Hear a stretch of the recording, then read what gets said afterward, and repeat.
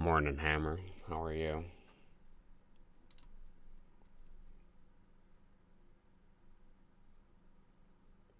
Okay, I have everything ready. 0 minutes. Sweet. Alright, today we're going to do something special. He says with a cheeky grin, contemplating every word. There is no better time to do this than an idle Tuesday. I think it is Tuesday, right? Well, okay, 17th.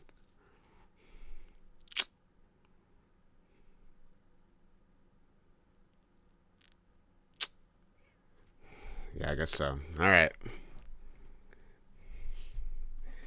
Where do I begin?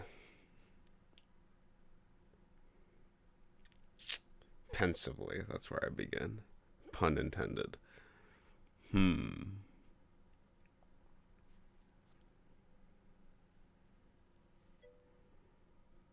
Welcome, Addo. How are you?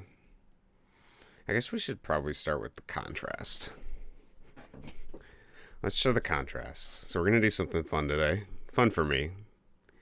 Arguably, you'll decide whether it's fun for you. Okay, so yesterday we did something silly, and I think doing this contrast is going to be funny. I'm doing pastus. I don't actually know what that means. Is that a word? Pastuous? Pastus?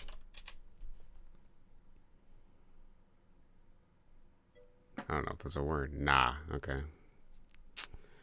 Maybe you're playing a game. Oh, you made that up. Okay. Alright. Getting Addo's confusing wordsmithing in right off the bat. That's good. Okay, so yesterday we worked on artist block, which was kind of like my symbolic way of like poking fun at myself in a self-deprecating manner. Okay, so I likened my artistic block to constipation, the solution being laxative that you have to feed me, and then you'll have to pick me up and toss me around a few times to help make that work. And then it's stuck, so we got to jump. Okay. And once you jump a few times, then the bridge is crowning. Easy. And then we're going to pull it out. Hey, Neum, welcome. You're going to chuck this out of here. And then once you get it out, everything flows evenly. Look at that. And then the dev is all happy. Perfect. So that was what we were working on yesterday.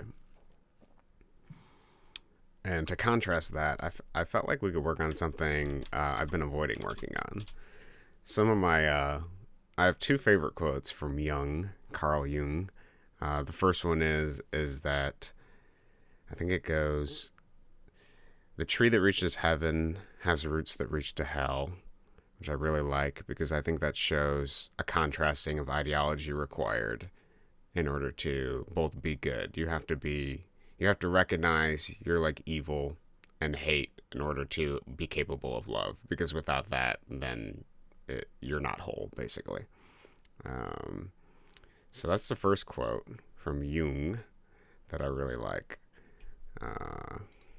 Is the stage complete? It's close. The only thing we have to do for this stage is we're going to make it so that the rabbit attacks you if you throw the pill at her a few times. But it's relatively complete. I don't think I'm going to add much else to it. And if I do want to add anything, I can add it later. So that's the first quote from Jung that I really like. The second quote from Jung that I really like is, where your fear is, that's your task. And it's quite simple, but I do really like it. And those keen of you that have been watching my streams will notice two levels that I have not clicked on at all. The first one is the biggest fan level. I have not shown that on stream at all, and we will not be doing that one today. The second one is the self-hate level, which we will be delving in today. So I feel like I should preface this a little bit with probably some explanation, otherwise this isn't entirely going to make sense. So I spent like 2 years like being stuck in this loop of like creating multitudinous amounts of levels and never like finishing them basically. Yeah, joking. Yeah. That's actually funny you say that because yeah, no level in Jump Off the Bridge is a suicide level. Um, but I have talked about like my catalyst for making Jump Off the Bridge being me having some of those feelings and then trying to work through them, sort of thing.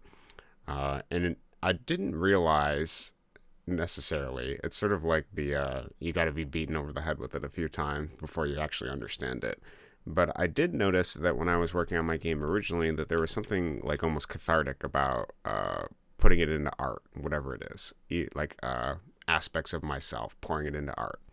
And I noticed that specifically with the Time Wizard, because the Time Wizard I made, it was a reaction to me feeling like really pressured by time. And I thought it would be a really funny idea to just make it like a tangible, like silly, like kind of pervy, like dude that's just like dancing like some of the other media. I specifically reference Gaki no Tsukai, which is a Japanese show where whenever the contestants laugh, they get punished by being whacked on the ass with a foam baton sort of thing. It's a really funny show. I really like it. And they have it translated into English. But there was a character on there that was called like Hard Gay, and he was just this guy that would run in the room and yell "Hard Gay" and then like hip thrust repeatedly. And I thought that was so funny. And then I thought it was even funnier when I like characterized time as that, which is how we got the Time Wizard. Essentially, it was like some of my more boisterous elements of myself, while also dealing with the idea of time being like a boss that I had to defeat. Because I was really hard pressed for time at the time. I had lost my job at the golf course. I didn't get called back to be a manager. And then I was running out of money because I was trying to get this game out. And then Steam kept like delaying me. Well, you have to go through like a 2-week process basically in order to get the game like approved. So I was getting like really low on money. And then after my game finally released, it was like a cult success in China. I sold like a couple thousand copies and then made some money. And then I was like, okay, I'm just going to be a game developer and do that. And so that's sort of how that lore essentially worked. And I made some updates, had some progress, had some failure, whatever. We released a couple updates here and there. I did Halloween levels, etc., things like that. But then I got stuck at a certain point. Build a Bridge is about the point where I got stuck. So I made this level that I really liked. I think it was Build a Bridge. Yeah, it was probably Build a Bridge. And then I think my last update officially was the Black Snake level, which I do really enjoy. It is probably one of my more fun programming feats to make a snake that acts like Snake, the old game Snake. I really do like how it turned out. It was actually inspired a bit by the Black Snake from the guy who made Pogo Stuck, I believe it was, because he messaged me about adding the Time Wizard into his game, and I think I mentioned something to him about I really liking his snake and it like sending you back to the beginning.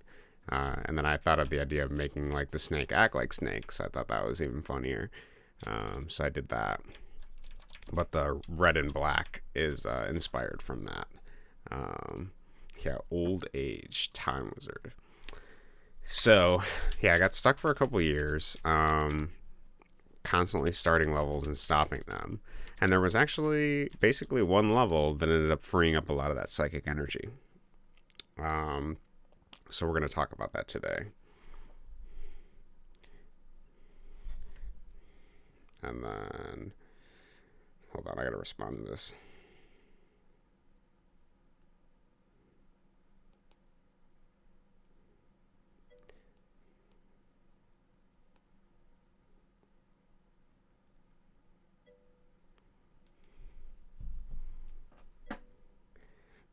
I don't hate Self. Self is a nice guy. Okay, so yeah. So this was probably the level that I started to recognize again that, making some of these levels was more cathartic, essentially. And I was able to get it to an almost finished state, and then that freed up enough of my tangled wires in order to get some of the other stuff done. Since then I've kind of vacillated between starting and stopping a lot of these levels, But I do feel like this is like sort of the catalyst for opening some of that energy. Waiting for programming and the story comes out, it makes me want to cry. No, we're not there yet. No crying yet, Niam. We have work to do. I'm not here to wallow in the misery or the self pity. I actually want to focus on the confrontation of some of these feelings because I think it's important. I think it's important to express it. So before we get to the level, I know I'm baiting you. I'm just edging you guys with this content here, but I want to talk a little bit about the shadow. I'm crying minds. So let's talk about the shadow. I'm going to use this art. This isn't a part of the level. This is just something I made a while ago that I thought really expressed it interestingly. So, man, I'm just getting calls everywhere left and right. All right, give me 2 seconds again. It's probably grid 4 asking to go in the room again. Figures, right?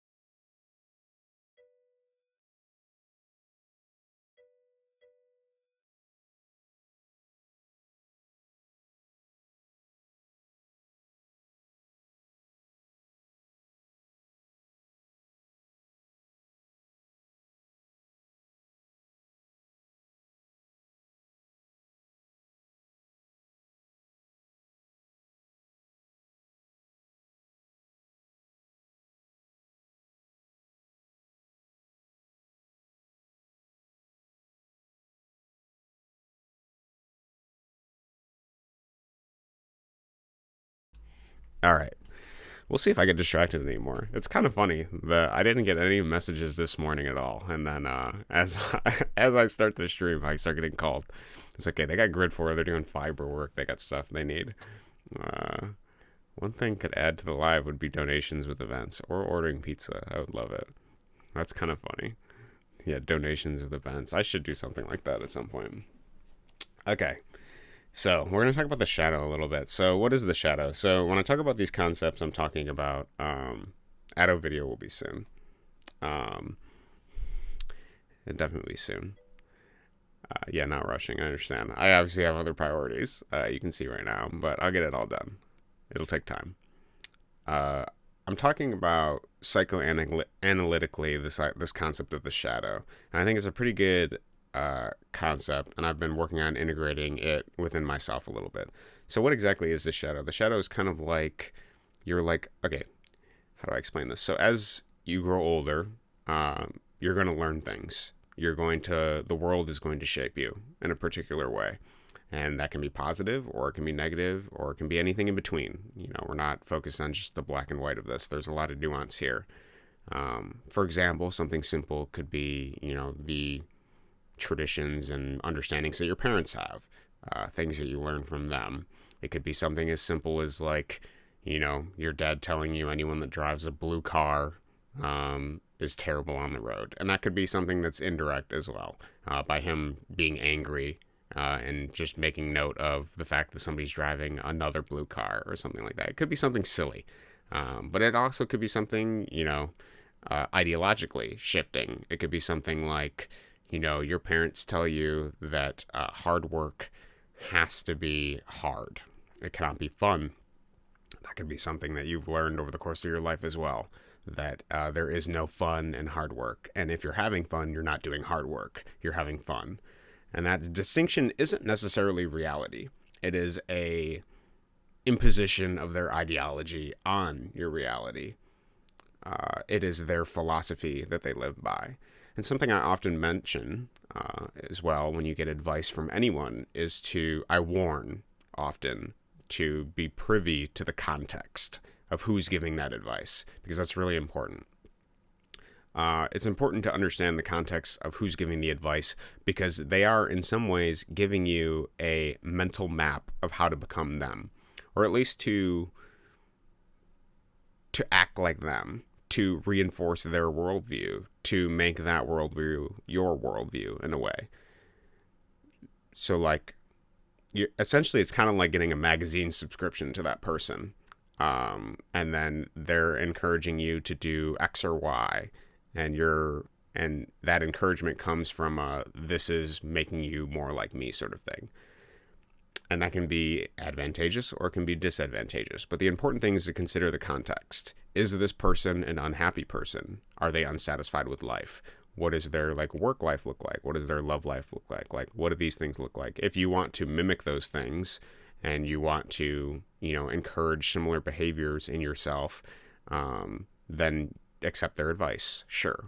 But if you don't want to be like them, if you don't want to essentially be a carbon copy of them, their actions, and how they see the world, then don't accept their advice. It's not important. Their advice is useless. If you see aspects of them that you enjoy and you feel that advice is useful, then utilize it. But if you generally don't see any aspects of advice that you enjoy about them and you don't want to live their life, it is important to negate and not consider their advice. You can consider it from the context of who they are and what their motivations are and what they want to be and their life and their reality. But we see the world as we are, not as it is often. So it's important to keep that in mind. So when you learn these sort of things, at least for me, it's important that as I get older, I'm 28 now, that I'm unlearning some of these things that I've learned. And we build a sort of personality over the course of time. But the personality is flexible. It is not inherently rigid, as you might think. I think that in the nature versus nurture argument, philosophically, that nurture plays a large role. I do think that nature also plays a role. To get philosophical for a moment, it is clear that certain people have predispositions to doing things easier than others based on their genetics. But I think that nurture also plays a significant role in what we experience and how we shape and view the world. And so it's important for me to consider these concepts, because this concept of the shadow from Carl Jung, our boy Carl, is this concept of we repress things over time. And it's not necessarily all repression, because that would be a Freudian argument for the delineation. Freud believed that everything in the unconscious was repressed. Jung believed differently. He believed that the unconscious was a mix of repressed feelings as well as the collective unconscious, which I'm not necessarily going to get into today, and some other things, a multitude of other things, but that it wasn't just single-focused or single-minded. And so the shadow, in essence, is a reflection of self. It is a reflection of perhaps behaviors that you're not encouraging compared to the behaviors that you are encouraging, personality-wise. And I think the only way we can truly understand ourselves is to sort of view our polar opposite and to look at it more clearly, to understand what it is inside that we are afraid of, our weaknesses, our strengths, as well as the things that we encourage and discourage within ourselves that make up who we are, essentially. And so one of the important things that freed up a lot of the psychic energy for me was, in essence, confronting this shadow. And I made a level to confront the shadow. And today I felt that there's no better time after going from the silly level of essentially, relating artist block to constipation to do something more serious and focus on the confrontation. We're still going to have plenty of fun with it, though. I think I will anyways. Because we're going to go back to confronting some of my old fears and some of my old harsh inner critic. And we're going to make it more hurtful and painful, because it's important for this level to work that it is personal. Because one of the things in life is I really don't want to show my emotions to anyone. I don't want to be vulnerable with people at all. I really hate it. I fear it even. And I think that's because of the things that I've learned over the course of my life. But if there's another thing I've learned in my life, is that in order for people to understand who you are and to truly know you, to know whether or not they, to feel like they're not alone in the world, you have to be vulnerable, unfortunately. I say unfortunately, I don't mean unfortunately. I think it is a beautiful thing in some sense, this idea of expressing yourself deeply and intimately. But I often shy away from doing that. I really don't want to do it. It's something that I have a lot of fear towards. And one of the quotes I like, obviously I mentioned earlier, Jung, where your fear is, that's your task. And so I feel like we should face that task today. So with some of that preface out of the way, let's show the level. So it's a simple level, but I think you'll see the symbolism quite immediately. So this idea is that you're sort of facing yourself, okay? And I have a lot of mean text messages that are from my harsh inner critic here.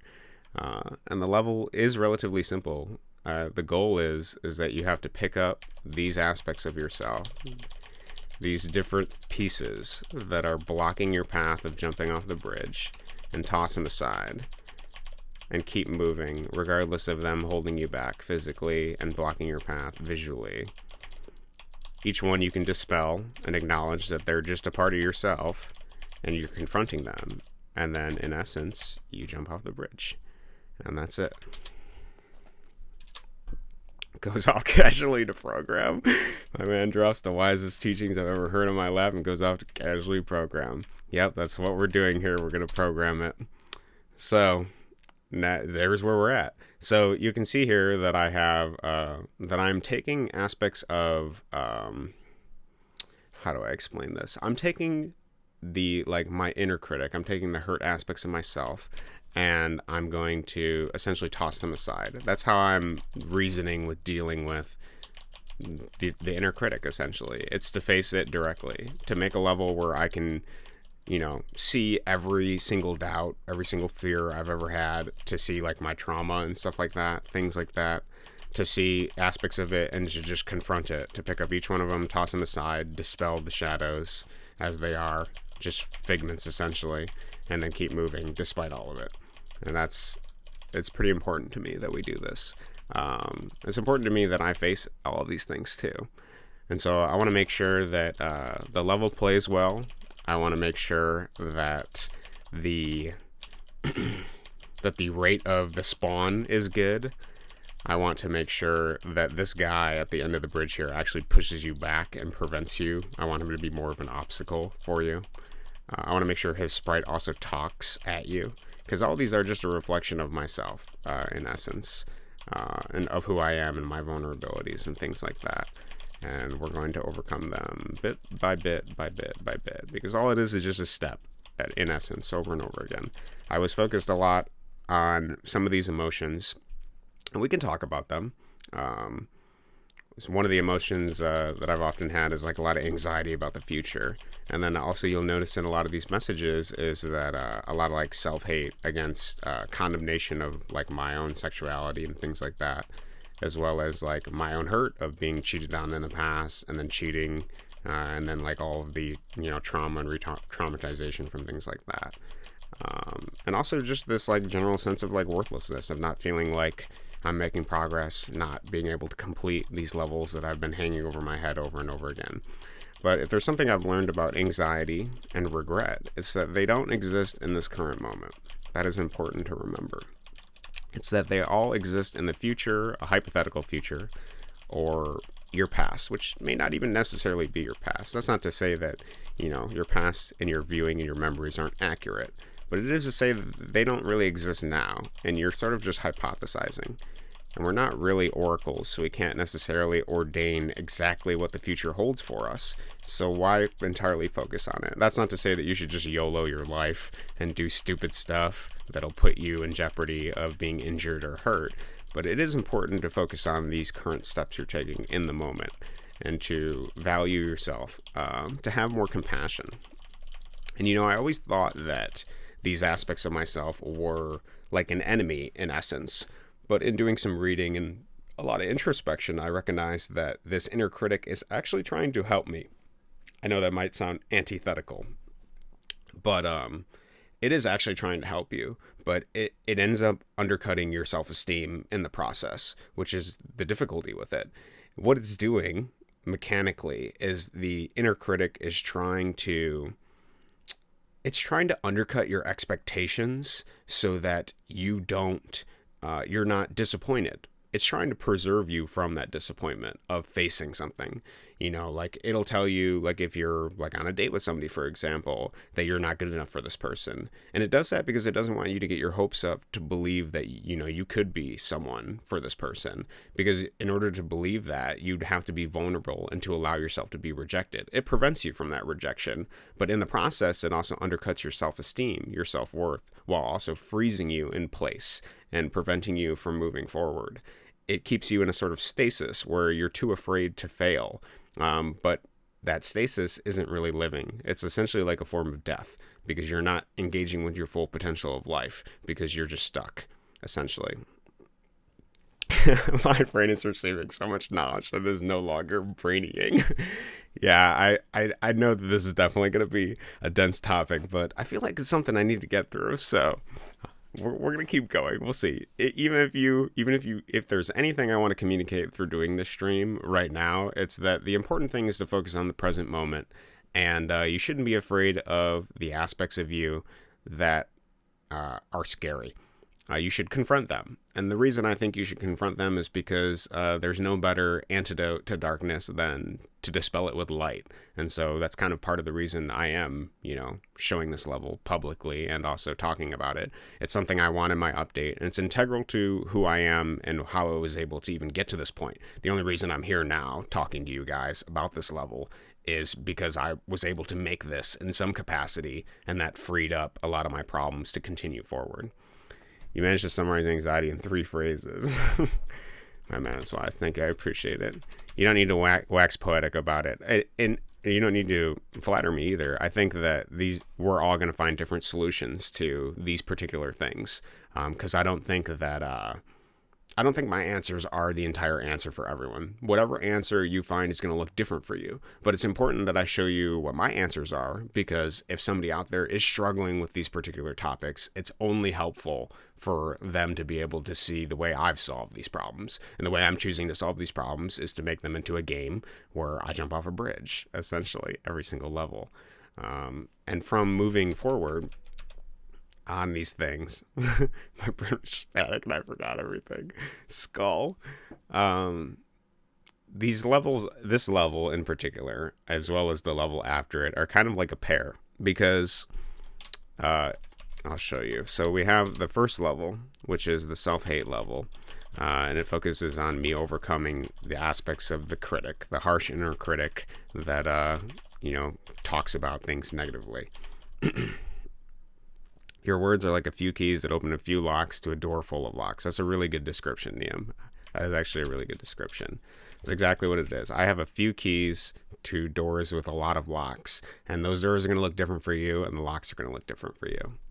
The level that follows this is Trauma Dump, because I had a streamer, Moon, and I'm kind of picking fun at him a little bit, but he talks about how he didn't like that my game was like dumping trauma, because at some point in the game, if you go into the city and you go into the bar and you take a seat in the bar and you sit down, I forget how long it is. It's probably like, a couple of minutes. If you sit down for a couple of minutes, eventually an older version of myself comes on stage, explains my story with the golf course and things like that, and like struggling with money or whatever. And then I play some of my old music. And somebody had recommended to Moon going to that secret, and he did. And then he enjoyed it at that moment, but later down the line in another stream, he mentioned that he felt like everything I said was essentially just a trauma dump, which is pretty funny to me. And so I thought, what better way to kind of poke fun at him than giving him, in essence, the literal trauma dump. It isn't necessarily intended to be a trauma dump. It's more intended to be, these are just aspects of myself that I'm trying to overcome through art, to be like human, essentially, to be whole, to stop hiding myself away and actually like confront, who I am, instead of pretending to be somebody I'm not. And then so I figured I'd tease him a little bit by taking his entire stream, the trauma gun, taking his entire stream with all of the chat messages, obviously some people I've added, and making it into a level where he talks about how everything I said was essentially just a trauma dump, and then I respond to him, in kind, essentially. You'll see the black name of myself interjecting. So I'm actually having like a dialogue with him kind of as the level progresses to the end, while while the player is avoiding these different playful obstacles and things like that. And I have a conversation about art, about censoring aspects of ourselves, whether we should just focus on, life being comfortable and things like that. And I talk about, I'm not here to rob you of your shadows on the wall. And that's a reference to Plato's cave, this idea of living in a cave where there's a bunch of shadows flickering off of some fire that's happening, and people believing that that's the reality of the world. Because I don't want to live in that same reality. I want like a sense of vulnerability and to express myself. The floor of fire. It's a good response. Sorry, I'm missing some of your chats here. I do apologize. You're Mega Mind. Okay, I think I got everything so far. Sweet. Okay, so yes, now I just casually walked back to programming. So we are going to work on this level. That's my intention. I actually want to get it to a complete pink state where the only thing I need is the sound for it.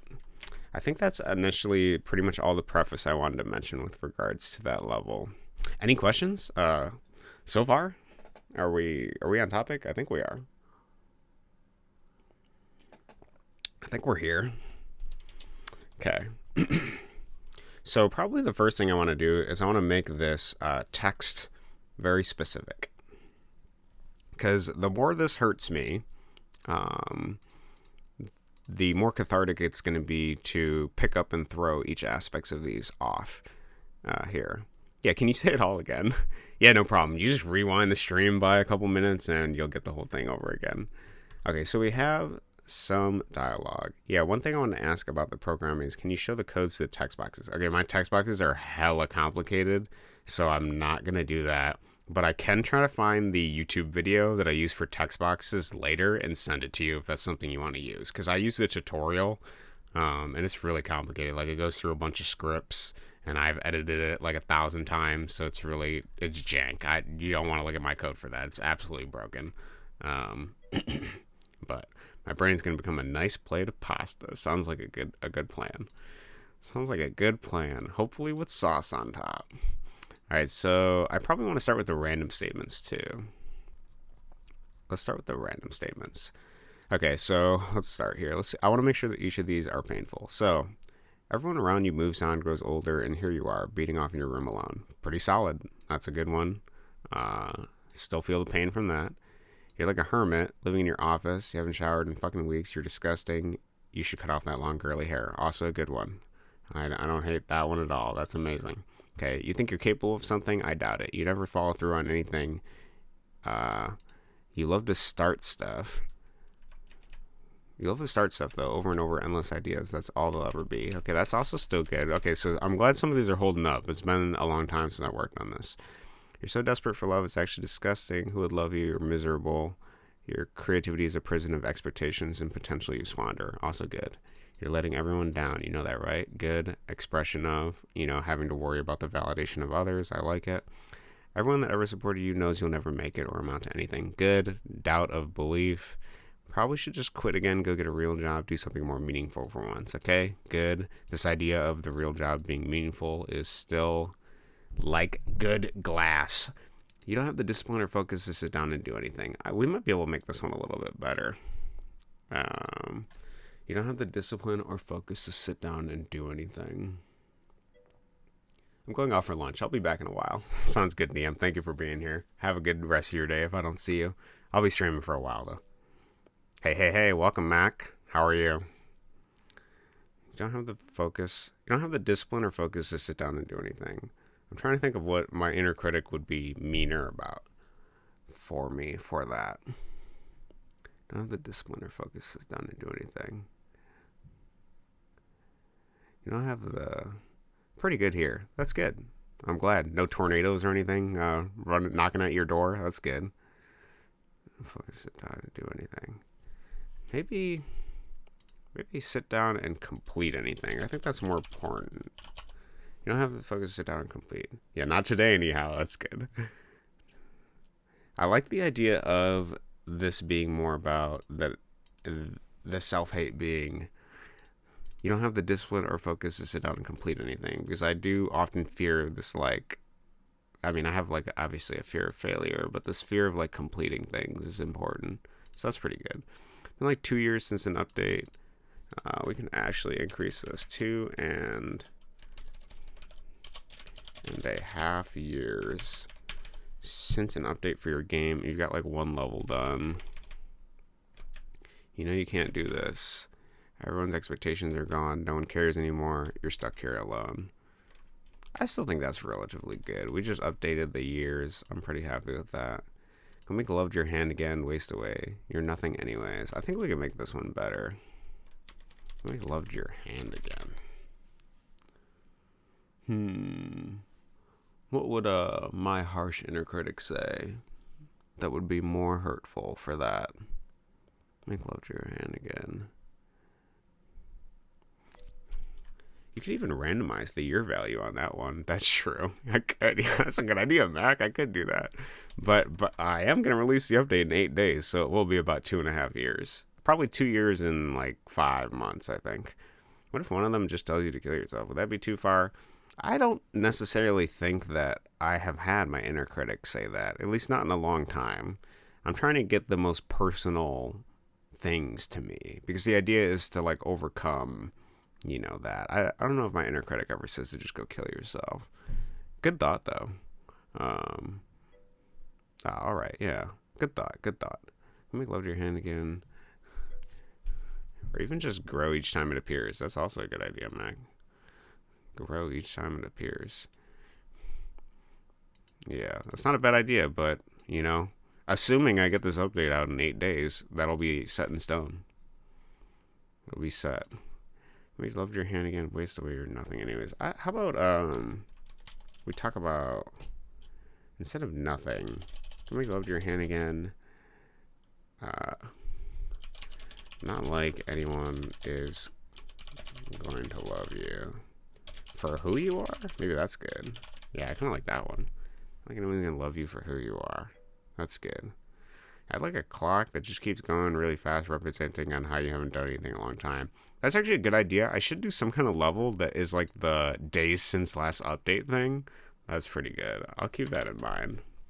Honestly, I'll keep Mac's comments in here too, because the idea of a clock doing like last day since update is pretty funny.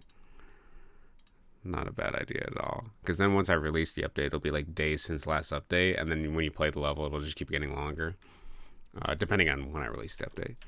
You've been working on this, and maybe I can even do like a stat tracker too to show when I released an update. That might actually be pretty neat, like a timeline. You've been working on the game for over 5 years. Clapter often uses a stressor. That's also true. Yeah, true. Acknowledging the stress could be a good thing. You've worked on this game for 5 years now. I think we can both safely say you've wasted your time. I think that's good. I like that one. Okay, you're 28 already. You're old, useless. Your life is practically over. Welcome to the decay. Take a seat. We'll watch it together. I do like that one. It's kind of sassy. Even if you release a level, who's going to see it? Just you? Haha, I bet that'll be really productive. Who's going to see it? Just you. I don't really like this end. I like just you better. Even if you release a level, who's going to see it? Just you? That fear of like not connecting with anybody, I think, is important. All you do is keep failing again and again. Why not just accept that you're a loser? Might make it easier to acknowledge the truth. That's a good one. That's biting. No one believes in you anymore. The only thing you've successfully done is consistently fail. Is consistently with an A? I feel like I spelled that wrong. No, it is an E. Okay. For some reason, I'm thinking constant. Constant. No one believes in you more. The only thing you've successfully done is fail. Okay, that's pretty good. All right, let's do... So those are the random ones. So those just appear that block your screen when they grab onto you, obscuring your path. So that's good. Those are fine. I like those. We have a good variation of them. So now let's work on like the main guy up here. I want to make sure that these are biting and critical. Okay. So, where do you think you're going? Okay, I like that so far. You know you can't do this, right? You're not strong enough. Good. Okay, you know you're disappointing your family, right? This is all meaningless. You aren't living up to their expectations. Good. I like that so far. Remember when she cheated on you, the day she left your house and you couldn't find her? She thought you were a worthless, dependent child. Oh. She can't hear you now. She's too busy sucking his XXX. Honestly, that's still just as biting and hurtful as I remember, so I don't know if I'm going to change that. That's pretty good. Pretty painful. Okay. Remember that time you gave up, decided you were done, come back for more? Oh, came back for more, huh? Yeah, ouch. That's a harsh one. You wouldn't have to feel this if you'd just given up. I like this too, because this is a reminder of that really tough time too. And I feel like we're in chronological order too. All right. Then we get more modern. Remember when you cheated, sabotage your relationship to hide, found validation from that woman online. It was around Valentine's Day. Remember how much your girlfriend cried when you told her? That's also painful. I'm tearing up just thinking about it. That's a tough one. Harsh. Okay, it's been over 3 years since you've had sex. It's kind of like 4 now, but it's been like it's been like what? Over 4 years since you've had sex. You know, it's because you're worthless, right? No one wants you. You're a loser. That one also hurts. I like that one as well. No one fucking cares what you have to say. That's also important. After each of these, I really like that that's there. Okay. Man, remember when you had friends, how much they cared about you? Now you just beat off in this room alone. Okay, biting and difficult, but still pretty good. You left them behind, you know, to run and hide in your little box.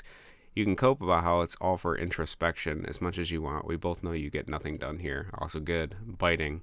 Sort of like appealing to that sense of intellectualizing my feelings. I like that.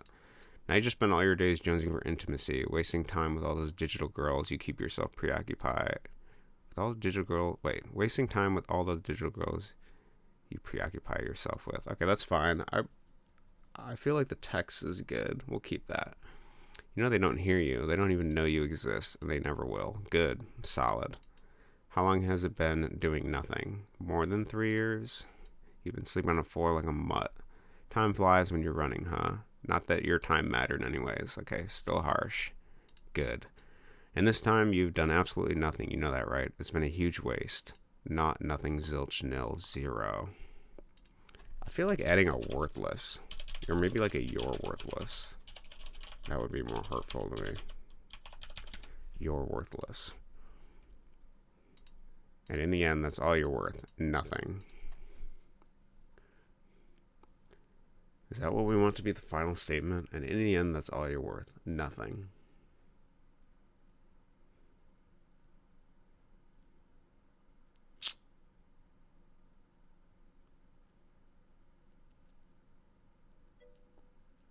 It's been years since this. How's the vow celibacy going? Oh, that's a good one. Dude, that's really funny. Yeah, update the year value. That's also true. It's been that. How's the vow celibacy going? That's a pretty good mean one. I like that actually. All right. That's like a teasing thing. It's not even a vow of celibacy, but I'm trying to make sure that joke would translate. I might have to reword it. That's a good one though. How's the vow? The inner critic being mean. Because really, it's just because I ruined the foundation of my relationship and trust by cheating in the first place. That's the only reason. That's the only reason I don't have the intimacy is because of that. Self-imposed celibacy, not even self-imposed celibacy. It's more just responsibility for me being like a hurtful partner, basically, but also choosing to stay in my relationship to try to fix it despite that. I'll have to think about that more, but that is a good one. Yeah, where is that at? Like 4 years since you had sex. It's because you're worthless. No one wants you. You're a loser.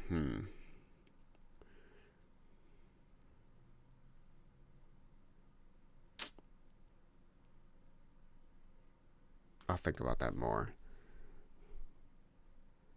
I like the idea of making a joke about vowing celibacy. even though it's not entirely what it is. I don't know. I'll think about it more. And in the end, that's all you're worth. Nothing.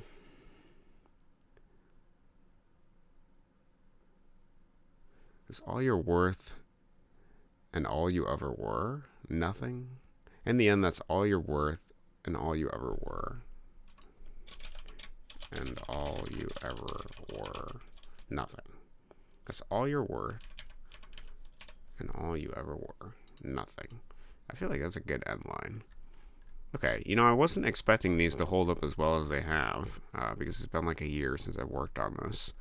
But those are pretty good. If I think of anything else, I will add them, but I like that so far.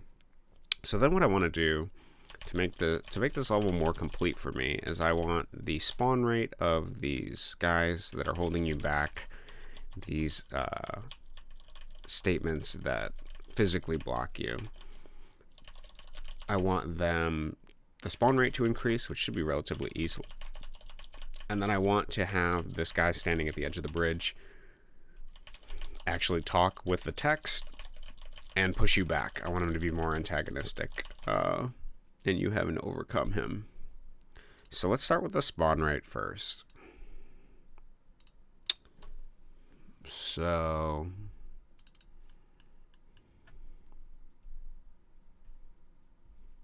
what determines the spawn rate? So you got that loaded in there. Okay.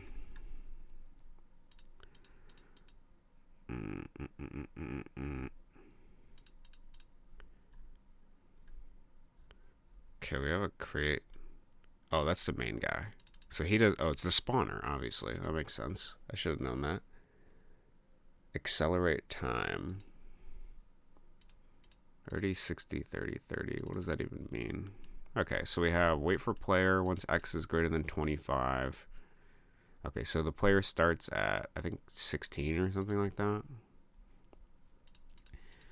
So self-hater holder. If spawn time is less than 0, spawn it. Pretty simple. Oh, we have random range between min spawn time and max spawn time. And it's 20 to 30. And then what determines the acceleration? Accelerate time, accelerate phase. Phase is less than 3, add. Oh, I see. Each one of these phases has a different time. Okay. Eventually getting to 10, 15 at the bottom. Okay, I would feel much happier if this was 15, 25, I think. 15. Maybe I'll do this like 13, 23 or something. And then maybe this will be 12, 22. And then that can be 10, 15. I want to see what that looks like. I might change how long it waits for the player. What is it? Cleanup? Oh, okay. Got it. All right. Because I want them to be kind of overwhelming to start and then only get more overwhelming. I think that visually blocking you, it'll be a little difficult to understand what you have to do. But I think that's why I have that buffer range of you have to wait till the player X gets over a certain number before doing anything.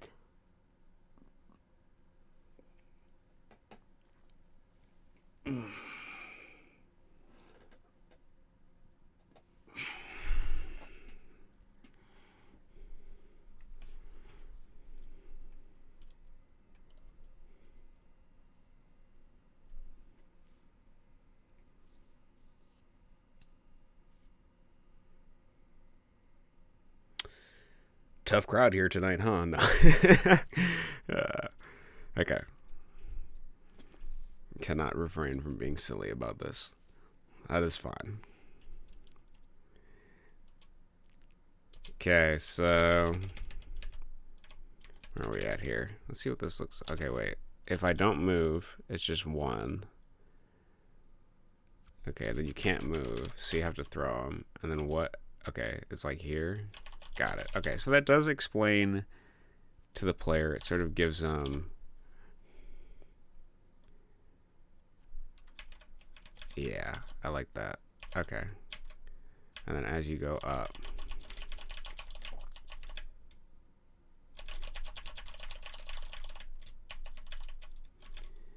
okay, and then honestly, I'm pretty happy with that. I just want to make sure you can't just jump over all of them and just leave. I'm not entirely opposed to that, but I'd like at least, you to stop a little bit. It should be challenging. Okay.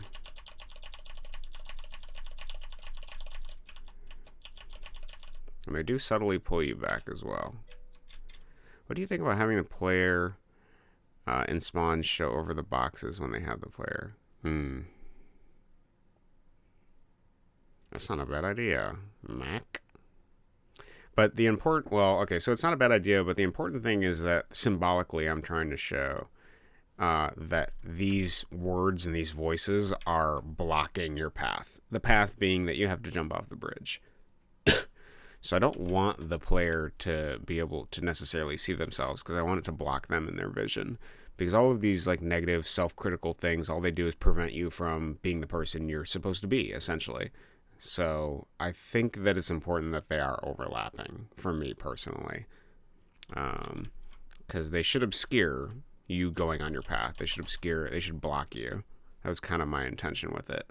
So I think I'll keep that intention, but I do understand what you're saying. I think as long as they know, from the first one that happens, that they can pick up and throw, I think that that's good. Because what I want it to do is block you visually, symbolically, in the same way that having a harsh internal critic would block you from becoming yourself and walking your path for life. So, good thoughts though. Alright, so then we're gonna make this guy more of an obstacle, I think, is what I want to do. And they should be overwhelming, which is kind of what I'm aiming for, but never overwhelming enough to cover the top, which is what I want to preserve. Okay. So let's make him push you. So, we gotta make him talk too. Okay, he's just a standing player right now. I don't think there's anything unique about him, so we can go ahead and make something of him. Okay, and then what is this guy called? The self-hater pusher. Should just be the self-hate shadow, honestly, because that's basically what he is.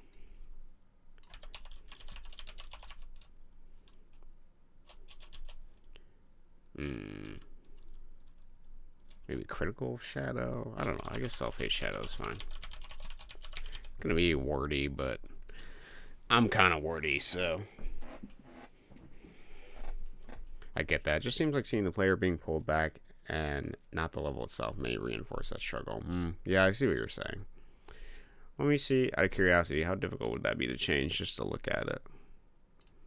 I do understand what you're saying. Yeah, because it could still obscure the bridge, but then the player could be on top. So it's not necessarily a terrible. Let's see what it looks like, honestly, Mac. We'll give it a shot. If I like it better, we'll keep it.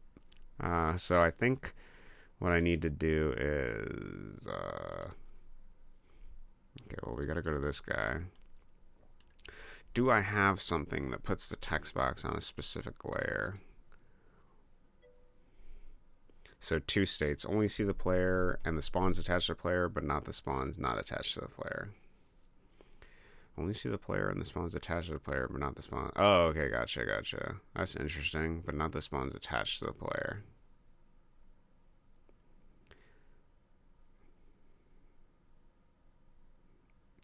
Yeah, I think what I want to do is, I like the idea more of seeing the player with the spawns attached to them.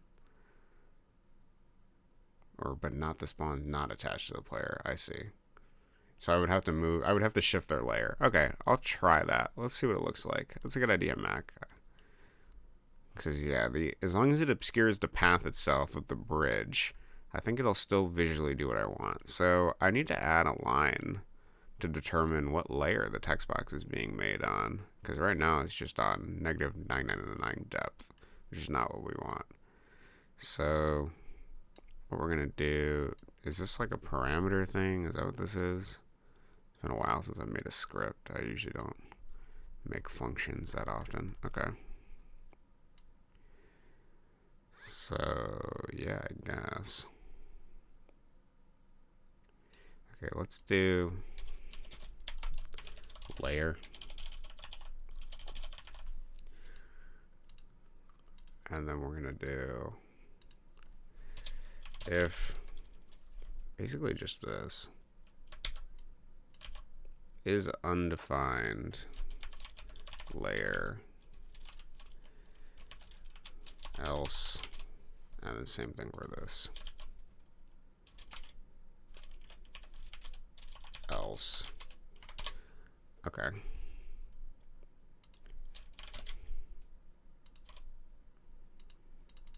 This is a layer. Okay, so if this is not undefined, so if this is undefined, not undefined layer. So if we have a layer, then I want it to use layer, basically. So we're gonna copy this. This will be for the else, and this will be whatever layer is. And then if this is not undefined, we're gonna do the same thing. We're gonna create this text box. We're gonna do layer. Okay. All right, so that allows us to actually put the text boxes on layers, which is something I've never had before. They've always been the uppermost layer. Now we need to figure out what the proper layers to put these guys on are in order to make it work. I don't have the self-hate level open. We gotta do that first. Let's look at that. Probably useful. 1.2.6. Thank you, file organization. Okay, so obviously the player's on the player layer.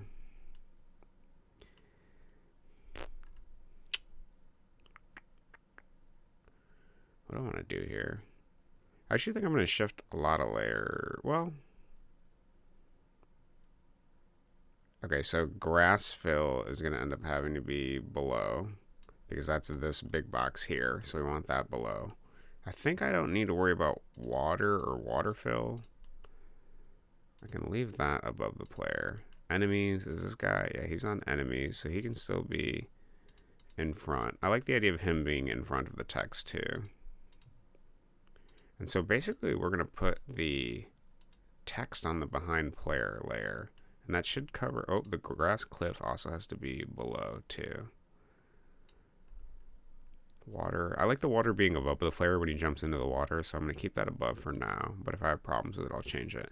So everything will be behind the player layer is what we're going to do. The behind player layer. So let's create text boxes.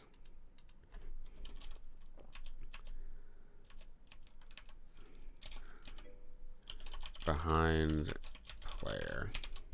What is this a link for? Attachment?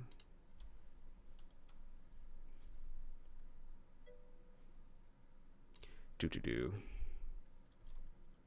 Hopefully this demonstrates more clearly what I mean. Oh, can I just open this? Whoop.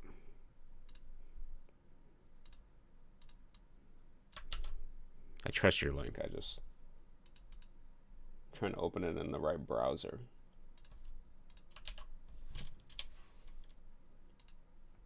Oh, I see.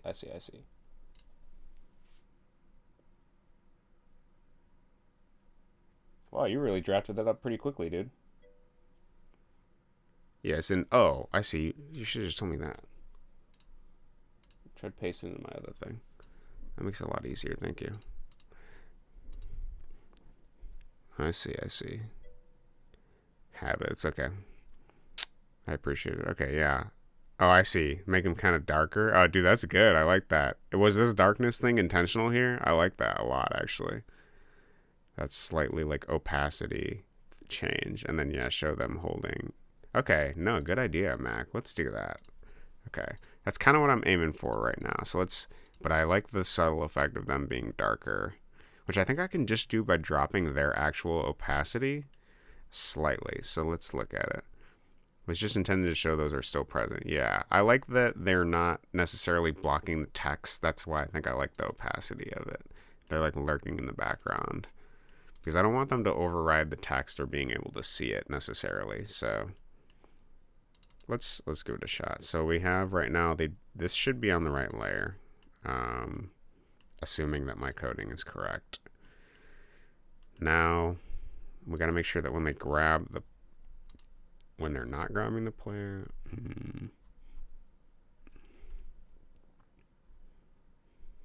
How do I want to do this? Actually, maybe what I should do is the text box is technically an object. So maybe I'll do if place meeting xy obj text box. If I do the text box, it might just yeah, what is it? Oh, it's just text box. Okay, I have an old text box system in here, so that's why I wasn't sure of the name. So place meeting text box image alpha equals maybe like 0.5, else image alpha equals 1. And then I want to make sure that when they're holding the player, their image alpha equals 1 as well. So I think that's phase 3.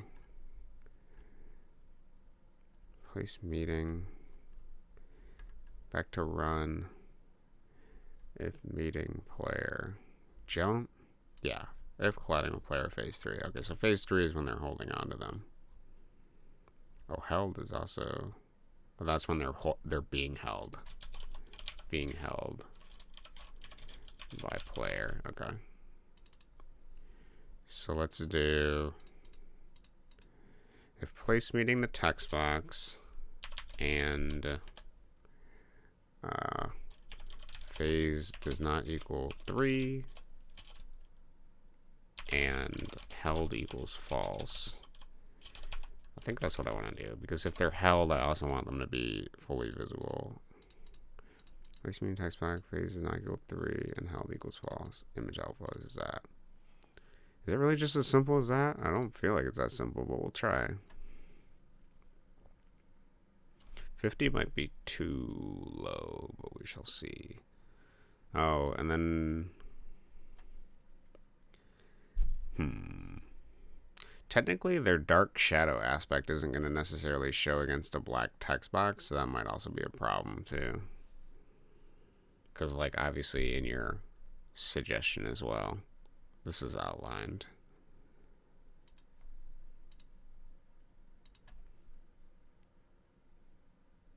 We will see.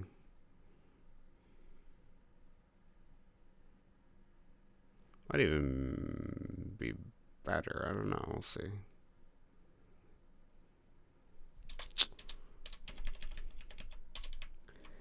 Okay. Oh. Instance create. Expecting a number. Oh, it's because I'm doing instance create depth. Okay, let's change that. I did not realize that was what it was. We have instance create depth and we have instance create layer. Simple fix. We have a layer and then we have depth. I didn't even realize there were two different statements. I have always used instant create layer for everything.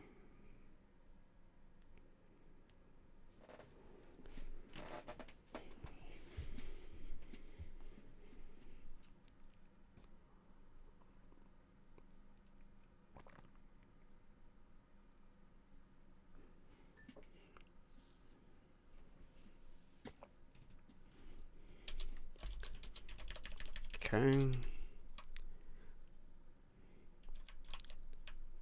So they're not showing over this, so I did something wrong. Oh, it's probably because layer if is undefined. If is not undefined.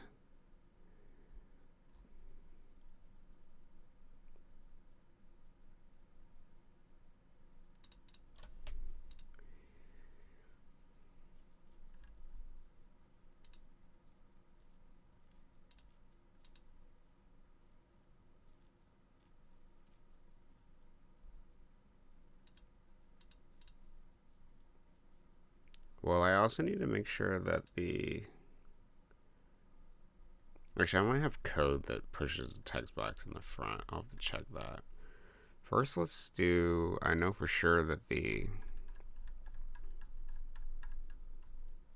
spawner, we can make sure that they spawn at the right layer. So they're spawning in enemies right now. That is still above what we're doing. So they should be above the text box. So it might be some code in the text box that snaps them to the top. So let's see, is there anything about layer or depth?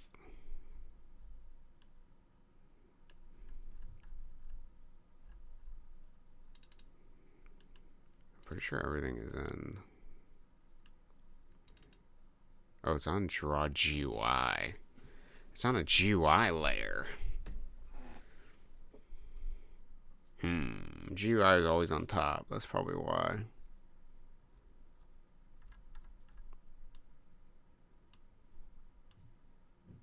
Oh boy. And also it's not an object that has collision because, at least I don't think it does, because I'm on a GUI layer. How would I fix that? That's a good question. Cheap viewers. Something I love more.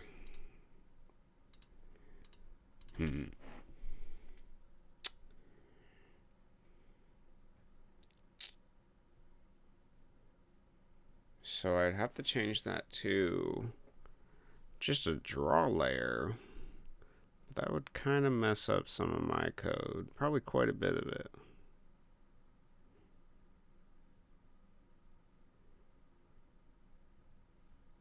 Interesting thought. Alright, well, what we can do, out of curiosity,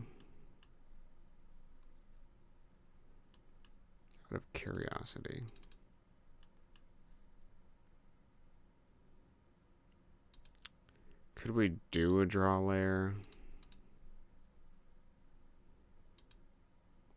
We have a draw layer. It does nothing though. Okay. Hypothetically speaking, can I move this? No, I can't. Okay. So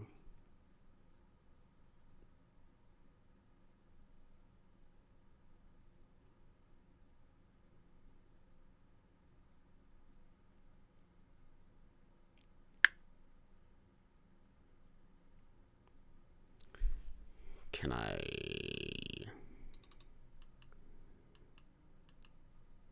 How does GUI work?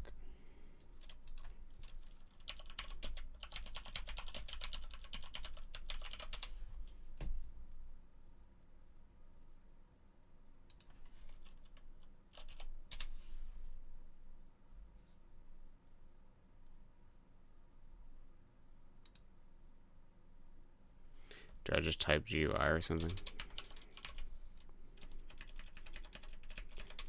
Maybe this will get me to the GUI layer faster. Okay. All right.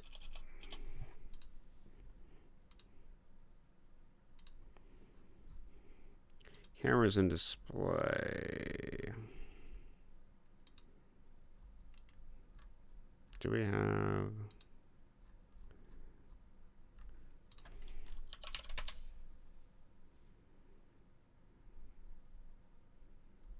Is there something that explains it? Draw events.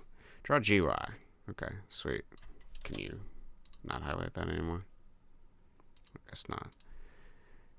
Designed for drawing GUI. Not affected by view, camera, scale, or rotation. Moving a base position on one instance position within the room. Okay.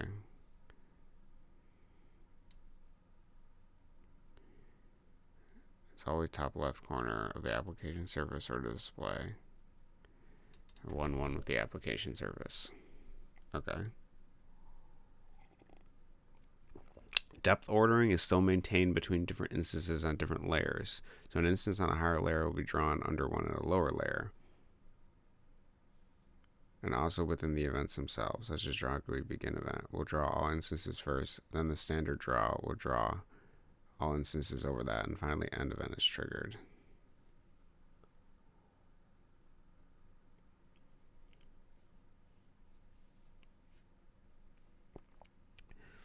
Depth ordering is still maintained between different instances on different layers.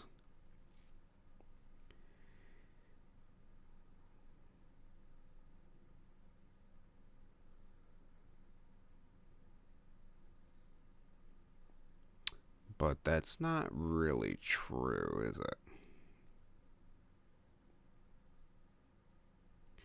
because the draw GUI will always happen first. Well, it'll always happen after the draw event. And if everything is drawn at the draw event, then I have a silly idea. Okay, wait. Is the draw end event? Okay, yeah, still draw end event is still before GUI. So we have two options. We try to make this text box draw on the draw layer, which sounds like suffering, and I think a lot of code will have to be changed. Or we try to draw the guys on the end GUI step, which is also a silly plan. There might be more options, but I have to think about it longer. So, well, I guess for shiggles, for shits and giggles, what I can try doing is I can try seeing what it looks like if I draw on the layer. So let's just paste the draw code here. And should I do, I don't know. Okay,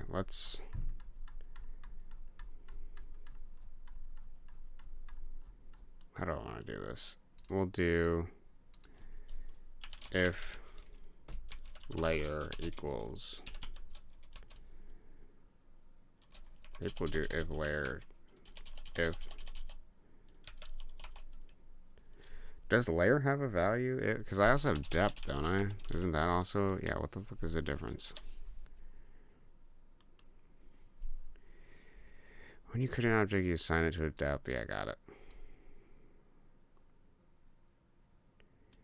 Add it to discrete layers.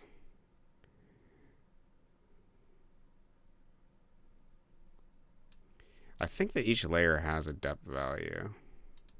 Yeah, 300, 400, okay. So we should do if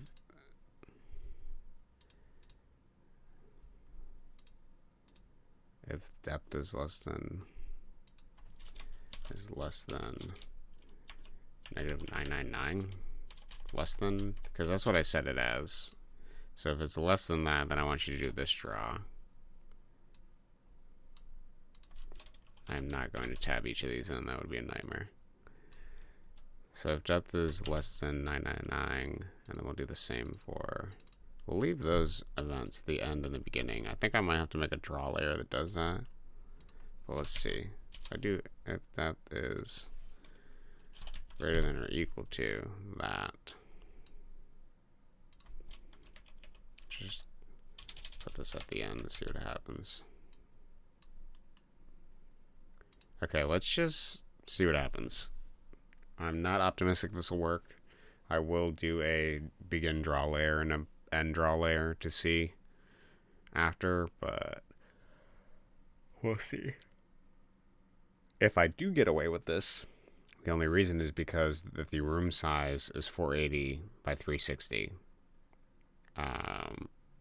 which will be what it's drawing to, I think, camera-wise. I don't know. We'll see. No, it does not work. Why? Interesting. Let's debug it and see where we're at. Is it actually drawing from the draw layer? I'd be very curious to see if that's true. Because if it is... Oh wait, would this be greater than instead of less than? I think this has to be greater than. If it's greater than -999, right? Because technically...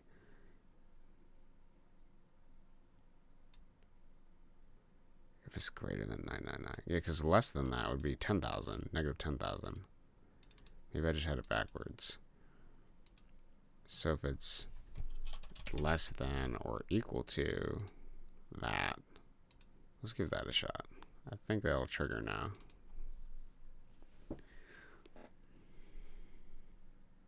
I'm getting confused with my negative and positive numbers.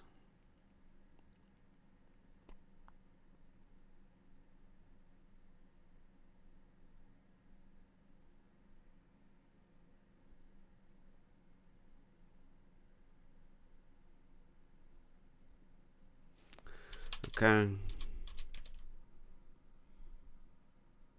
Steam is lagging me, bro. Oh, am I stopped? Oh, I am. Thought I was suffering from lag. Okay, let's see what this looks like now. Okay, it's hitting it. All right, let's see how that looks. Oh, it works. No way, dude. No fucking way. Bro, that's crazy. I did not think that would work.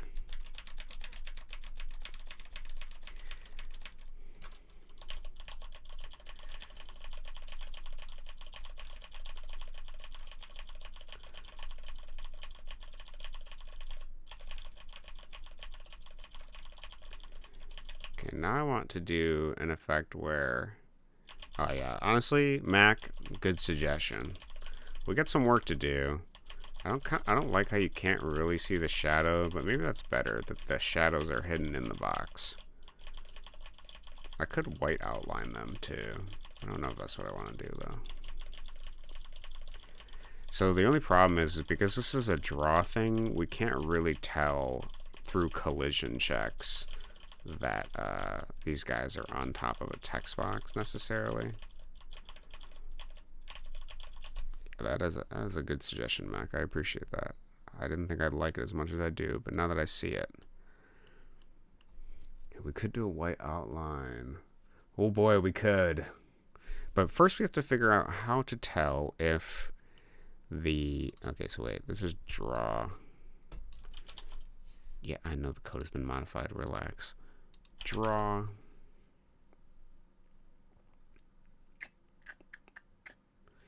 Draw layer is what this is. And it's like a copy of this code.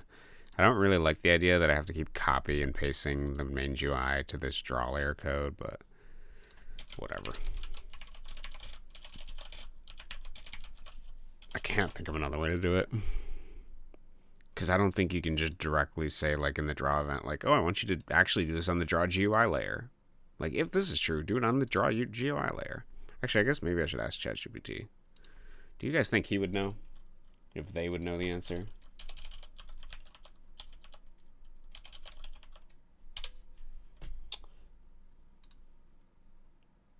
I am curious.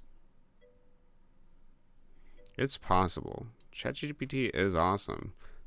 Hello, Seed. How are you? All right, let's see. It is possible. Can I, in the draw event in GML GameMaker,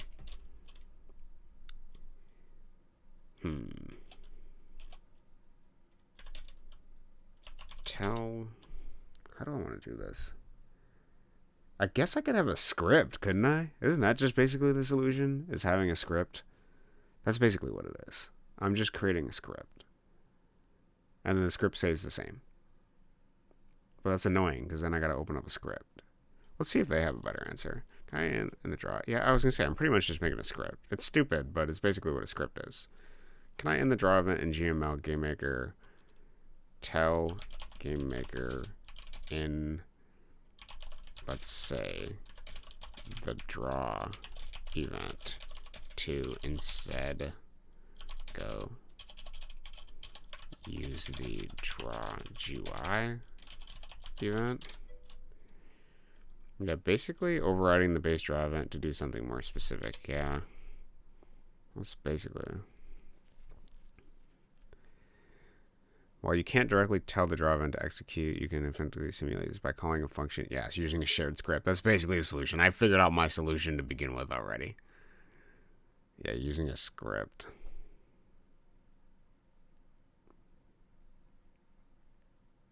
Yeah, it's basically just a script. It's a little annoying, but I think that's the only actual solution. Okay, so then that's what we're going to do. That's what we're going to fucking do. Okay. So, Because, yeah, I just don't want to have to keep copying and pasting it if I change any of the code. So I think alternatively, that's the best solution. So I don't have 2 copies of things I got to keep updating. But it does mean I'm going to be 1 menu deeper, which might be slightly annoying for me personally. All right. Create script, scr, draw. Oh, no, we can't name this draw text box. What would we call this thing? This is going to be the script for...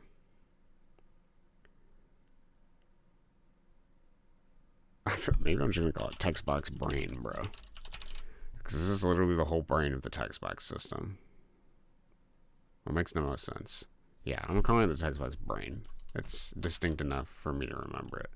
Okay, then basically we're going to take this whole giant ass thing and we're just going to put it in a script. Because that's the only actual way I can visualize actually making this work.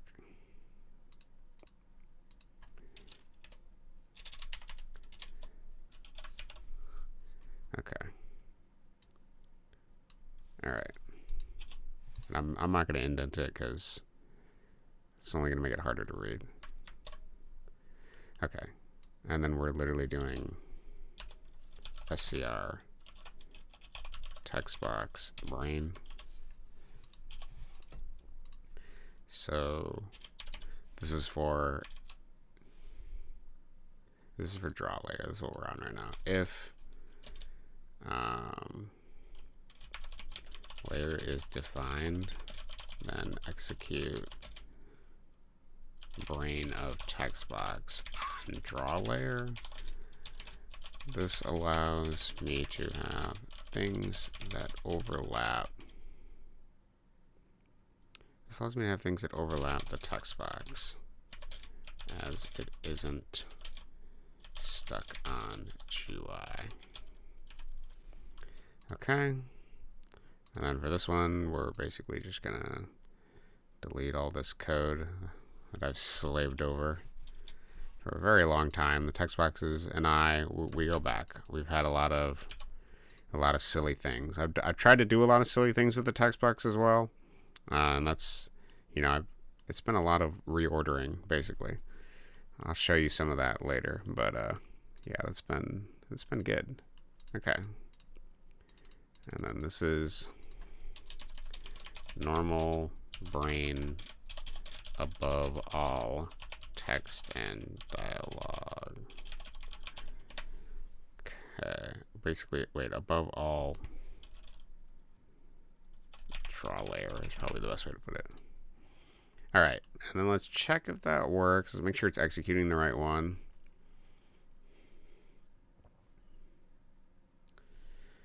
And then we'll hit the ground running and try to figure out a way to determine if the little guys are colliding with the text box. Yeah, that's true. It does actually open up some of my abilities. Yeah, whoop whoop, code reusability. Yeah, I should have the ability to do even more stuff with them. So you are correct in that. Because I do have some wonky things. I have 2 text box objects actually. Because one of them is specifically for my Dolly bird. Is there a fast way to get over to him? Oh god, I don't know if there is. We might have to play the level. Might have to do content. Here, give me a minute. I'll see if I can beat this in with relative ease. I just have to remember where all the invisible things are. Okay. Give me a moment. Ooh, woo, code. It's true. Okay, I think I can get up to him. Is this good enough? No.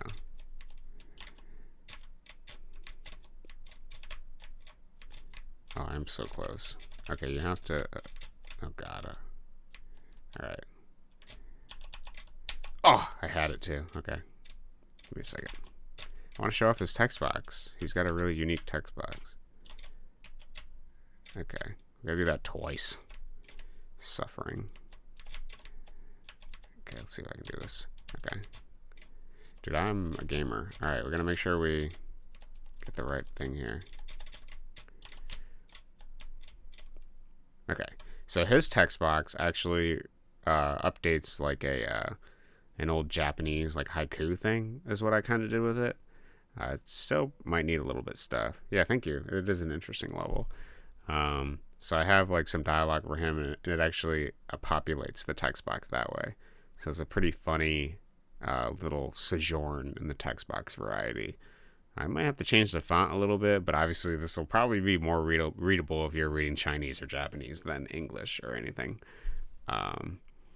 So pretty good. So that's a unique text box that I have a separate object for.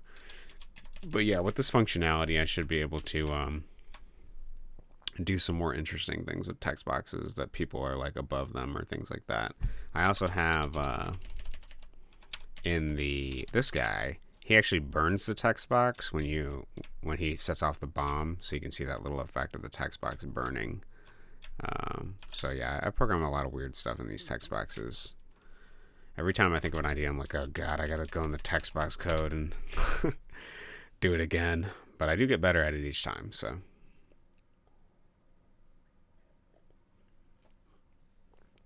Alright, I sort of like this. Honestly, I might not necessarily worry about making them faded out. But I still would want to know how I would do that. I don't know. I guess we can try it. Oh, actually, it's still under the water layout layer. Looks a little weird. I might just put water on the bottom, to be honest. TBH. The player can be... Yeah, forget it. We'll just put it under. It's fine for now. Okay. And then let's figure out how we can make this work.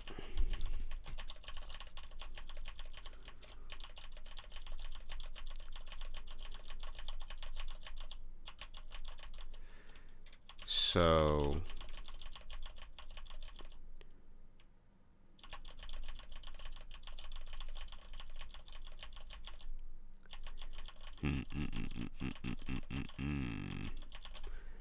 how would I collide with these? That's a good question.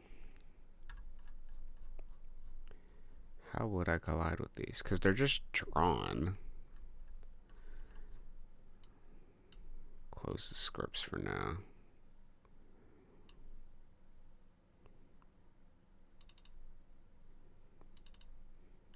So right now I have if meeting obj text box, but obviously that's not possible because they're just drawn. I could do something silly and take every text box and then their height and width and then check, add them to like a DS list or something and see if I'm like connected with them. But that seems like a really annoying solution. There must be a better way. But that's the only way I can think of right now. Is I'd have to take every text box object. Maybe I can cycle through all the text boxes, check their X and Y position, check their width. Yeah, then why not use their phase state? But see, okay, so that's a good idea. But the only problem is that sometimes some of the boxes spawn like not on the green, and I don't want them to be faded out when they're just on the grass, if that makes sense. I want it to only be faded out when there's a text box in the way. I suppose that's just me being like a little pedantic about it, but that's kind of what I'm feeling. But yeah, you are right. I could just use the phase state and make it so that when they're running towards you, they're not. Honestly, I think cycling through each text box and checking if we're overlapping would work.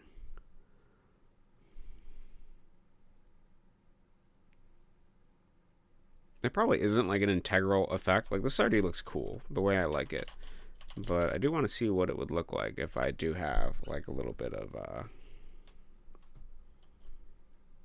you know, if they were darker. I like the idea of them being darker. So here's what we're going to do. We're going to do some kind of cycling thing. So the text boxes have, if we can open them up. Does it just not? Okay, usually you can middle click an object and then it goes to it like that. But I guess text boxes They don't like me, so they don't want that happening. Okay.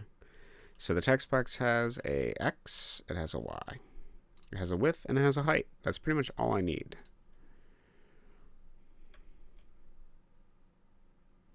Pretty much all I need. X, a Y, a width, and a height. Okay. So variable am meeting equals false. So we're not meeting a text box. If instance exist obj text box, then we do some code. Instance exists text box. And then we gotta do,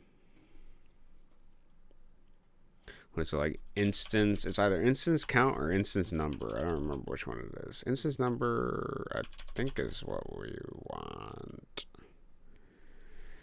You can find out how many active instances exist, and then when checking if the object is parent, then I'll chat. Yeah, okay, whatever.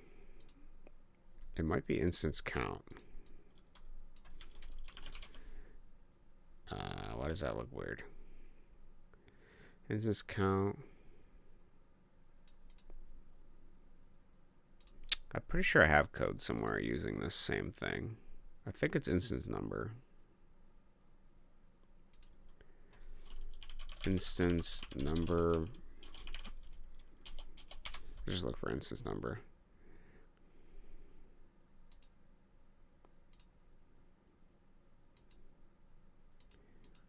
There's a way to cycle them.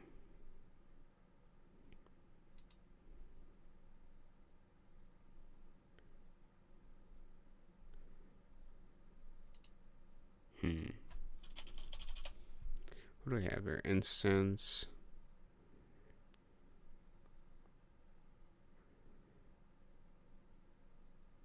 Instance number, instance place, instance position.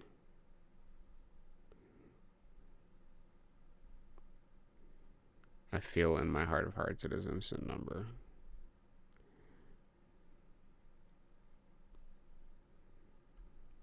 Let's look at some old code.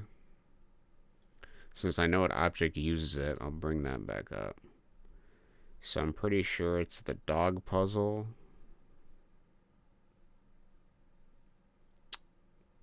Wolf bacon. Oh, maybe it's not. It might be in common environmental objects. Yeah. Multicolor switch. What are you doing? Instance number -1 while number is greater than that. Cycle through each of them. Instance find. Okay, so it's instance find and instance number. That's what we're doing. Got it. Okay. So let's just paste that here. We're going to do this. So box. Or it's just going to be text box, basically. Text box equals, well, text box count. Okay. That also sounds weird. Let's do total text boxes. Okay. Okay, and then this is going to be text box. Okay. And then this is going to be total text boxes. Instance find, and this is going to be text box. Okay. Then we're going to do, we need to create like a collision, basically.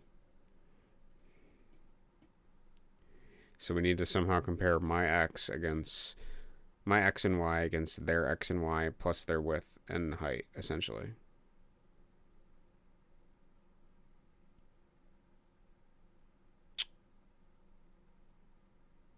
This is going to be weird. So it's going to be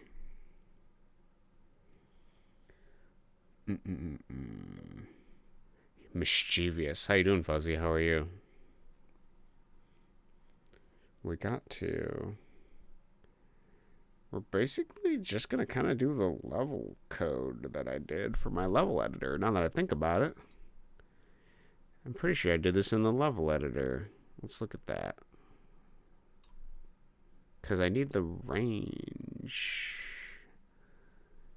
think it's in here. No.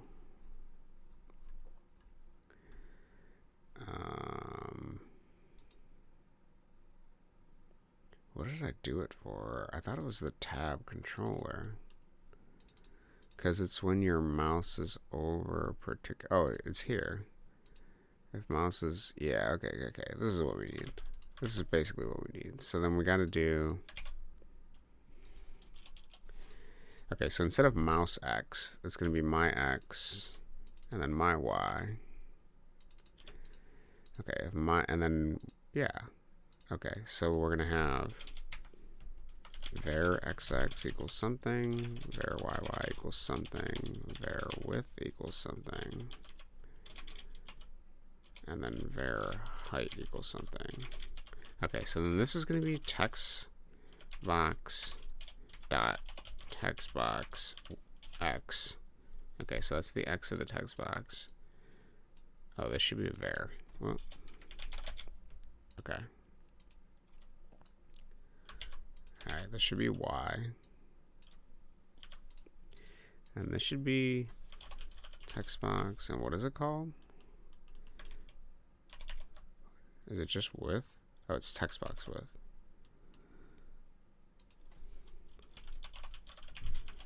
Width.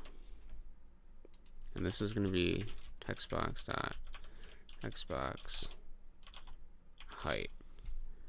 Okay, so then let me make sense of this code. So it's going to take our x, and if our x is greater than this x, and also less than the x plus width. So we're in, so from the left-hand corner of the item, if we're to the right of it, and then we're also to the left of its maximum width, and then same thing for the y.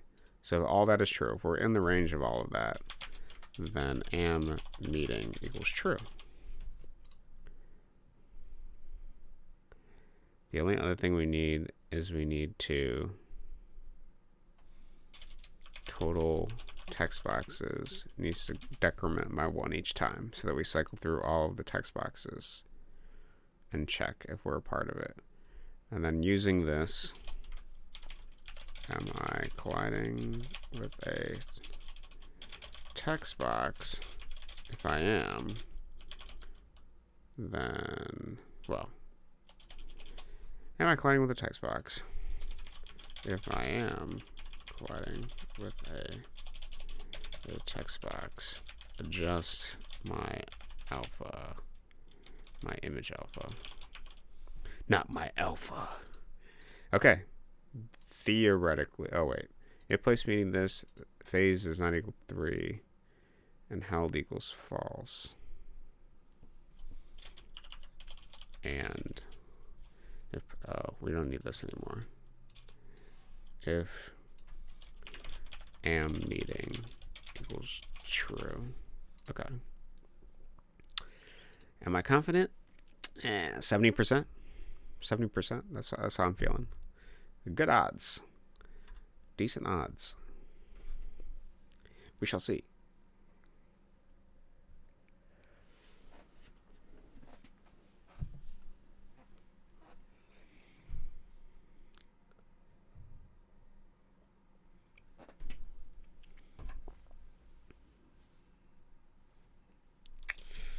Okay. Let's see it. Oh yeah, bro. Look how awesome that looks, dude. I might need to raise their darkness up slightly. That is so good.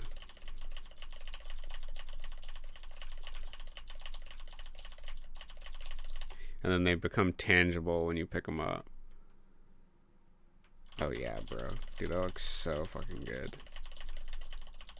I adore it. Okay, I think I need to do 0.6. I know it's just a subtle difference, but I want to see it. Alright, Mac, thank you for the amazing suggestion. It ended up turning out better than I thought it would look. Even though yeah, I mean, it's glorious. Good suggestion. That's all I have to say. Great minds think alike.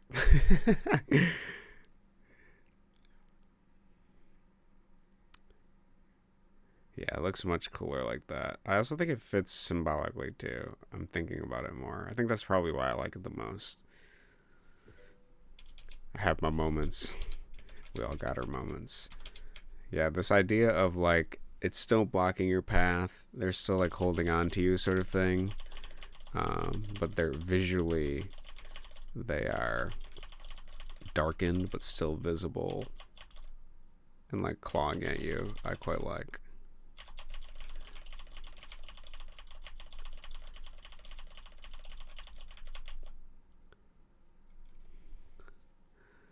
Solid. Okay. And it also gives you a good idea where you're at, even if it obscures your path, sort of thing.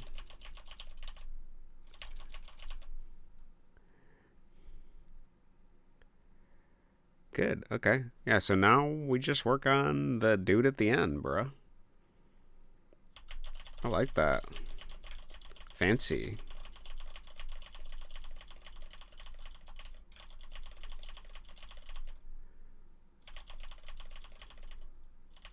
It looks like some of them don't color for like the latest text box sometimes. I'm not sure what causes that. So if we have, I don't know. Maybe it's just our X is like too low for it or something.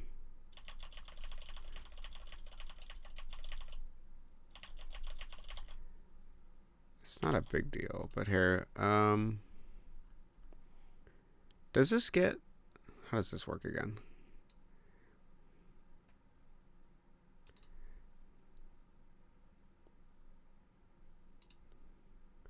I think somewhere there is instance number -1.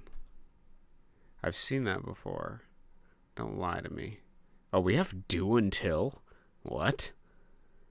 I've never written that in my life. What the hell is that? You're telling GameMaker to do something until an expression returns true. Bro, that is so weird.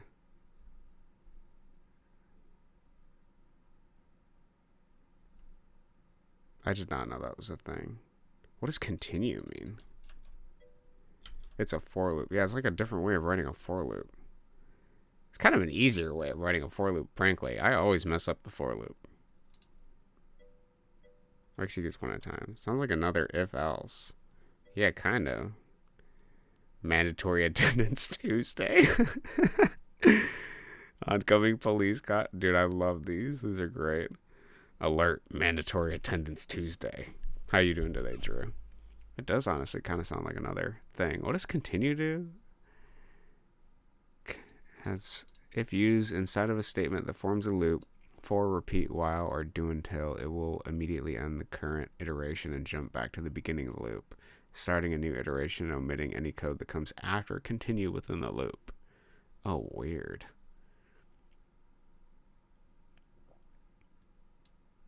That's bizarre, bro. Is there a better example?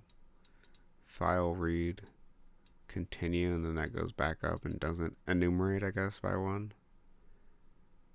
Yeah, let's see it. Okay, so then this would... So we're creating a player if instance position equals an enemy. So if we're at a position that has an enemy on it already, it tries another random area. Okay, that makes sense. So the risk with do until means that the code is in a loop will always run one time, meaning that there could be instances where data used in the loop may not be present. Means that the code in the loop will always run one time. So do could be instances where data used in. Interesting. I've literally never used that in my life. I've never even thought about like, man, I wish I had that solution. But now that I know about it, maybe I'll use it somewhere just for fun to practice. Okay. So it always runs once, and then continue you can use to stop it and go back up. That's interesting. And then wait, what was the other one? It said there was continue and it says there was something else. Well,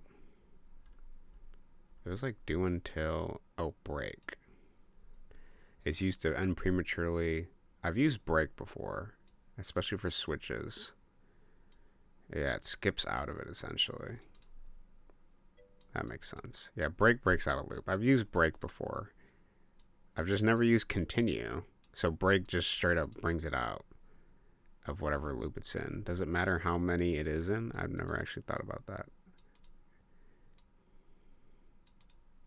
Continue jumps back to the start of the loop structure. Interesting. Okay. We learn new things every day. So this would just bring it back out to here. Okay. So if you're within a loop, it gets you out of the loop, basically. Only apply to the loop scope. Interesting. But what if I have a loop within a loop? Does it only break out of the first loop, or does it break out of all loops?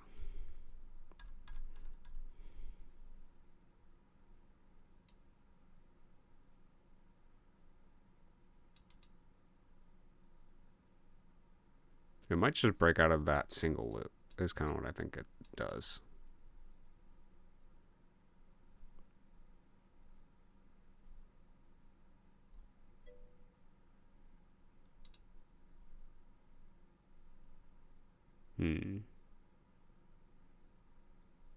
Eyes less than 10, break, got it.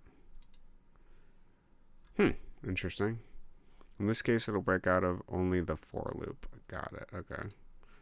I have a feeling I'm not seeing all of your code, but I think I understand what you're saying. Oh, I see. There's 2 for loops, got it. It'll only break out of the for less than 10 loop. Got it, okay, that makes sense. Understandable. I wonder if that shows up better on my OBS thing. It's pseudocode. Yeah, I figured. Yeah, that makes sense now. Okay. Pseudocode. It's the faux code. Okay, so this works. I think I need to do instance number -1. But if I just get rid of the -1, what happens? Out of curiosity, humor me. Do I get an error? Because I do almost feel like it's the most recent text box that doesn't get the shadow treatment, and I wonder if that's because I'm applying this -1 because I'm thinking of it as an array when it's not an array. It doesn't begin at 1. I don't know. It's hard to say. Fuck. Faux day, as it were. Is that how I'm supposed to pronounce that? Faux day. Pseudo. Pseudo. Photo. I like photo. Photo, I think, is a better. Yeah, that's great. Okay. Oh, I just get a straight error. Okay. We're unable to. Yeah, okay, got it. Okay, so it does need to be -1. All right, I was correct. French joke, gotcha. I know I have French Canadian in my blood, but I don't know French. Unfortunately, I know a lot of French words though. We have a lot of loaned French words in our language. There's a ton of them. Mac, I'm sure you know, as an avid reader, French and French Canadian are not the same language. I thought they were. In a portmanteau of faux and code. Oh, I gotcha. Okay, that's even better. Portmanteau of faux and code. I didn't realize you were saying faux. I thought you were talking about like portmanteau of pseudo and faux. That's funny. I thought French and French Canadian are the same language. Are you sure about that? Another French word in there. Yeah. Is that? Oh, yeah. I didn't even notice that. Dude, that's even better. Thank you for explaining that joke. I was thinking of pseudo as Latin, and then I didn't even notice the portmanteau you put in there. That's great. I imagine French and French Canadian are not similar, but I'm sure they're, yeah, it's just a different dialect. That's what I thought. I think it's still French. It is a French variant, but not French. I don't know. I don't know how I feel about that. Canadian French is just a dialect of Parisian French, just like Creole. Okay, that's what I thought. It still is French, but it's just a dialect of French. It's not a completely different language. It's still French. In the same way that you would consider like Southern. Well, no, Southern is an accent. Is that not considered a dialect? What is considered? I guess English people have a dialect of English. Took more semesters of French and still not fluent. It's okay. You got to practice it a lot, I think, for all languages, frankly.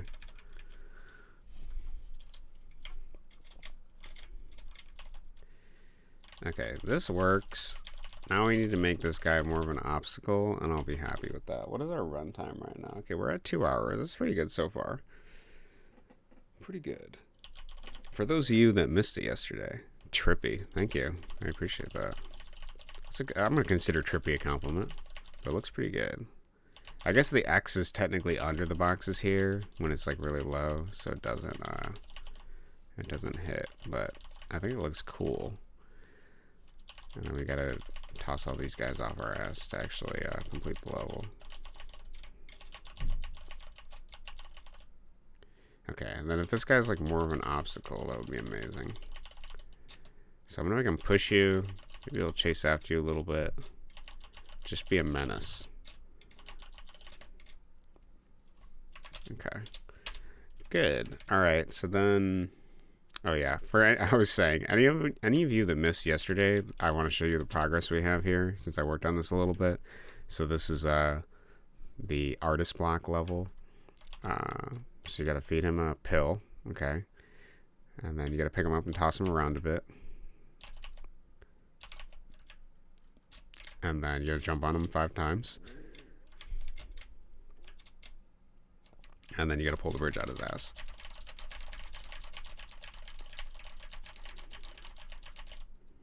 And the whole level comes out. And you can jump off the bridge.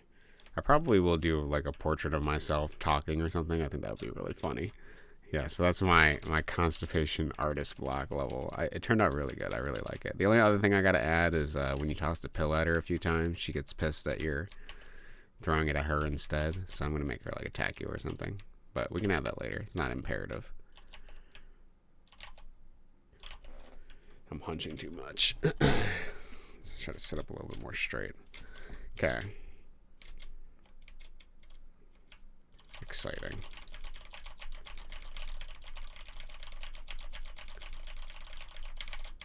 Amazing. Content is what that is. Glorious. Okay. So I'm gonna make him push. What else I want to do? I guess we can start with the push.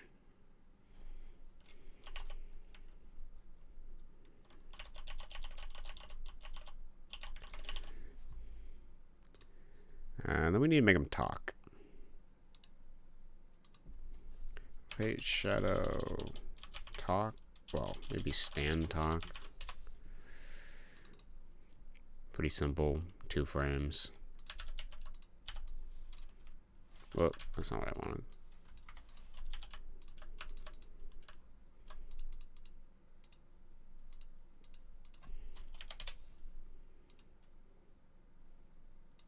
How fast does he talk here? Oh, he's pretty quick. Looks like about 10 frames. Okay. So that's good. We can do the programming for that later. We have a stand. Let's do push.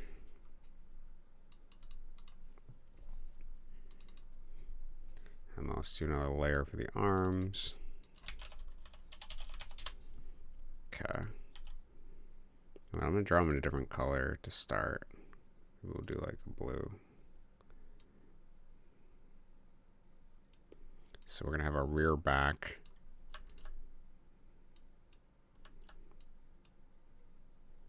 Sort of effect. And then like a push. Maybe I want them like here. And let's do the final frame so that I sort of know what I'm working with.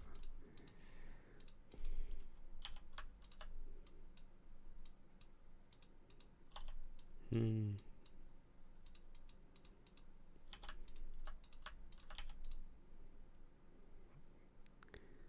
the shoulder moves forward a little bit.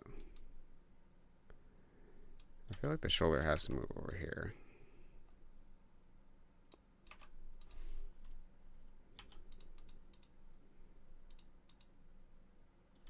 Maybe they go higher, lower to higher, because you're pushing, it's going to go up. Kind of what I'm thinking.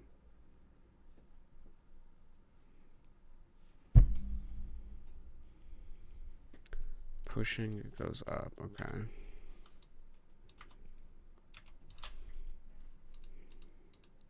Maybe the arm is, I don't know, too long.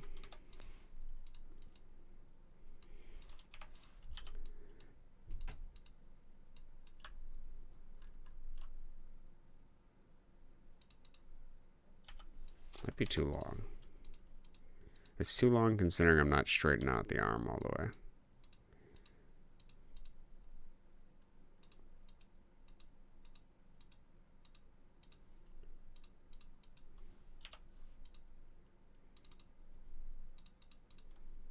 Okay, and then let's do some end frames here.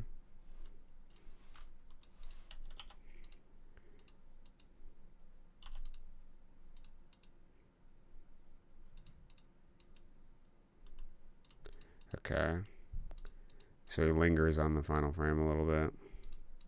So here, boom, this, maybe stop here.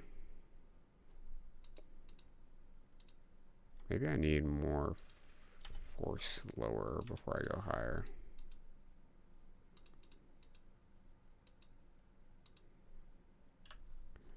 That looks better. Okay, then obviously the body needs to move, so we'll do like maybe a rear back, and maybe like this, and then we can move the arms accordingly. And then this should be a lean forward, if anything.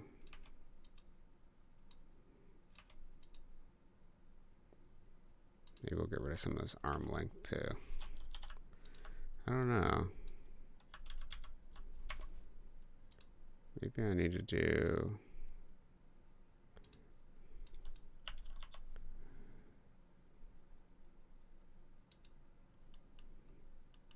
Maybe he's too far forward there.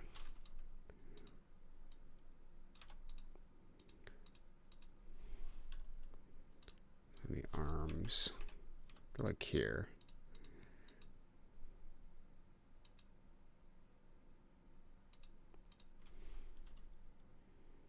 Maybe we still keep a linger there a little bit.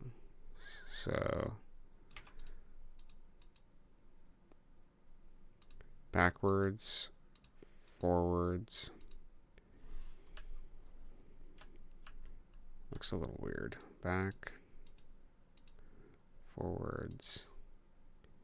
We could do a return frame, I guess.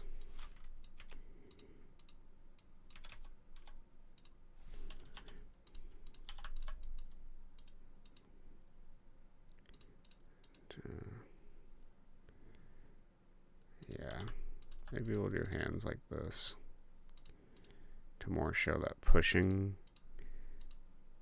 3 pixel hands sort of gives that vibe. Okay.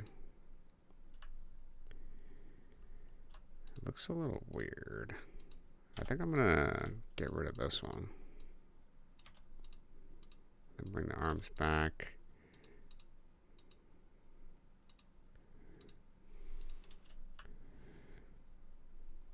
Okay, maybe I just need to work on my feet, and that's why it looks a little strange. It's pretty alright so far. Maybe what I should do is make the fists balled up at the start. No, that looks weird.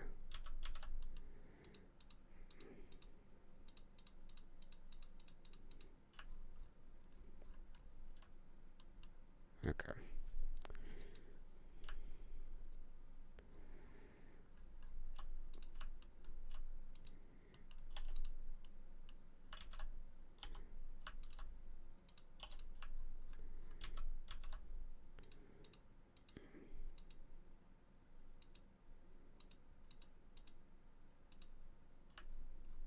Okay, let's do the feet. Let's see where I'm working at. So I think if you were to push somebody, you would brace with a foot. So maybe that, and then when you push, you'd probably brace with this foot, maybe move that forward.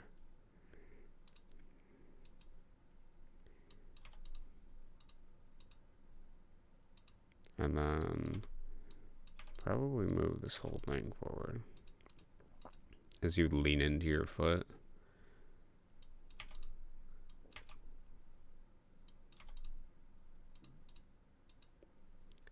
then we can bring that foot back, but let's leave this here. This, maybe I'll lift it up to show that you're like putting your body into it.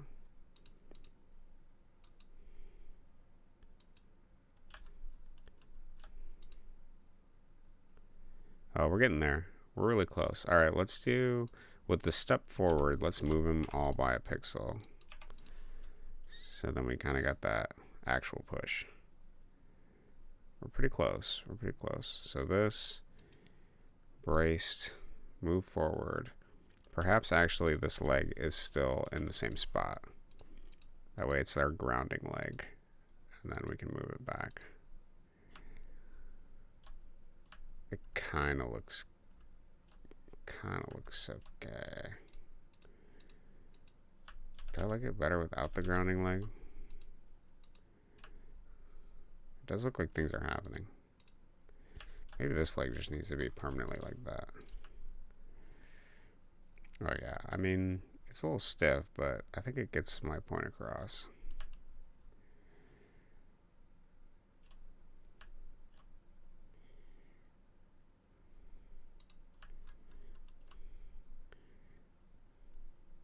Maybe I want him to open his mouth and then like grunt, I guess, if that makes sense, in the pushing action. So he like clenches teeth there and then pushes. That looks pretty good.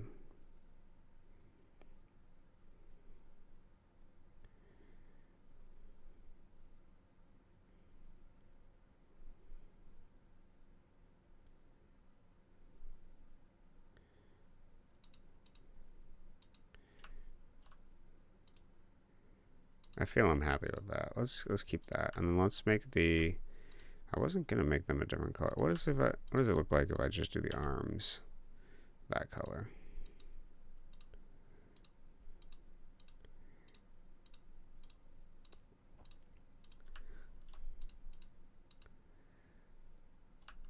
It doesn't really get.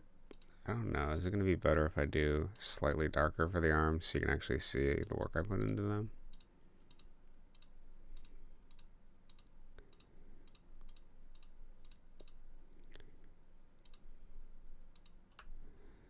I do like seeing the arms a lot more. I know that's kind of a harsh effect, but I do like seeing the arms more.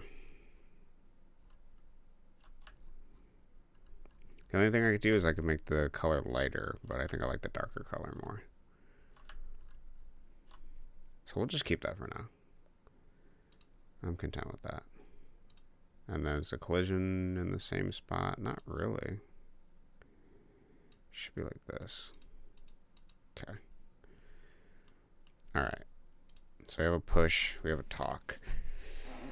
Do I want to do anything else? I guess we can program the push and then see how I like the push. Should I make... I don't know if I... Do I want you to be able to toss this guy too? I suppose you should be able to, maybe as a player. Just pick him up and toss him.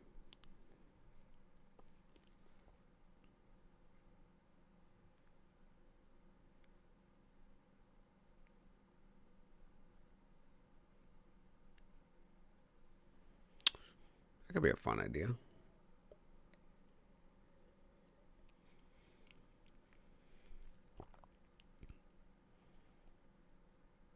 Yeah, maybe we will do that. That way, that'll be how you kind of beat the levels. You gotta pick them up and toss them. Maybe he just keeps trying to push you back. Okay. Not against that at all. So we got this guy. Maybe... Does anything actually reference him? Yeah, we'll leave it. I was going to change his name to maybe like internal critic or something. Let me see. See if anything references him. Literally nothing. Okay. We're free to change this to whatever we want. I like internal critic. Gives him a more defined name. Alright, so all he does basically is just yap. Okay.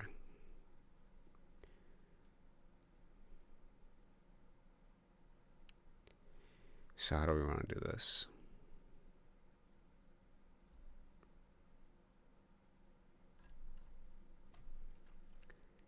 I guess we'll... I mean, he really doesn't have any code at all. So let's do... If... He's got a tiny hitbox. If instance exists... He actually doesn't need a tiny hitbox. Instance exists obj player. And then if jPlayer dot x is less than my x, whatever, you know what we're doing here. We're doing the absolute value of the difference between both of our x's. If it's less than 20,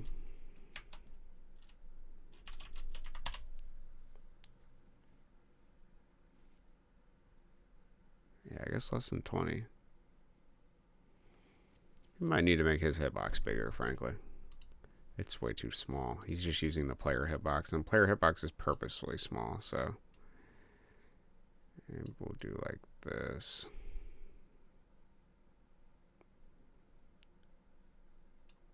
I want him to be able to, well, I like that. So 2, 2, 14, 17. 2, 2, 14, 17. This obviously has to shift a bit. Yeah. And then this will also be 2, 2, 14, 17. Okay. All right.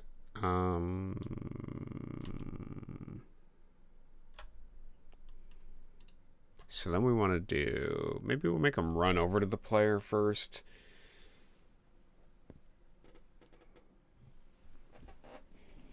Yeah, that's probably what we should do. So then chase player phase equals 2. Maybe that's what we got to do. Yeah, probably. All right, and yeah, we got some weird things to do here. Got some weird things to do. But I gotta go to the bathroom real quick. I'll be right back.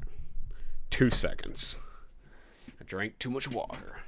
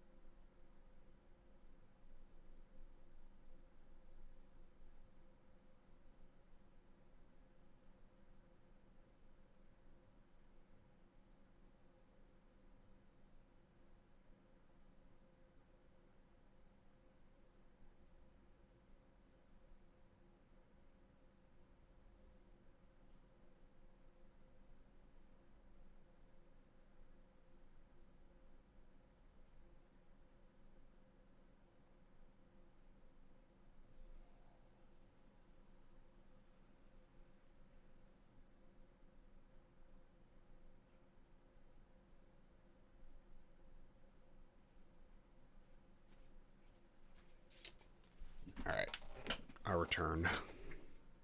We're water maxing. Hydration maxing. Okay. Did I miss some message? No, I think I'm good. Dialected German. Granted, this is going back to Middle Old. Okay. Yeah, so when we're talking about our French, that's true. The etymology of English is German. Despite what everybody thinks, it is not Latin. Latin is the etymological root of the Romantic languages. For anyone that doesn't know. Okay.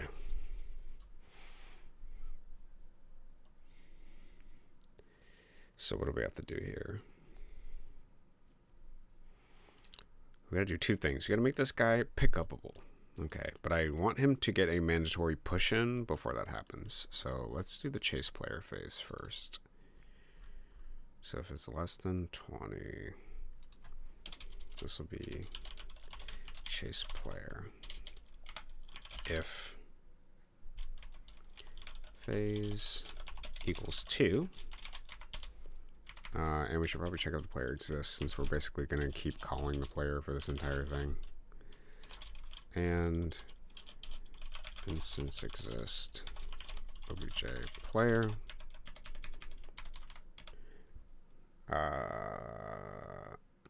Then what we want to do is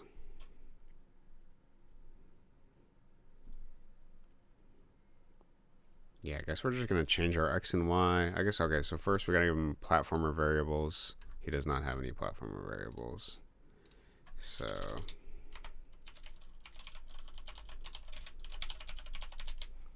we have H speed equals 0, speed equals 0, V speed equals 0, J speed, we might make him jump, equals 0. And gravity in my game is always set to 0.8. Definitely not going to do that for the next game. We will not be doing a decimal. Collision detection is a lot more difficult with decimals. Actually, now that I think about it, couldn't I just... I actually think I could improve my collision code now that I think about it. That's a fun thought. Because, yeah, instead of doing while place meeting and then using the sign of the H speed or V speed, I could just do the sign multiplied by 0.1 and then just lean into the fact that this is decimals instead of rounding the numbers like I do now, which would probably give me more accurate movement when it comes to collisions.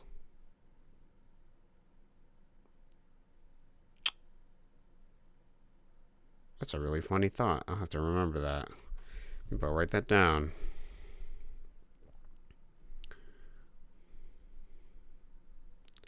Interesting. Improve collision code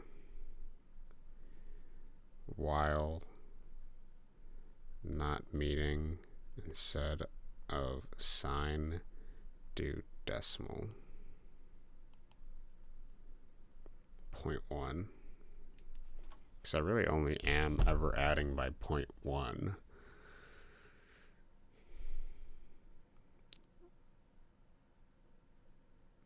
I wonder if there is a way to take a number and get a fraction of it that is equal to... Okay, this is all thoughts for later. It is not necessary right now, but interesting. Interesting. Very interesting. Okay. Can worry about improving that later. The game works for what it is, for what janky mess I have created.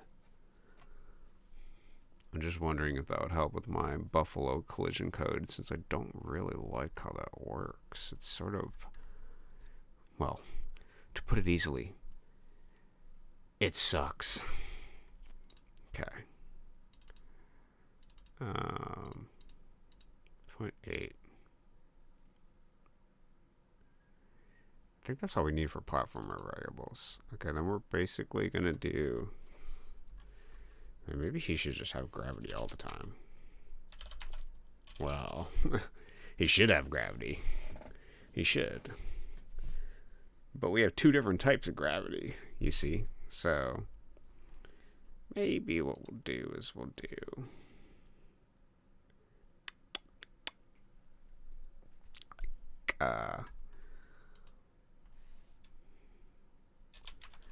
if h throw does not equal 0 and v throw does not equal 0, then we're going to do SCR holdable gravity. This is like just terrible old code that I don't even want to look at. Okay, else SCR enemy gravity is what we want. Okay. We need to define holdable, so let's go to our dragon. Let's copy some code here. Let's go to the spear. Oh, that's the sprite. I was wondering what the hell I was looking at. Okay. Dragon, spear. I was like, why do I have a rotating spear? That doesn't make sense. Okay, let's grab this garbage. Okay. These are holdable variables. Storable. We don't want the critic to be storable. Actually, funny thought that is. Critic storable? Interesting. Interesting idea. We can keep the rotation and all of that to 0 right now. Okay.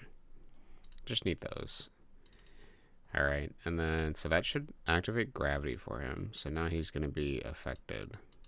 Now let's do if objPlayer.x is less than my x, h speed equals speed, else h speed equals negative speed. What is our speed going to be? Probably the same speed as us. So that makes the most sense symbolically, that he has the same speed as us, because he's just a reflection of us.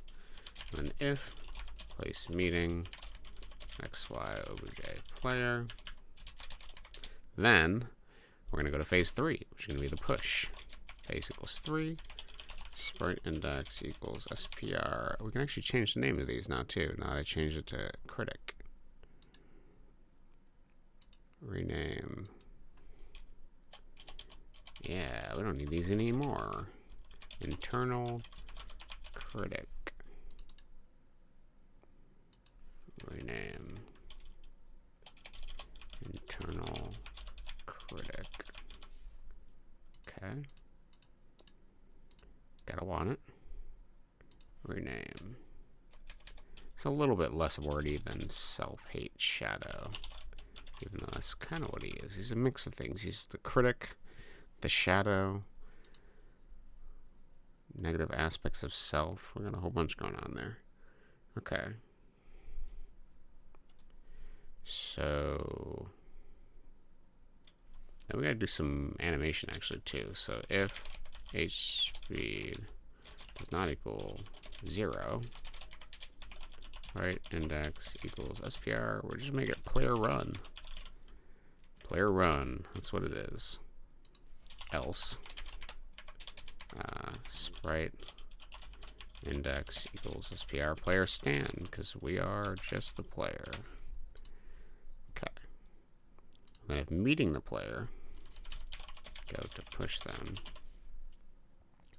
Sprite index equals SPR internal critic push.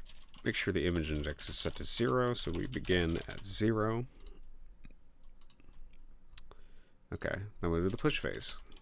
Yeah, push player. If phase equals 3, and we want to make sure the player exists again too. Instance exists obj player. Okay, push them. So if sprite index equals SPR internal critic push, if image index is greater than or equal to, then we're going to get the exact frame these allowed to push. So 2. Anything above 2. Greater than or equal to 2. Then We probably need something to denote we've pushed them. So we'll do pushed equals false.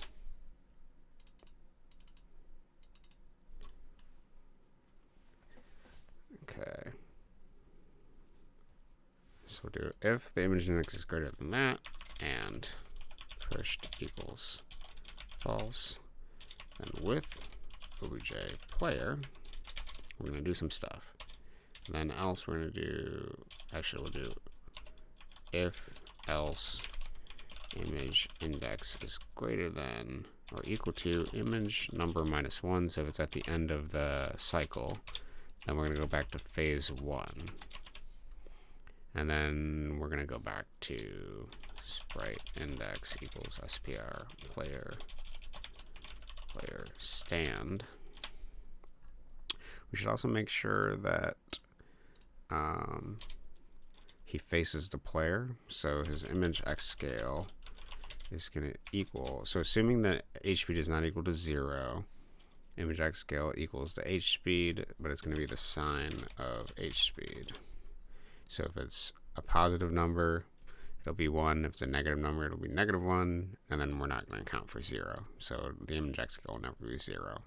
So if we take the sine of 0, it equals 0. Okay.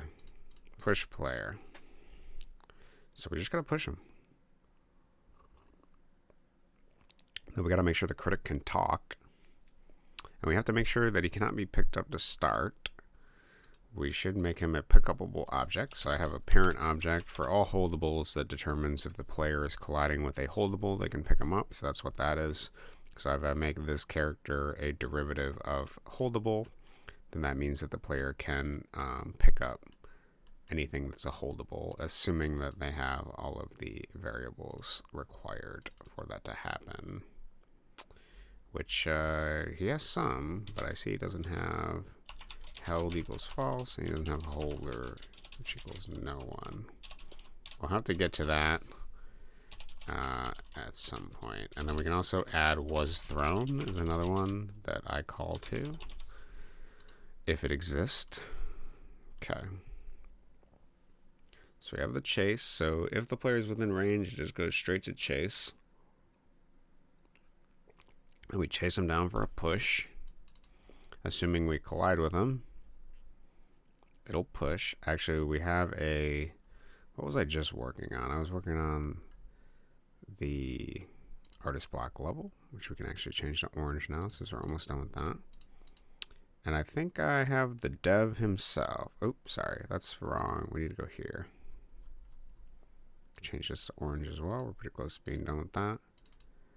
So he has a cannot be grabbed. That's what it is. Okay, I just want to make sure that that was the same thing. So cannot be grabbed. We don't want him to be able to be picked up immediately. His first push will be guaranteed. So cannot be grabbed equals true. We cannot be grabbed. Okay. So that means that because he's a holdable instance, since he's a child of parent holdable, he cannot be grabbed to start. And then after the first push, we'll do cannot be grabbed equals false. So he can be grabbed. I might have made more sense to do that differently. And should have just put can be grabbed equals false or true, not cannot be grabbed, since it's a little bit backwards, but this is my life and I'm living it, so that's what we're dealing with. Okay. Let's see here. So what do we need? We need the player to be pushed. So make thrown happen. All thrown is when the player is thrown, I have a code that prevents the player from like moving temporarily, so that it actually follows out the entire arc of their being pushed, because otherwise the player can just move midair and change direction, and then the whole throw effect is lost. So Windows keeps telling me to update my PC every hour. When will you learn, blue pop-up, that I don't want to restart? Every hour? That sounds terrifying. That's awful, dude. I haven't gotten much stuff about you need to upgrade to Windows 11 or anything like that.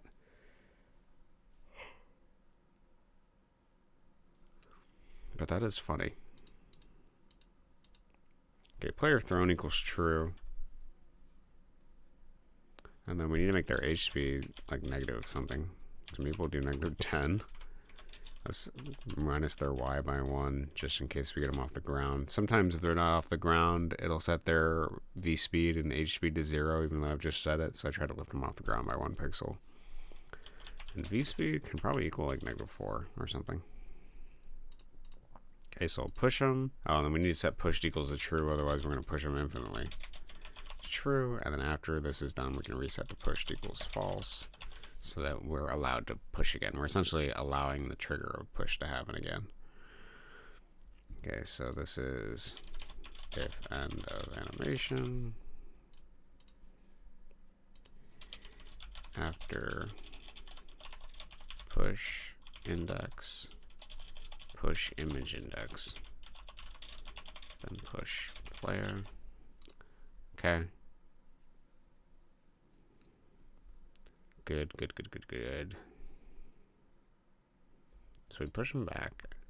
Then go back to here. Okay, so let's go to Saren, since she has a bunch of dialogue stopping code that I need that I just made.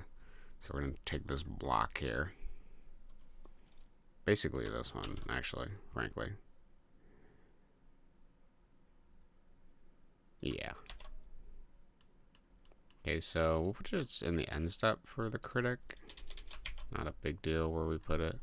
So if instance exists created, is that what our text box is called? It is called created as the variable we store the text box in.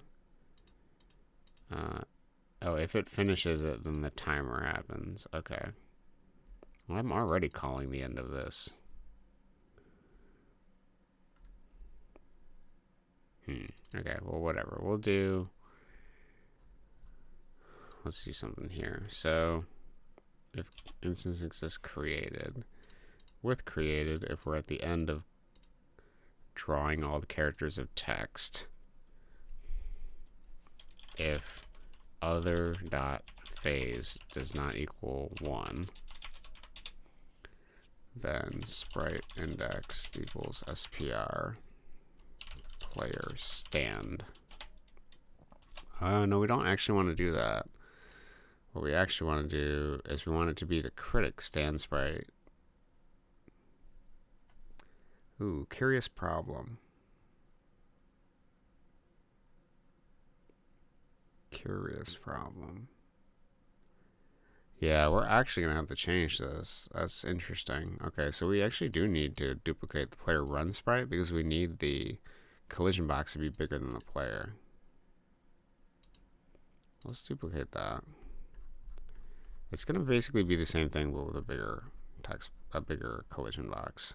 There are other ways I could have done this. I could have made a separate collision that exists around this guy, but for the sake of convenience, I think it's like 227 something.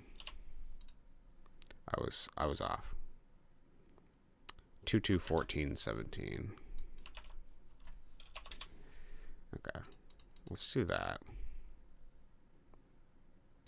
So this is internal critic run, because he's going to be running, and we want to make sure that his collision box actually collides with the player, because that's what sets off the pushing for him, whether he can push the player. Okay, so then what we're going to do is we have a critic stand, so we'll do that. Internal critic stand. So when he's done talking, he goes back to the stand sprite. And then nothing's setting his image to 0, his image speed to 0. Okay, so then we're going to do if my boy be yapping, it's going to equal stand talk. Okay. And then this goes stop talking, chase player. If phase is 1. Okay. Phase 2. I guess maybe we can just hard set this to stand here. Oh, we need to do if well, and phase equals 1, because this is only escaping phase equals 1. We don't want it to reset to, we don't want it to keep defaulting to phase 2. Like if we get to the push phase, phase 3, then it would just default. We don't want that to happen. If instance exists player, the player is within range, and my phase equals 1. So if talking, then we're going to chase the player, and then we're going to see what happens. I think that's my goal, and I'm running with it. See where we're at.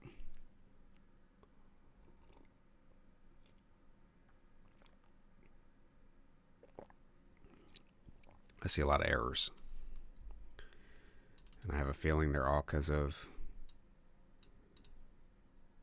Hold on, let's stop this. Some missed bracket of...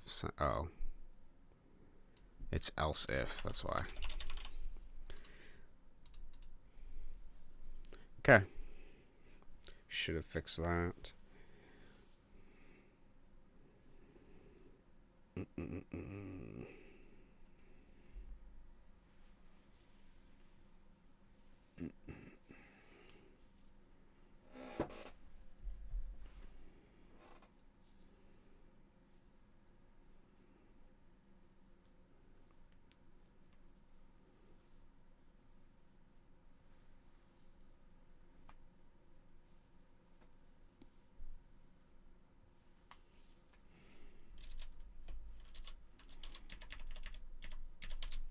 Okay.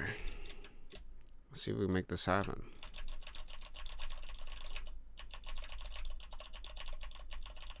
Okay, wait. He talks. He doesn't stop talking, though.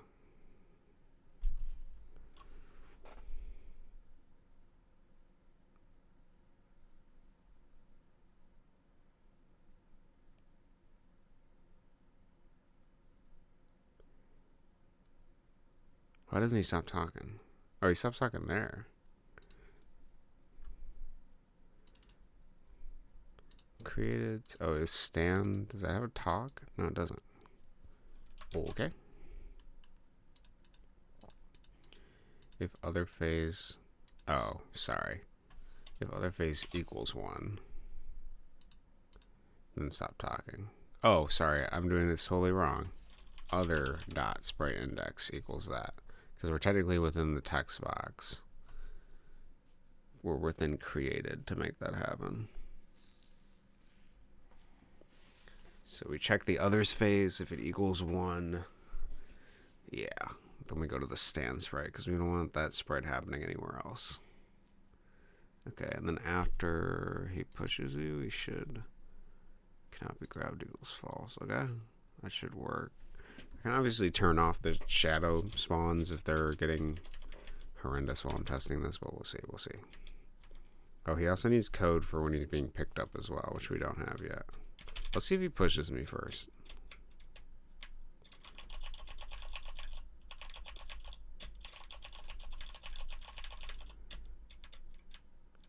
Okay, he's going the wrong way, and he jumped off the bridge. That's not exactly what I was aiming for. But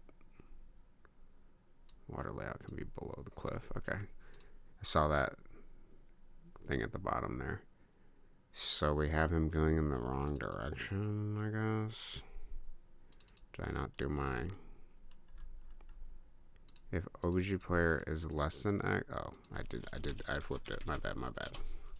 Okay, let's make the hater spawner max. Maybe we'll just turn it off for now.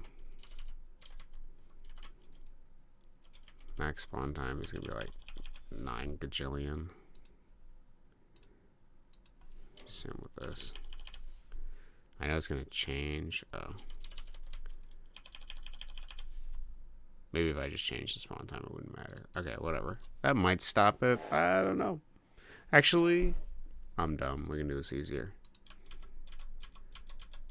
We could just make phase equals -1. That should turn the whole thing off. Oh, -1. Because I think it needs to be in phase 0 to do something. Yeah, okay. Alright. Good thing about using phase structure, we can just turn it all off whenever we feel like it.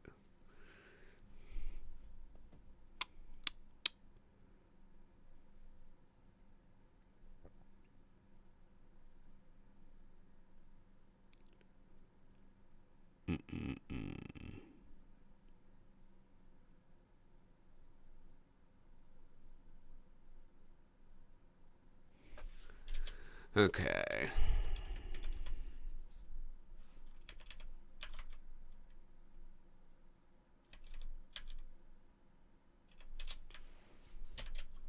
Okay, we have one guy that spawns. That's fine. Okay, so he works. He doesn't stop when he's moving. That's kind of not what we're aiming for. He slides infinitely. That's good. And he jumped off the bridge. Okay. So yeah, we probably need to do that. He's got to stop moving. So when he goes to push the player, base speed equals 0.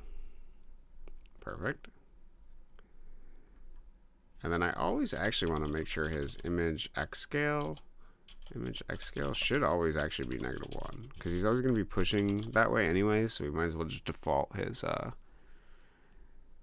speed there. Okay. That should help him there. Maybe I'll do a range of 30, because it seems like 20 is too short. Let's try that.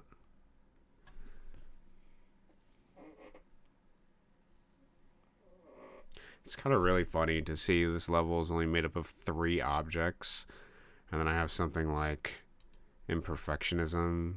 It's like huge. There's like a ton of objects. I don't know. It's just funny to look at each level.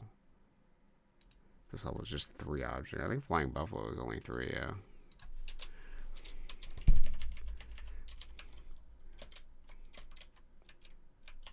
Okay, toss him.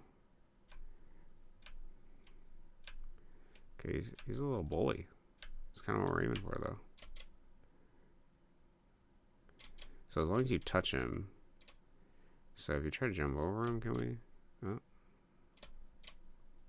He's still going to get you. Because he moves the same speed as you, so he always pushes you back.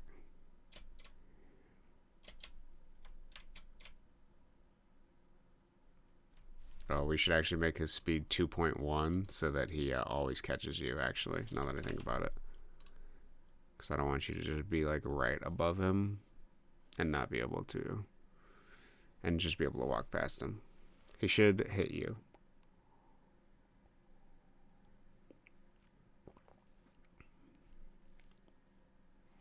And then after the first phase of him pushing you... well, actually, we can determine how far we want him to push us first.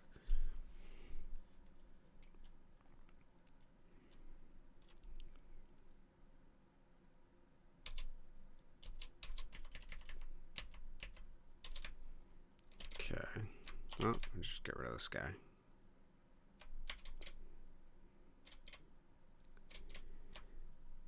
I feel we can push him way more. I'm aiming for big push.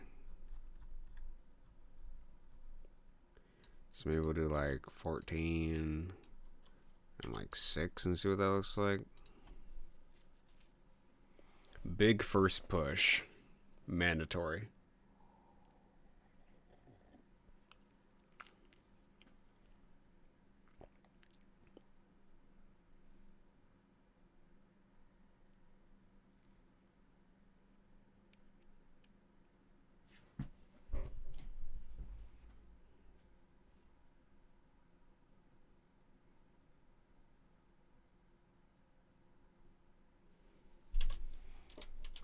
Okay.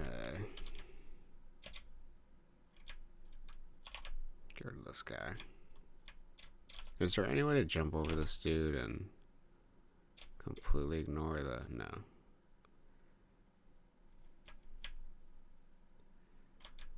Okay, I mean... so if you're jumping, it's a much bigger push.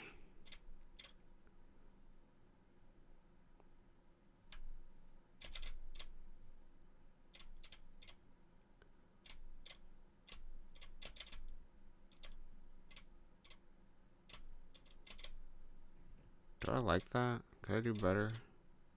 I think that's pretty good.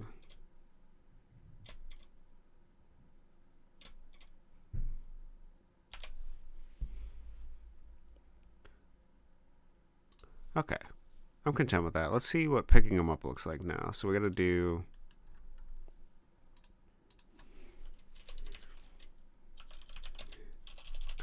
so this is for this. I was just gonna note it. Is player in range? If so, go to push. Okay, and then we got a if held equals true. Yeah. If held equals true.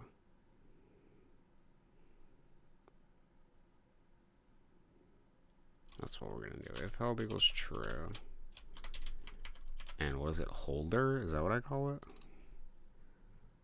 And set. Yeah. It's basically just this. This should be and instance exist holder, since we're directly calling holder code. Actually, we can copy this, I guess. Held equals true. Okay, we should be able to pick them up with that. We don't need rotation.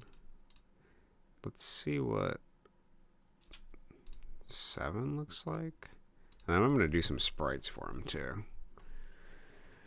We're gonna make him fancy. Evil and fancy is what I want. It needs to have evil and fancy energy.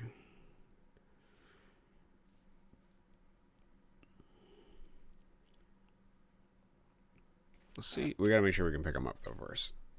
If our pickup code doesn't work, then this is not gonna work. Oh, okay. I don't know. We'll see if it works. I don't know if it's gonna work. If held equals true, we might have to do a mandatory like phase thing here.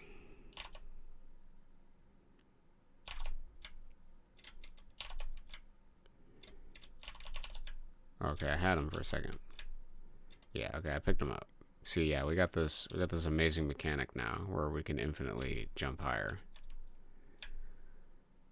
Not as intended. Kind of fun though. Okay. So what's the problem here? We need, what do these guys do? What is their, do they rotate when they get picked up or what? What's the deal? This is end step, right? Oh no, it's not. If held, rotation, no. Do they have sprites? Yeah, they have struggle sprites. Okay.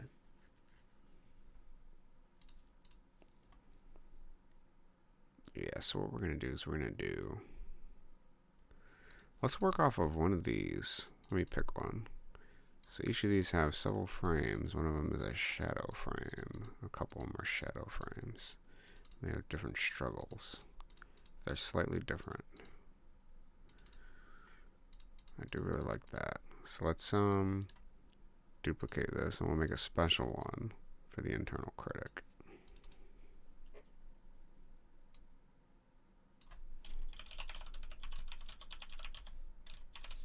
Struggle. Okay. And then I actually, since we're going to do something fun here, something unique, let's increase the size of the canvas. I want something big. I need more room to play with. That's not big enough.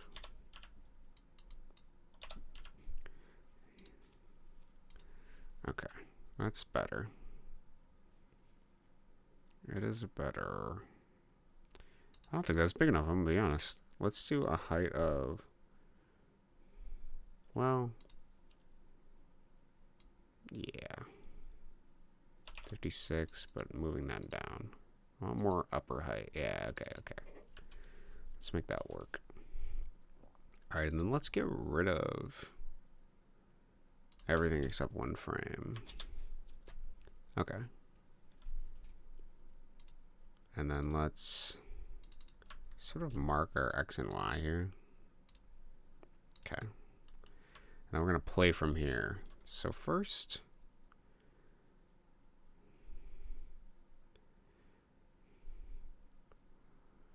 what do I want to do? I want to do a big dark shadow is what I want to do.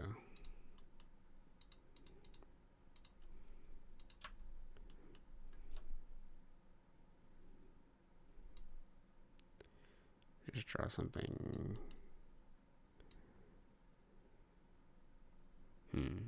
I'll just draw whatever comes to mind, and then we'll see what happens after. Maybe I'll refine it or change it.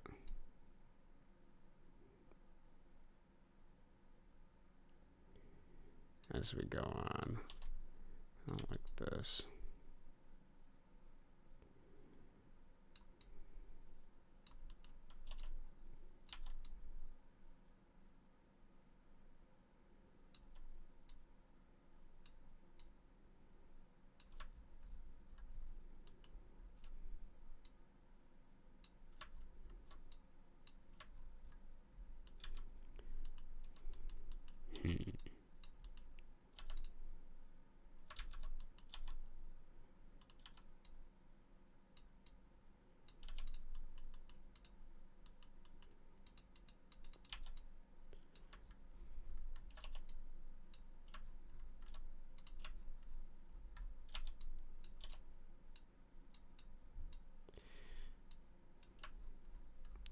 Really know what I'm doing, but I'm doing something.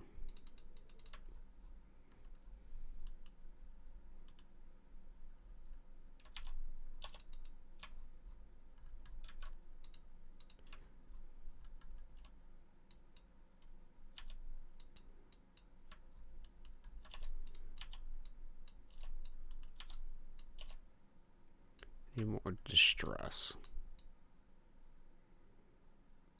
Perhaps even these break the borders of conventionality.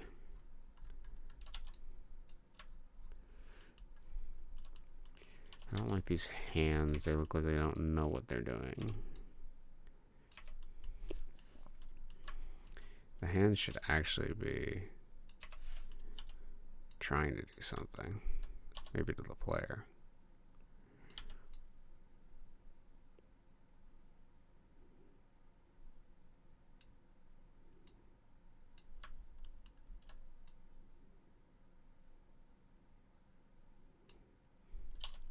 They should be eerie and consistent. Maybe eerie and inconsistent, I mean. Unpredictable lines is what I'm kind of thinking. Not so predictable.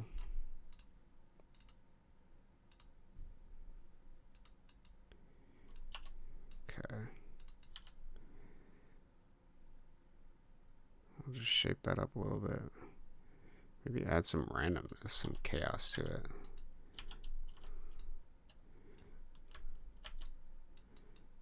It's supposed to be weird and sort of unnerving. The creepiest hands I can think of are like just like thin lines.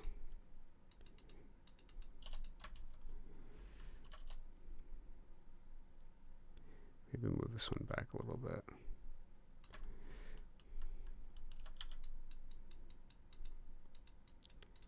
Like this, trying to grab and stop the player from overcoming this aspect of self. Any more overlapping, it looks like that. Creepy and weird.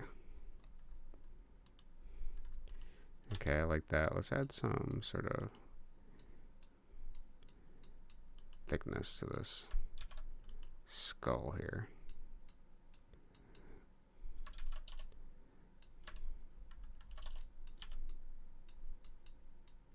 Just make it more grotesque looking, like gooey even. That's kind of what I'm thinking. Maybe we can even draw some sort of curves that web the fingers, like glue. Maybe do some almost spider-like sort of wispy aspects. It looks pretty good. Pretty good. Okay, and then it's radiating from this mass.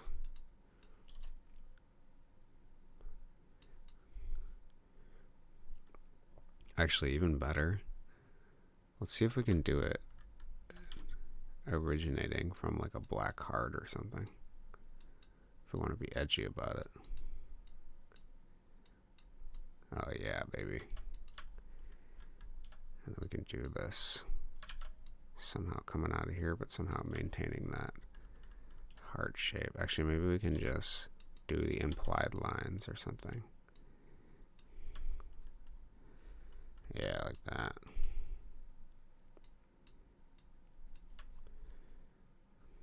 We're almost there. Need to define the edge of the heart a little bit better.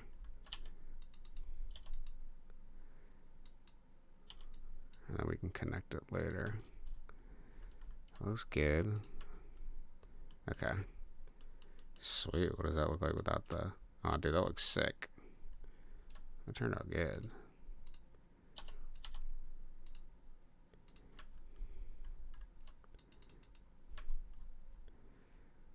Okay. Is this heart seeable?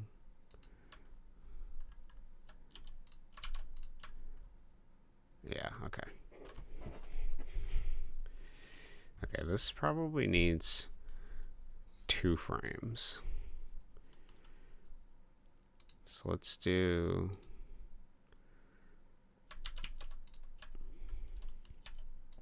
I want to do an outward and then an inward.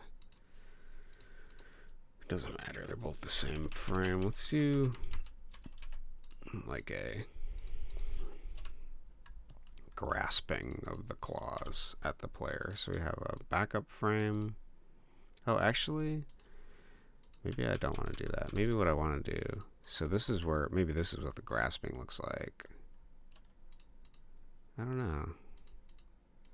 Hard to say. Let's get rid of that. Maybe this will be the grasping frame. I kind of already like that start frame I have, so. Oh, it's shift. I gotta hold shift. Got it. Nope, I don't. I gotta hold control. Okay, control it is. Alright, maybe we'll move this in.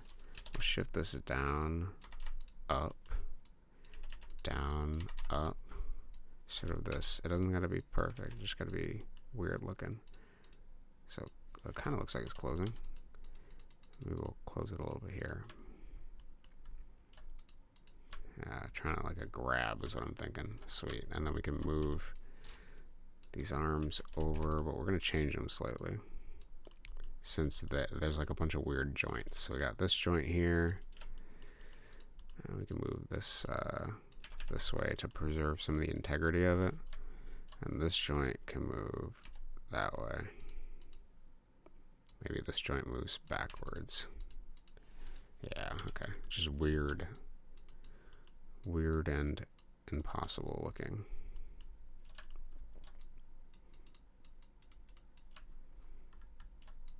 And then he can clench his teeth a little bit.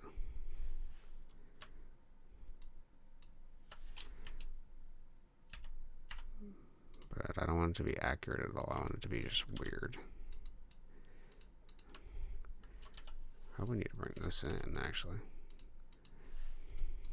Maybe bring this in too. We're getting there. Okay, this here.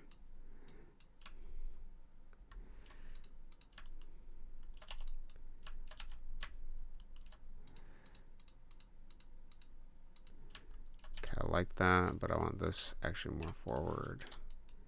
And then maybe this down over here. Yeah, like it's growing a bit.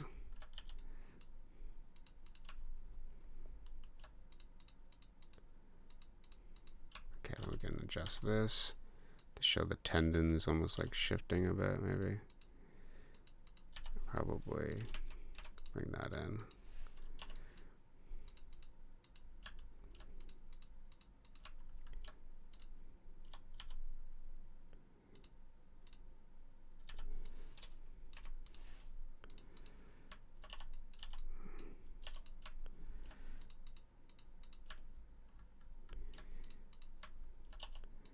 Can remove some of these lines, I think.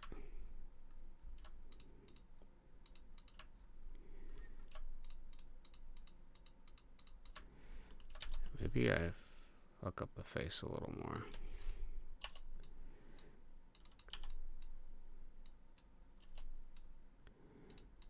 And then actually we can show anger in his eyes by sort of changing the eye shape.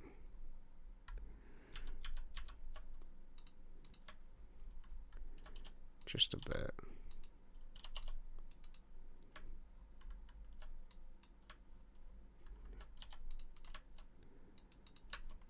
Okay. We can also show more teeth or something.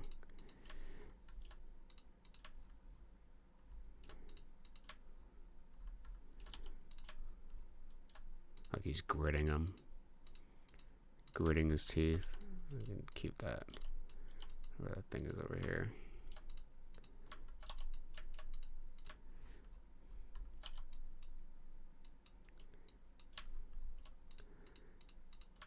It just looks like you got like an ass head.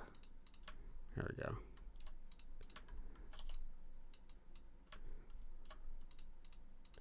Okay. I'm cool with that. So we got like a grip. We could do a beating heart. We could do one layer lower on the heart. Like a beatingness to it. We can move this in.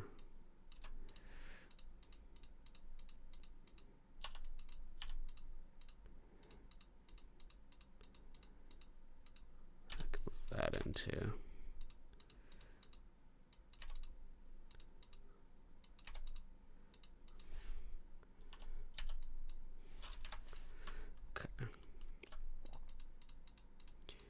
What don't I like about this? I want this shoulder to shift. Well, I want the whole shoulder to shift. I want this shoulder to shift too. Okay.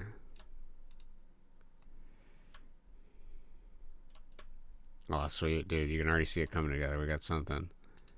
I like that. Maybe this finger more forward. And some tangled mess in here.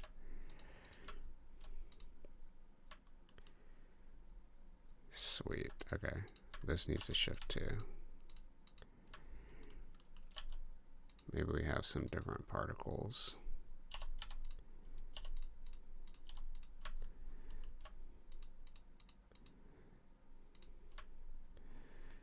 Awesome. Okay. I like that so far. So now what we're going to do in between these frames is I want to do one more of this guy. And I want him to look like he's like in agony. So we're going to do like a big mouth. Draw his head.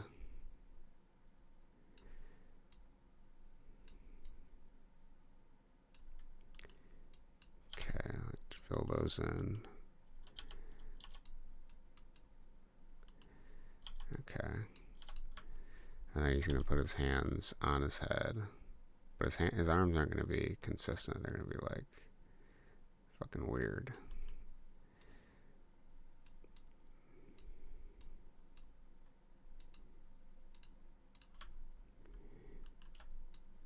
Okay, we can kind of... Oh, here, I want to keep the heart. Let's do the heart part.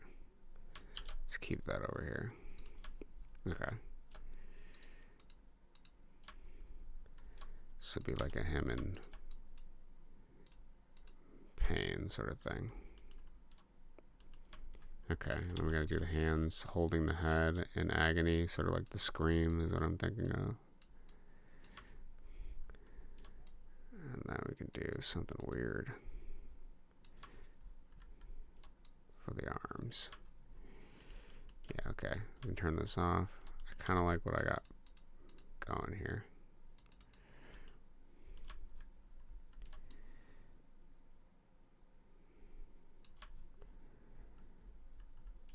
Let's try to define these arms a bit.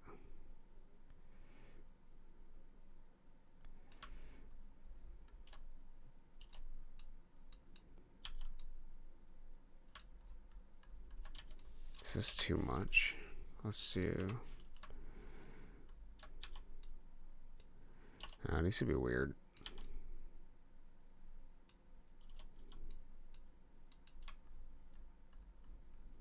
And then we need to define the fingers more.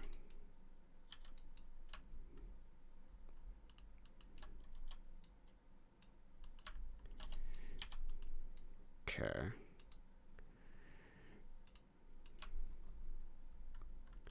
We sort of got this thing going here.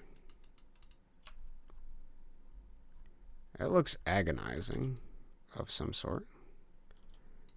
I just need this hand to look more. I actually like the previous iteration more. I like that. Maybe make this look more like a finger. Yeah.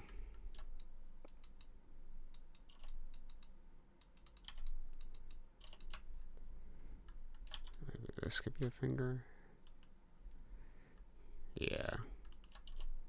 We got some sort of thing going on here.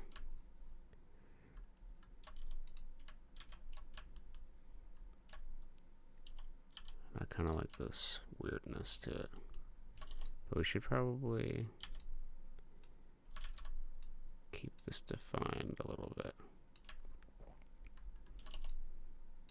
It's fine if it looks confusing. It's really only going to play for like a frame.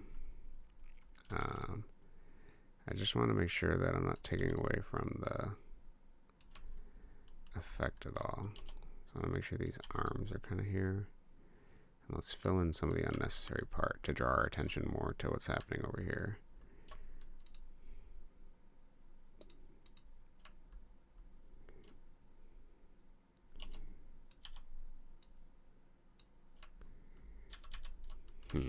Okay. Honestly, it'll work. It should communicate what I want.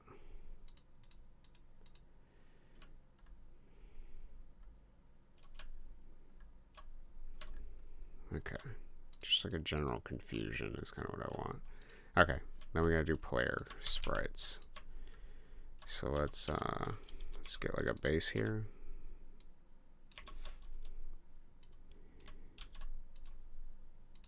Okay. And then we're gonna mess it up.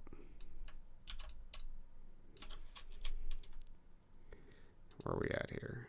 Okay.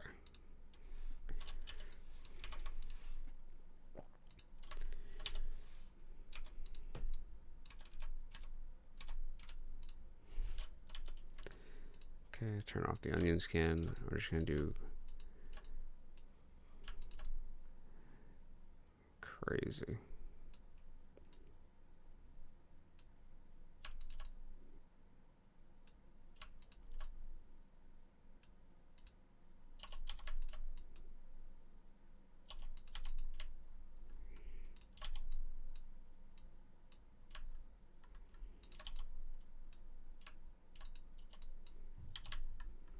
Because it should still show that this is the critic. So I'm trying to make it like, it's still like the monster a little bit. So he's not going to be like perfectly human looking. But it'll be like a facsimile of human.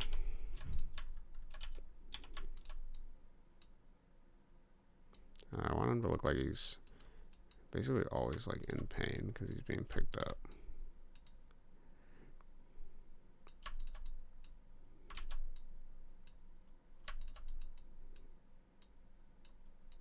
He's being acknowledged, which is the ultimate weakness of the internal critic, is acknowledging them for what it is, dispelling that sort of illusion. The illusion being that it is actually something trying to help you, but in the process it undercuts your self-esteem to do so, because it is a protection mechanism against the expectations of reality.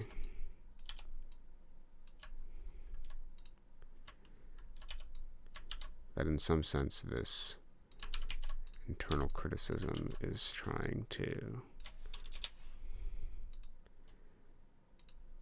not let you get your hopes up, but in the process, divesting you of life.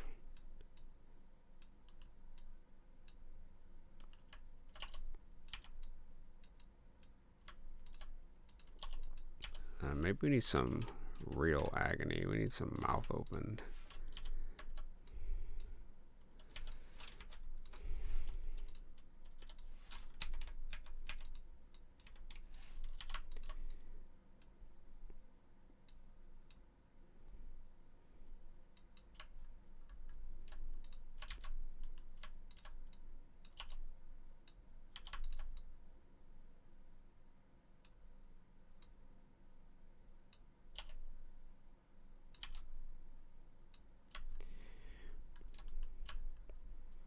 It doesn't have to be perfect. It'd be more exciting if it isn't. Maybe we'll do 2 more. I want it to be funky. I like this yell here.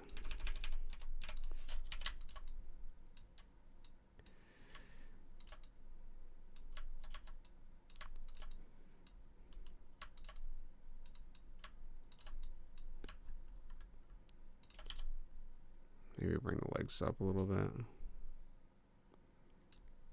Curling up almost like a dead bug. Okay.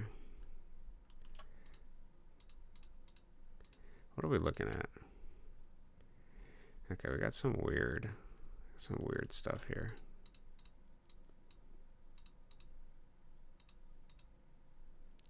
Now if we get rid of these two, what does it look like?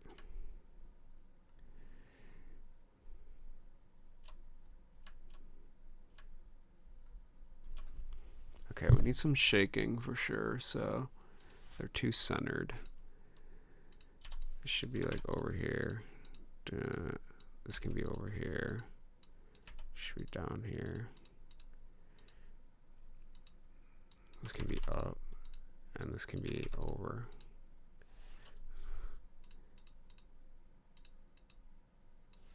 Maybe down, because it's trying to grab, yeah.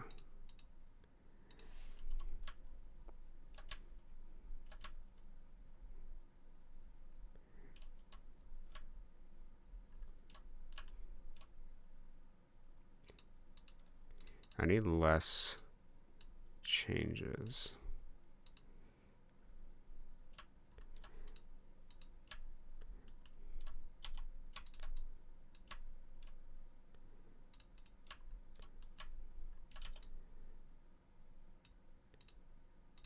We don't have a downward. Maybe I'll do one more frame over here.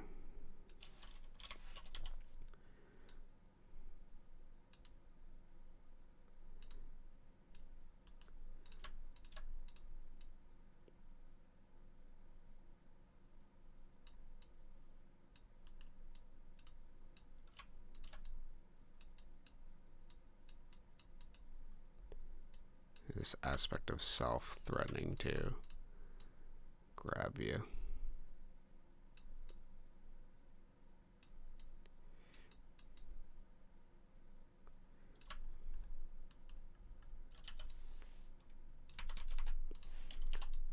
It's kind of funny, the more imperfect it looks, the more I like it. It's like absurd and creepy.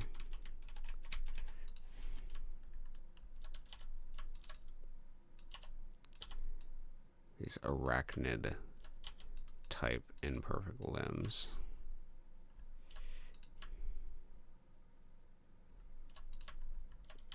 Okay, if I can make these claws look more threatening, we're gonna be fucking set.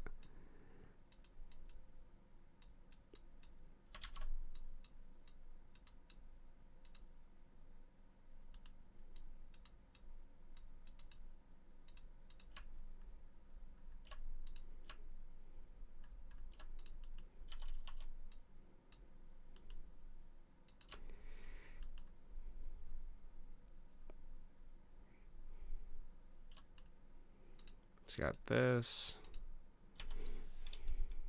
Maybe I should flip this. I don't like how it looks like it's rotating. That's what I want to prevent. Oh, it does. It is kind of rotating still. Okay. Maybe actually that might have just made it look like it's rotating more. Yeah, I did kind of do that. Alright, honestly, maybe I like it spinning, endlessly, mindlessly spinning. That's kind of funny.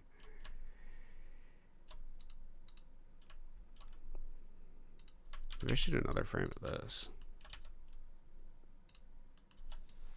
Let's do it simple. It'll be this, the mouth widens, the hands come up. That means the elbow comes up. This elbow comes up. Mouth goes down more. Heart gets smaller.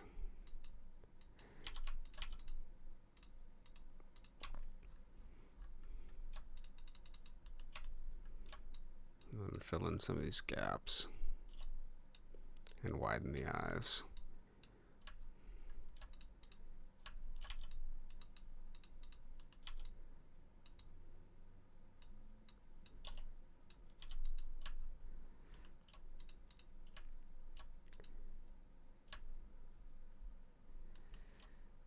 Okay, maybe this needs to be here. Oh yeah, dude. Yeah, bro.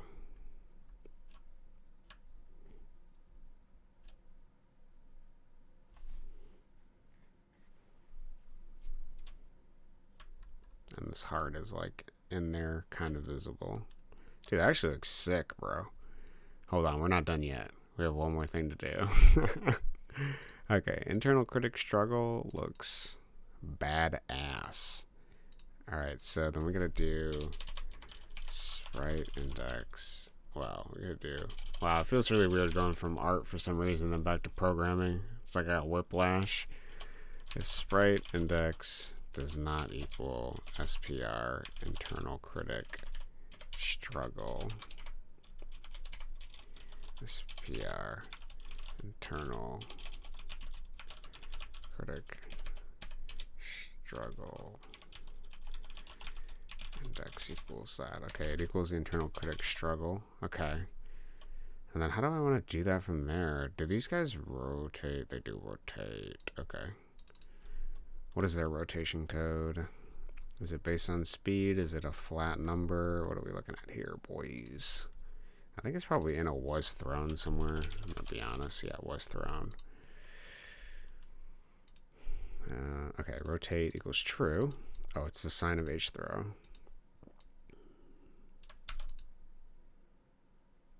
Oh, here it is. Okay. So that's what we're going to do. So we're going to do if was thrown equals true. Was thrown equals false. Direction. Why do we even need direction? I don't think we're using that at all.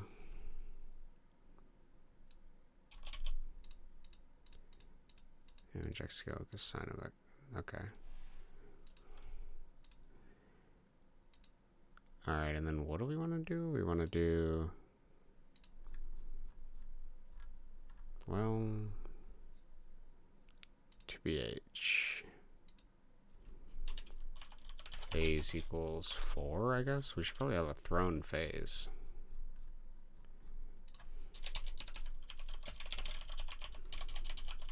Thrown. If phase equals 4, then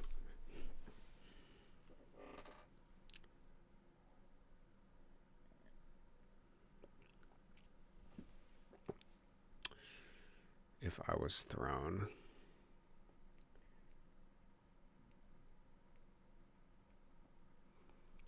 I guess we're gonna do if place meeting y plus 1 parse solid. I actually want him to go back to the stand sprite, which means we're gonna have to make sure his collision is correct. So SPR. Interesting question. Ooh, oh man, my brain is giving me too many good ideas. Okay, hold on. Let me just sketch this out while I'm thinking about it. Let's do...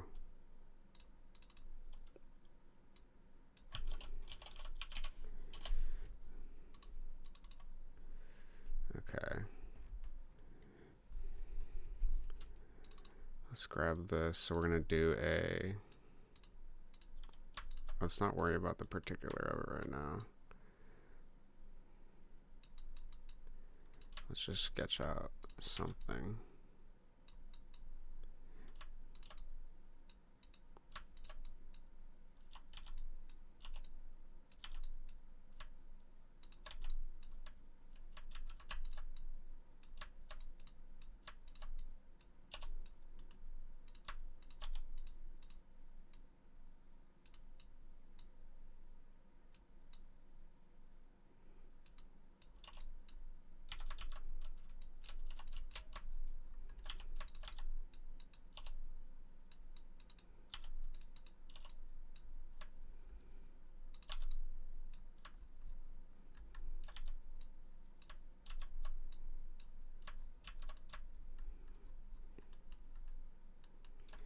Okay.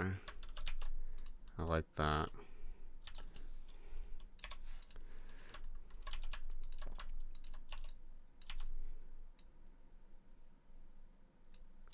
Wait, knee comes up loosely.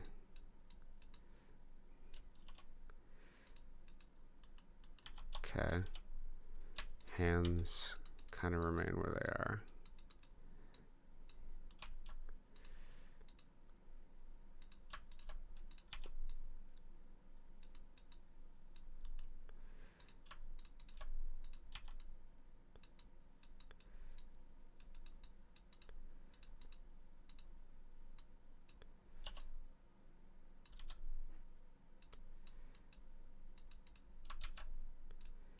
Kind of do like teeth. Yeah. Into this sort of body.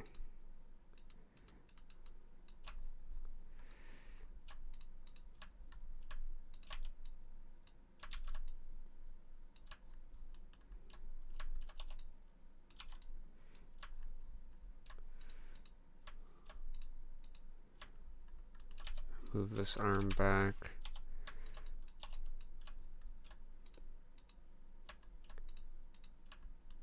Now this arm should remain here.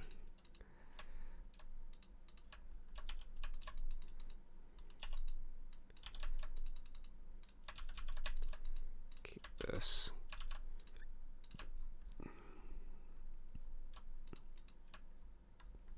Draws too much attention. Okay. Okay, we can delete the rest of these now. Okay, then we bring inward and up. Inward and up, yeah. So leg comes like this. This leg comes in and back. Yeah.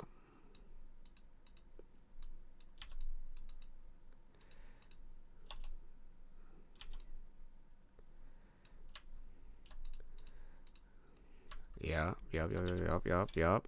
Okay. Face changes.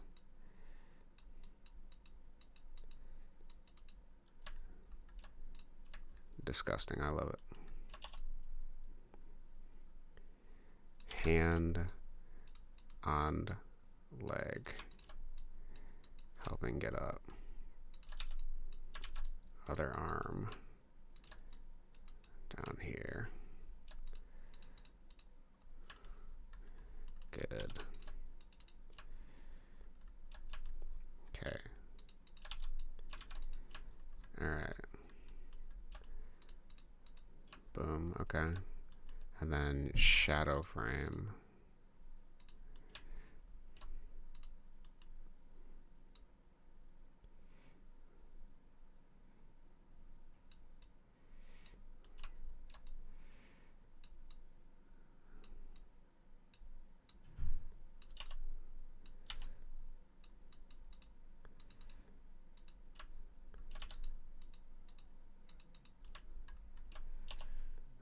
in the eyes.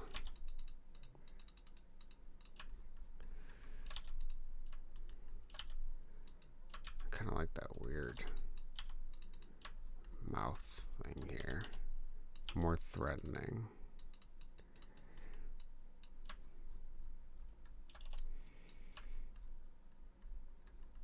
Disgusting, okay. I don't like this gay we got going on here. That looks so stupid. Okay. Okay. Let's see the heart again.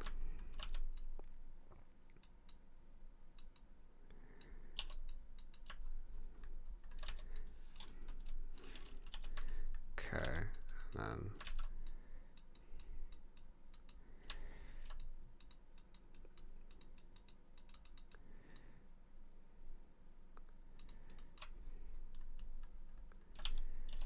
maybe some weird connection from the neck. Yeah. Yes. Jagged, disgusting fingers. The heart needs to be more visible. Okay. Okay, I want to do a scream, yell thing here. So let's bring that down.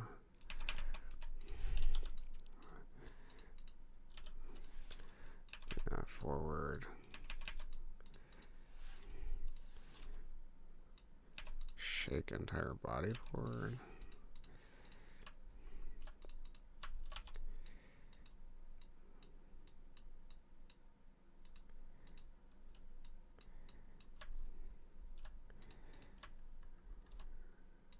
Gross.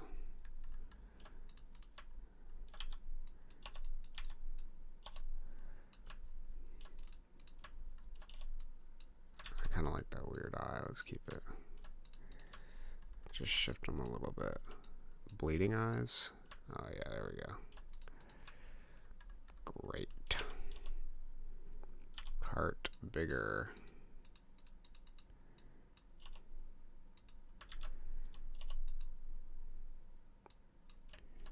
Beating bigger heart.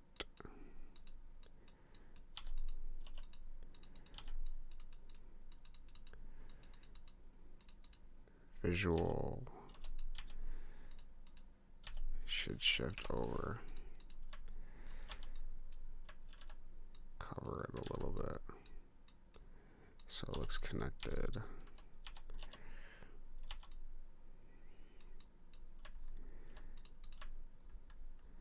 Disgusting tendrils flying out of them. Alright, obscures the head. Let's keep those. And maybe we'll make the hand come down over here.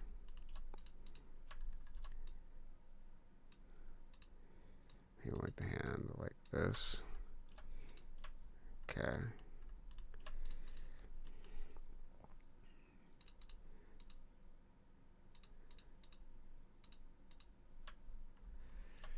Okay. And then form back to player is what we want to do. So let's try to grab the stand sprite of here. Whoop. Okay, and this is what we're getting back to.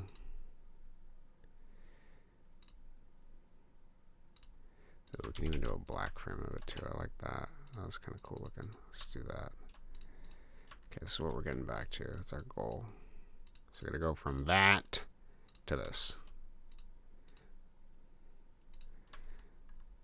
So let's go add a frame in between here. And let's look at what we're working with here. So we got this. Oh, I can't grab that. Okay. This is what we're trying to get back to. So we're going to do probably something like here. Let's start with the head.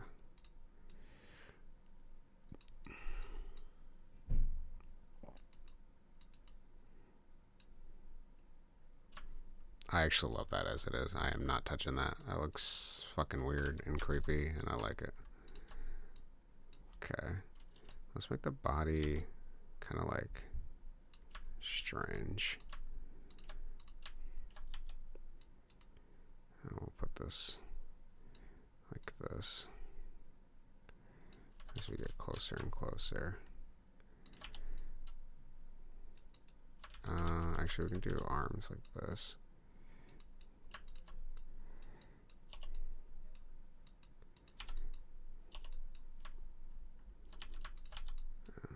Okay.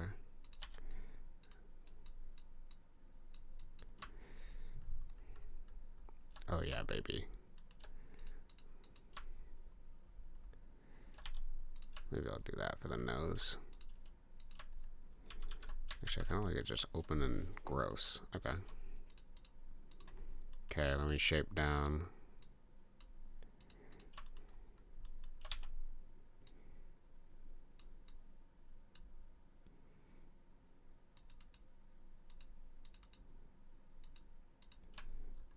Okay. Do we do an eye, maybe? I don't like the eye, actually. Let's get rid of that. Let's do weird face. Okay. We can do hands over here. And then feet sort of adhering to normal position as the body sort of takes the right shape.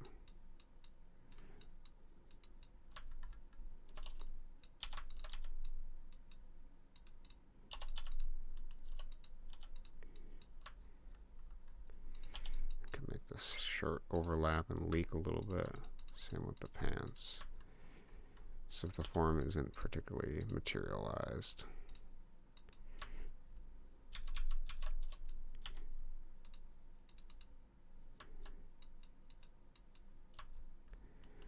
Okay.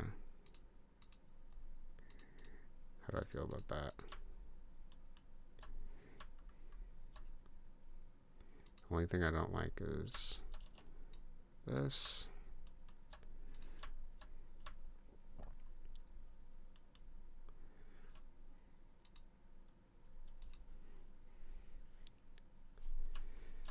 Okay, maybe this.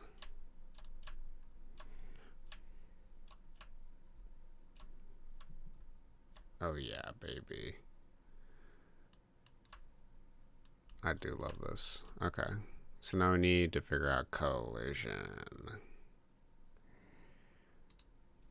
Okay. Great question. What the hell are we doing for collision? Okay, so is there an easy way to do this? I don't think there is.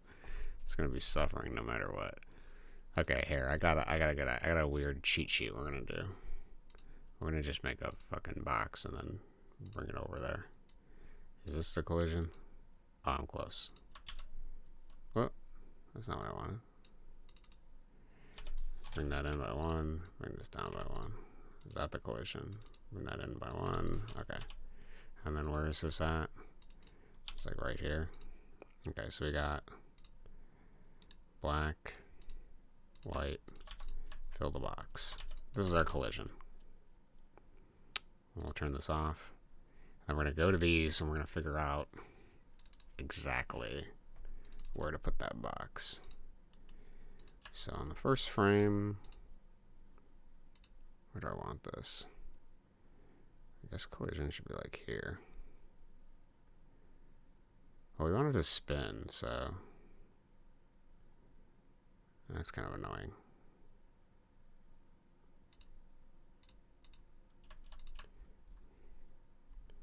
That's close enough. Okay, so then, oh, I actually have it in the right spot. Okay, we just need to make sure the box is manual. Where is my box? There it is. The box has to be the same, otherwise this sprite isn't gonna work. Okay, and then we can just turn off that little cheat sheet, and we'll do that for this. Okay, now we need to make sure the ground is this bottom pixel here is basically all we're trying to maintain. So the ground just needs to be, so the center is going to be probably like here. What does that look like? Oh yeah, pretty good. Okay, so then let's get the box over here. Make sure the origin point is correct, which is why we have that. Okay. Turn off the top layer. Sweet. So, now we gotta program it.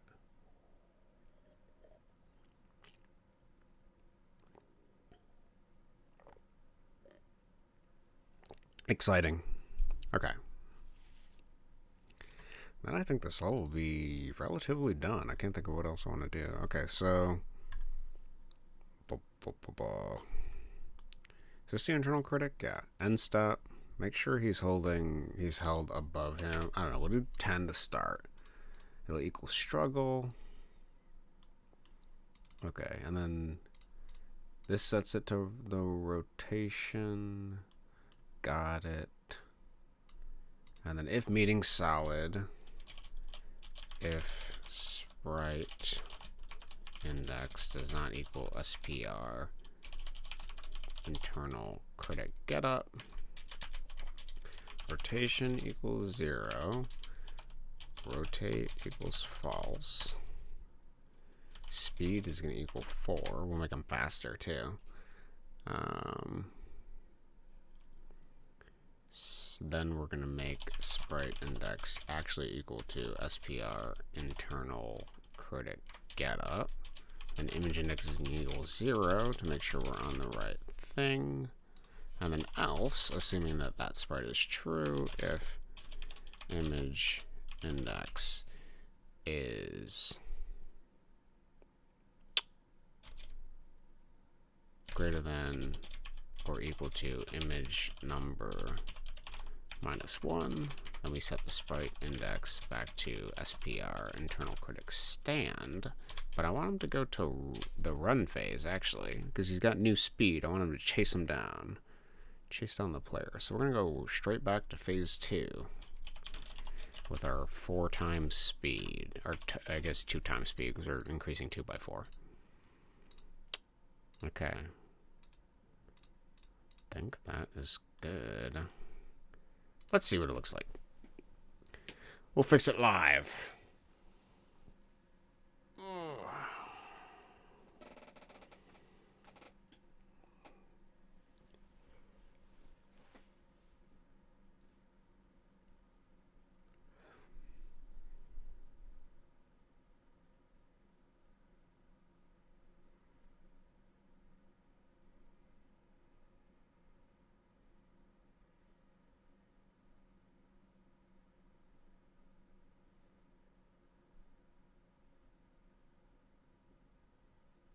Makes sense. Texture group needs to reorientate itself. I did make a bunch of sprites. Should probably manage my texture groups at some point, but that's a future Cody problem to deal with, so I'm not really sure how to min-max texture groups. I don't know if I should put like all big sprites in a texture group, all small ones, maybe just new levels. I make a new texture group so it's not reloading old texture groups that have tons of stuff on them. I'm not entirely sure. So I imagine the more sprites you have on a texture group page, the more it has to figure out how to place all those sprites on a page. So the bigger that gets, the longer it takes. I'm not sure. Okay, toss this. Let's see this guy here. Okay, he pushes me. Now I can pick him up. Okay, sweet, sweet, sweet. It works. But he doesn't. Oh, he does come with me. Okay, pretty good. Pretty good. We're gonna make a struggle thing happen, and then you throw him. Oh, he doesn't have throw for some reason. Okay, he's completely suspended in the air. Okay, where's my mole? Let's grab the mole. Mole needs to be finished before the update too, but he's got some code I need. So we got jiggle. This is the jiggle code. It makes it look like he's struggling. So how does this work? Basically, while he's being held, we got a random range. This one will probably make 4. We'll make it look real struggly. Maybe we'll do 3. Inject scale, random. Do we want random? No, we don't want that. No. Okay. Then withholder. We're sort of messing that. I don't want to just do this in here. What is the point of making these a variable when I can just make them a temporary variable? Okay. Nice, nice. Okay, so if not meeting, enemy solid.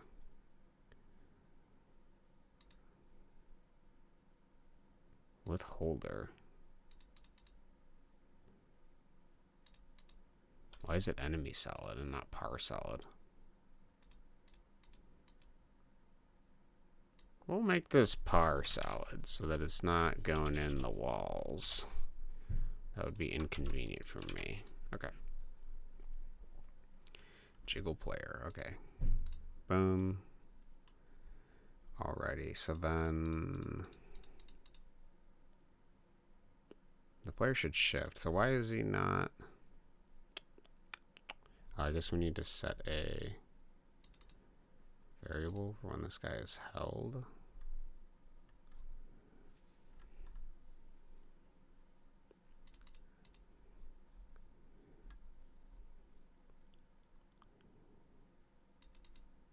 Maybe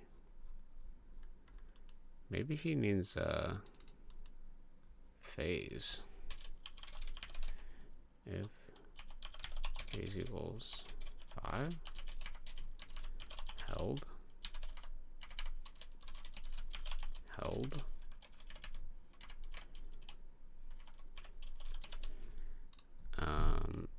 and then we'll just, if I'm held, interrupt my phase and set it to 5. Because that makes sense.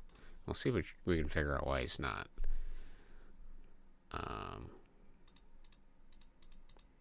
Being thrown properly. Couldn't tell you on that one, I'm gonna be honest. I got no idea. And then once we get him thrown, then essentially he can hit the ground, and then his get up animation will need to make sure that works properly, which I'm pretty sure I have it programmed. So once we get to that point, should be no big deal. But we will see what that looks like.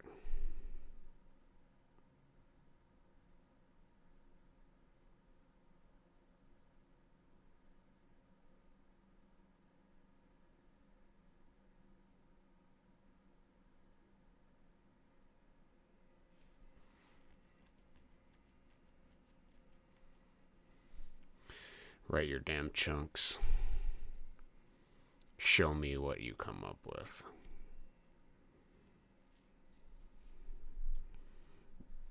I forgot we have a post-build step bat phase with Steam now.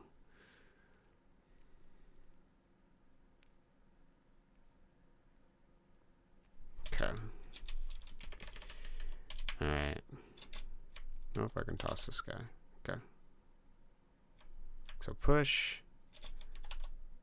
Oh. Internal critic.xx not set before reading it. Place. Oh, that's why. I don't even need that. I can just do XX. My dude.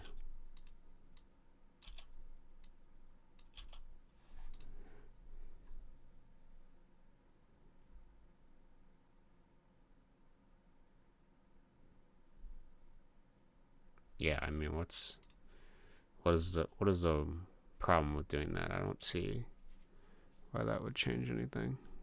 We're just setting these to random numbers anyways, and they're temporary, so I don't necessarily think that. I mean, we're not referencing the. Really, we're not doing anything.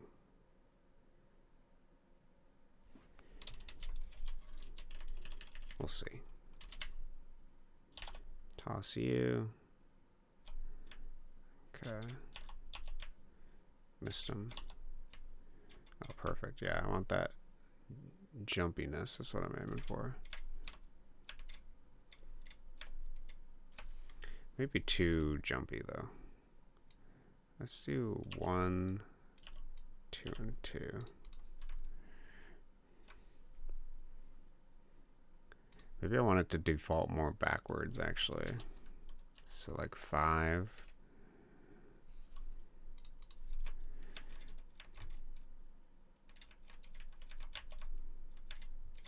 Oh, we're close.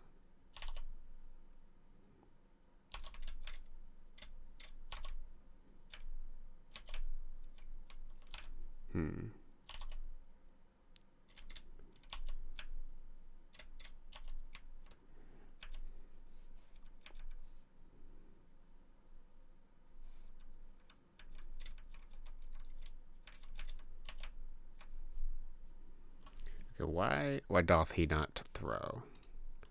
We must figure that out. So step event, if H throw does not equal 0 and V throw does not equal 0, holdable collision. Oh, my bad. Okay, I figured it out. Because I need other garbage code like this.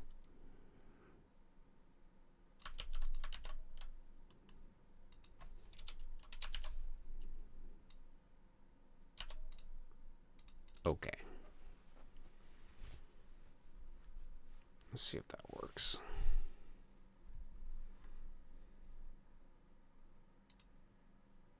Oh, wait a minute.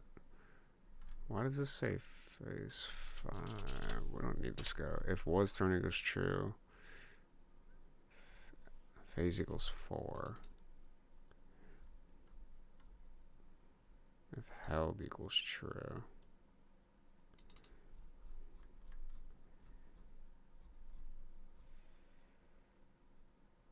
Phase equals 5 is what we want.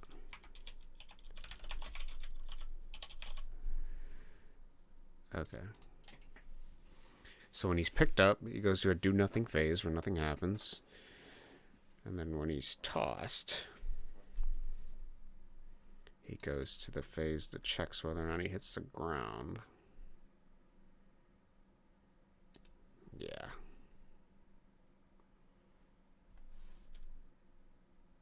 We'll see. Kind of just guessing. We'll see what this looks like. Toss that guy. Done. Can't pick him up the first time. Okay, well, we somehow got back there. It was a little confusing.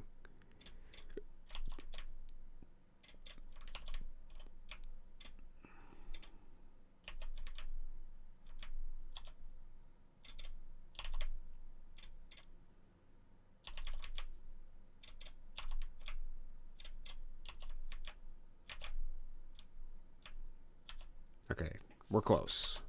So what I want to do is in the chase phase, we go to the push phase, and then we go back to the talk phase. So if speed does not equal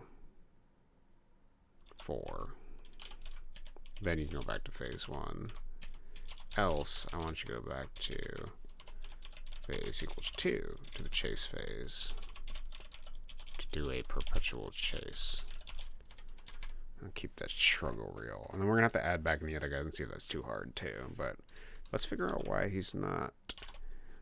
Gravity don't seem to affect him. Oh, gravity is affecting him. He's not being thrown for some reason. Why is that? We have H throw. Does this have an H throw 0? It does. Why does my H throw not work? I guess maybe that code isn't working. Theoretically, it should be running the holdable collision code. Oh, but and V throw equals 0. Maybe we'll just do that. I think that's the problem. If H throw does not equal 0, then you need to prioritize the holdable collision code. Otherwise, use doorbell gravity. Hello, Thomas. It's been a while. How are you? How's your day going? Look at Discord, okay. You got it, buddy. Oh, that's not Discord.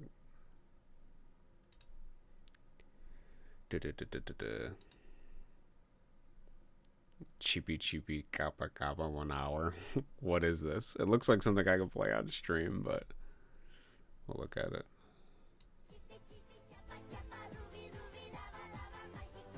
Is it just an hour of this? That's glorious. They really looped that pretty good, honestly. It's only got 2.8k views. How did you find this, bro? Thinking about buying Lethal Company. Okay. Okay. I don't know how we got there from this, but okay. All right. Good, good. Yeah, Lethal Company's fun. I do have it. I haven't played it in a while. My cousin told me about a new game that came out. I can't remember what it's called. Yeah, great delay. Great delay. That was good. Best song. Okay. I'll keep that in mind. I'll look at it in my own free time. Maybe listen to the whole hour if I'm feeling it. Okay, something is happening here.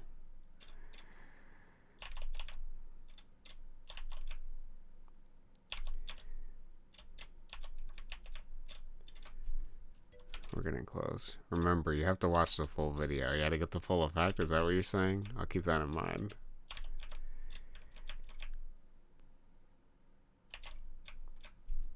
Okay, why doesn't it not work? We do have gravity, don't we? Gravity equals 0.8. I guess we'll check if this is working. Is your update ready to be played? Almost. We're close. We're very close. I mean, I'm playing it right now, but we're pretty close. All I'm basically gonna do is my keyboard ready to play this game. Probably not. You might want to invest in a backup keyboard. To be honest, I don't think any of the levels are too frustrating. The only one you might struggle on, I don't know. I don't think you're gonna have too much problem with it. Did you beat the hard mode dragon? I don't remember. Can I actually see what your achievements are? No. What did you beat? How far are you? Did you beat the time wizard stuff? You have content to beat, it sounds like.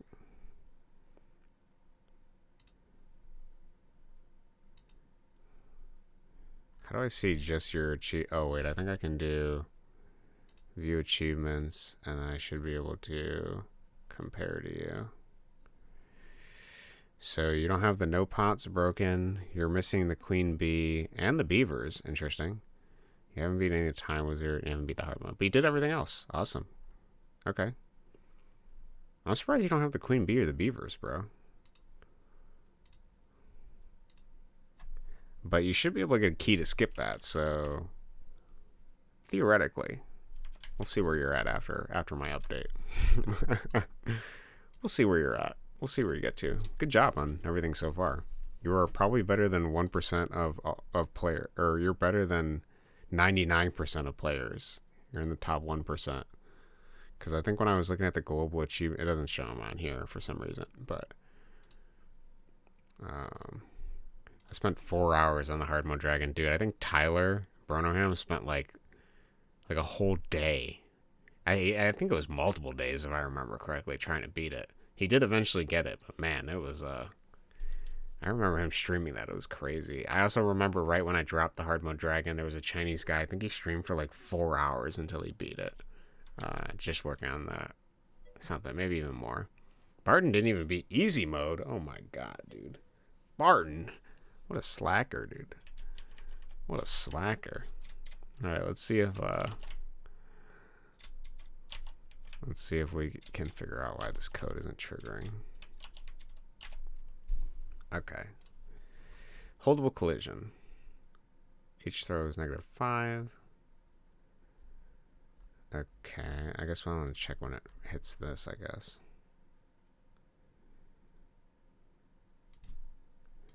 Okay, we're still here. 4.9.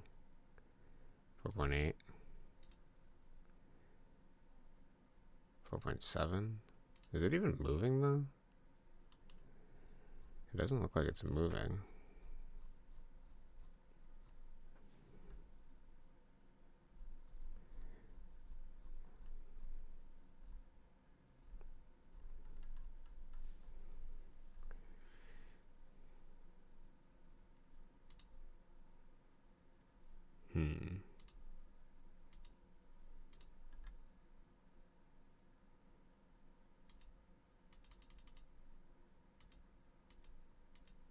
Wait a second.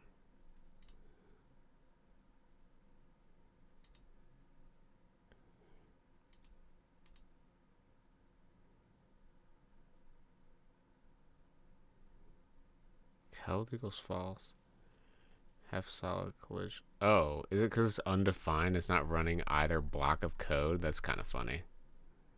That's actually really funny. Okay, I figured it out. It's because I don't have false here. That's literally it. It's because it needs to be defined in order to actually run it. So rather than giving me an error because that isn't defined, it was just like, oh, skip both blocks of code. I don't need to be here at all. The dev doesn't even know what he wants to do. So we'll just skip it. Did not realize that was mandatory in my own script. I suppose I could make a clause. It's like if undefined it equals false, right? Should I do that? Cody, you're a goat. I am laughing already. I'm glad you're enjoying yourself. Nah, you're the goat. You're Thomas Goat, bro. What are you talking about? Alright, what am I doing? We gotta do if is undefined half solid collision. Then we're gonna do half solid collision equals false. Yeah. Okay. That should work. Also, Thomas, I did put the emotes in the follower only slot. I don't know if I told you, so you can use the emotes. I'm looking at your stream instead of studying. That sounds about right. Oh, and then I got a message back from Steam Trading Cards. I got to fix my trading cards and make them look cooler, I guess. I got 2 more things to fix, and then we'll send that off to the press again. Speaking of you wanting the trading cards. Assuming I don't get another message back. It'll be good. Yeah, I know, dude. It kind of sucked. Dude, look at this. Actually, I'll show it to you. I was raging about it on stream. Okay, so first message request I got was on the 9th, and I sent him off again. But so the problem is the badges should be more item-like and should have a transparent background. Alternatively, if you want to use the full space, you have to treat it like a frame, whatever. Foil badge needs to be significantly more difficult to earn, or it's more difficult than the 1 to 5 badges, so it should reflect that. We suggest a foil badge be its own unique item like an image that isn't part of the 1 to 5. Yeah, it's more grindable. It takes more time, so it needs to glow or shine. Got it. Trading cards need to be appropriate, whatever. I had to do a bunch of stuff. I had to transition to black on the sides of the images, which I don't really like, but I did it. Whatever. So I fixed all this crap. And then I get a message back, and it says the foil badge still needs to look more appealing. And I was like, oh, God. So here's what I did. I went from, let's see if I have it. Art. Yeah, okay. So they wanted the badge just thicker, so I had an inset border, but they were like, no, it's not good enough. They're like, you can't have an inset border. It needs to be bigger. So I made the other border's bigger, so it looks more clear, right? And then I made so I went from the time, this is the foil badge, I made it to this hexagon shape that you can see here. And then they were like, oh, that's not good enough. So I'm thinking of adding this on the side here, and then maybe some other, I was working on some of that stuff to make it, I don't know, pop out more, look more crazy than the rest of them, basically. So I got to do that. And then what else do they want to do? Yeah, remove the text from the Biz City thing. So I had to go in and remove all the text since they don't allow text in here. So you see this, all this text, I had to drop it all out. So now it looks kind of weird, but yeah, here's what no text look like. So I just removed all the text. And so I got to do that. Kind of weird, kind of annoying, but whatever. I mean, it's just another thing to do, I guess. So I thought that was, so thank you, Kevin. I'll figure it out. I guess he ended up making my foil badge look cooler, so I can't really blame him. But I'm working on it. Yeah, it's good. Gaben sucks. Gaben sucks. All right, let's see if the thing works here. So he pushes you the first time. Cool. You can pick them up now. Okay. good. I think it needs to be even goat emoji catch.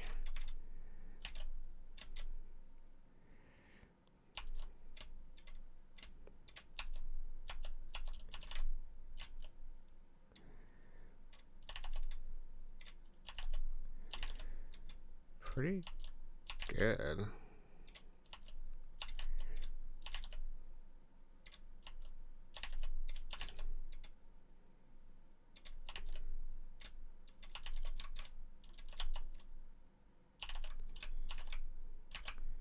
Get back over there.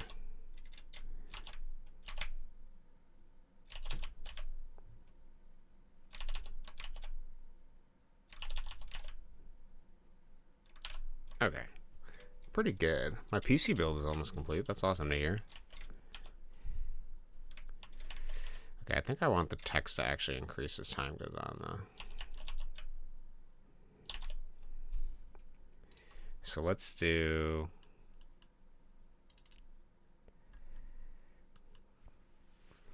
Let's make it random. I like random. Missing my headset. That's cool, dude. I'm excited to hear it. Well, once you get the headset, then you'll fully be able to take advantage of Lethal Company. Hyper xCloud 2s. That's what Jeru's suggesting. Get some Hyper xCloud 2s. Most goated headset. Awesome. I should probably look into that as well, because I do want to get a headset at some point. HyperCloud 3. Dude, you guys already know, apparently, the HyperCloud. Most goated headset, I guess. No. Cloud 2s. What is the difference between Cloud 2 and Cloud 3?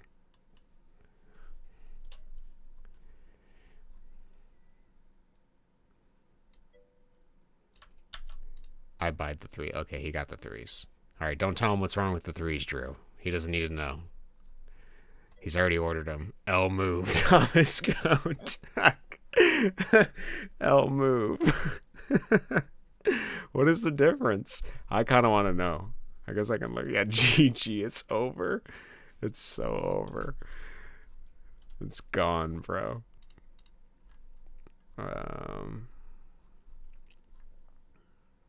So wait, if to chase and then move dialogue. They're a completely different fit and sound. Okay, well, hope they're good. Hopefully for Thomas's sake, they're good. I'll look into the Cloud 2s. Are they expensive? They're legit the most comfortable headset that's ever graced my head. I'm not going to buy a used headset just to have the 2s. I've owned a lot. Yeah, you have had a lot of headsets. You spent a lot of time talking to me about headsets. I remember. Critic equals no one. Oh, actually, we'll do if instance exists created with created. We're going to destroy it. Are still in production. That's how good they are. Destroy that. And then we're going to create. In my country, they're not. Okay, interesting. They're forcing them to go up. Only the Americans decide the market. That's how it works. Moon 2, no. And then we're going to do random. Oh, we're going to do 15. I'll do a random thing each time. I like that. I like the sound of that. Let's see this emote. Yeah, dude, that emote is so good. This is fucking prime. I got the 3s for $68. Dude, that's interesting. Okay. Not bad. How much are the 2s? I guess I'll look them up later. No. HyperX Cloud 2s.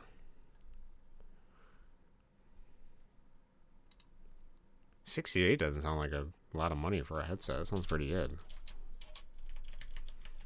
Honestly, I'm thinking of investing in a chair. That's probably going to be my first thing. Sitting my ass on this thing all day is killing me. They're around that price. I think I've been out for a real long time. Interesting.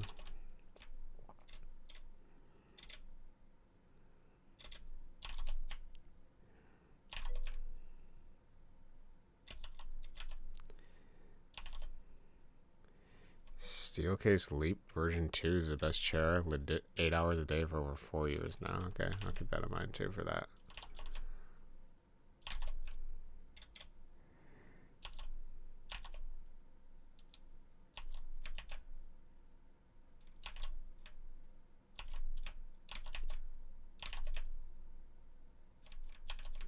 Okay, so the only thing we don't have is like a rotate.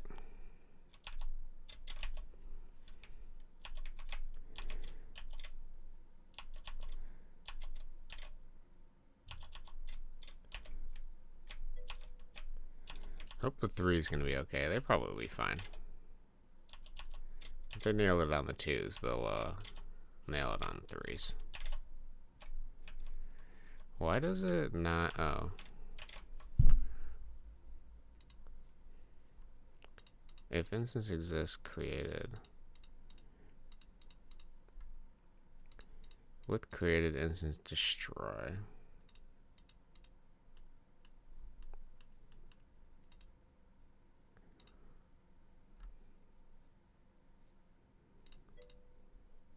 When I heard they were similar with a better mic. Interesting. Have a weird head shape. Yeah. Okay. Makes sense. So you did try the 3s. Interesting. Well, we're genetically similar, so I'm going to have to weird head shape it up and do the 2s.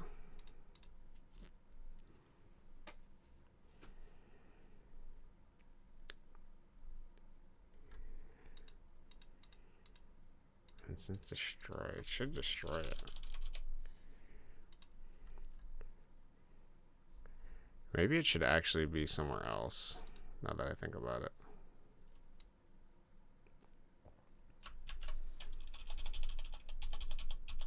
Maybe it should be when it's getting up off the ground, yeah. Like here.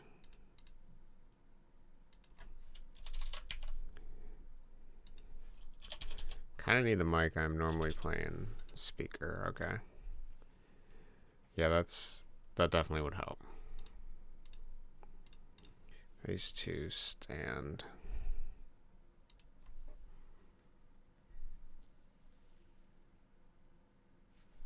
Maybe I'll do it.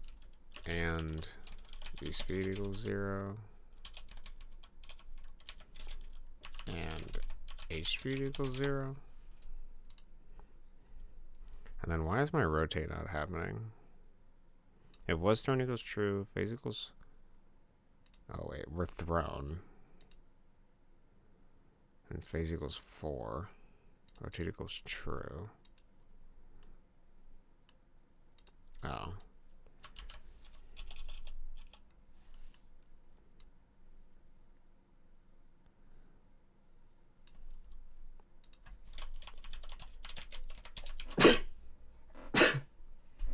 Bless me. If rotate equals true. Okay. I think that's good.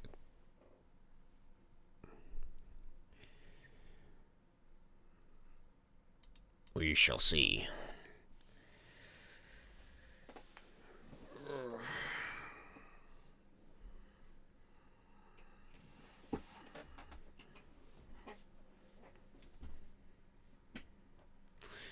We just hit our 4 hours 5 minutes ago. I want this level to be slightly more complete. I'm pretty close. And then I will, then we'll call it. And go back to, I gotta go eat. And we'll do that. Okay,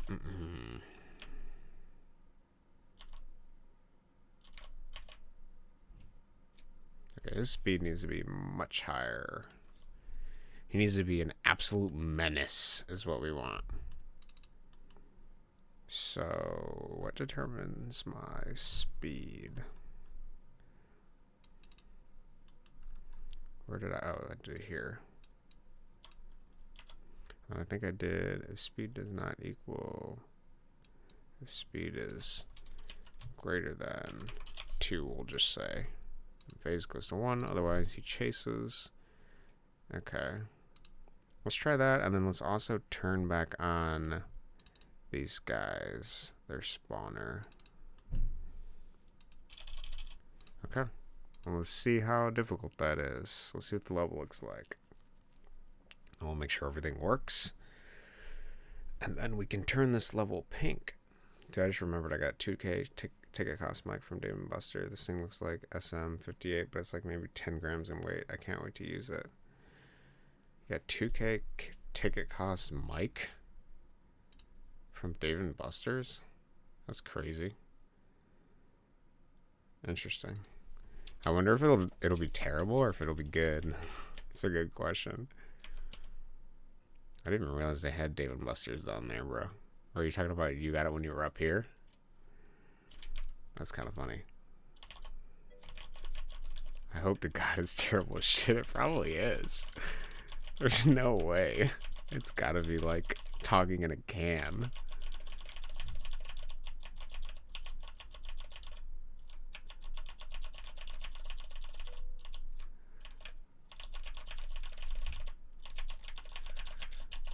Oh, this level just became so difficult.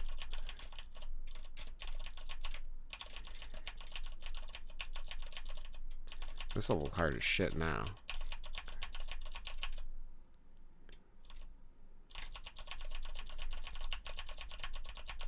Look at him just fucking shove you in the corner like a goddamn bully.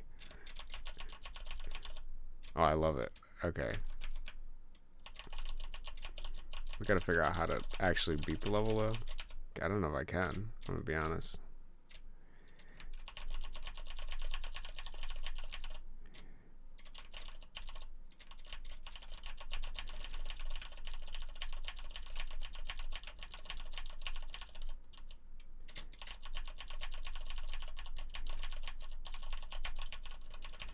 You might need a macro to beat this level, to be honest. Okay, wait. Oh, okay, we gotta throw him back somehow? Is this even possible? I don't know if this is. This might be too difficult. Let's do...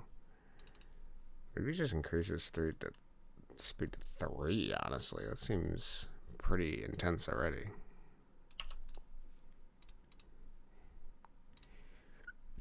Like one of those ear rape mics. Yeah, that's kind of what I was thinking.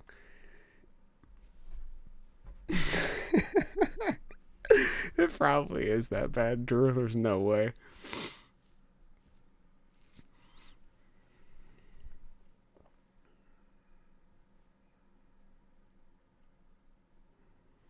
Okay, and assuming I can beat this level, I'm considering this complete. We might need some testing.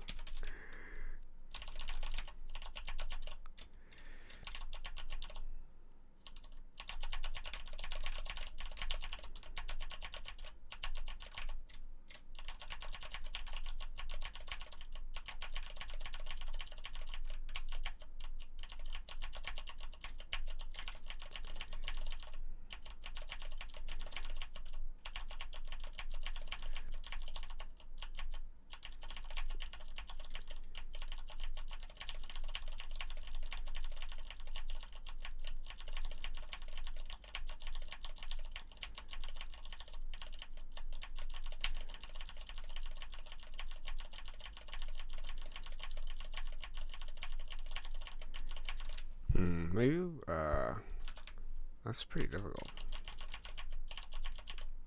How do I want to mend this?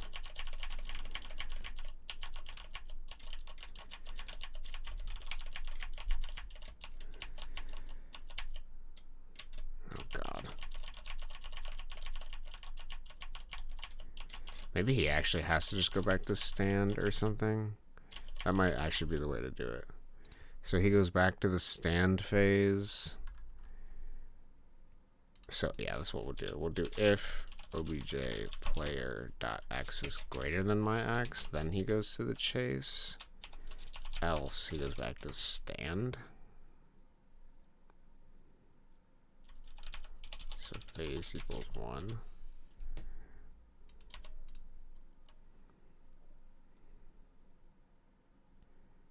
Yeah. And then if he's running...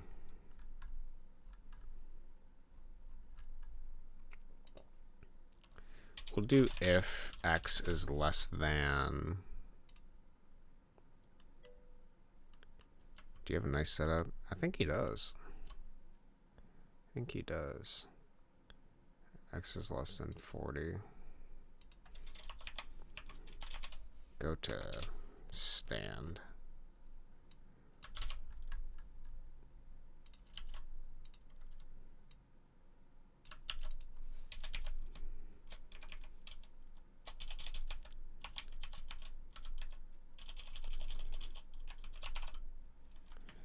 Critic stand.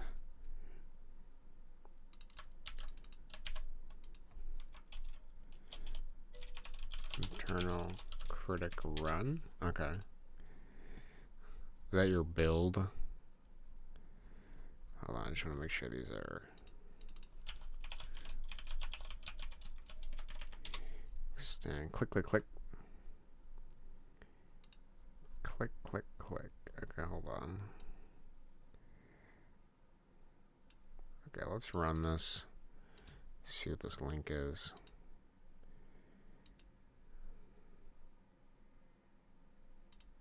Let me make sure it's not anything crazy before I show this on screen. What am I looking at?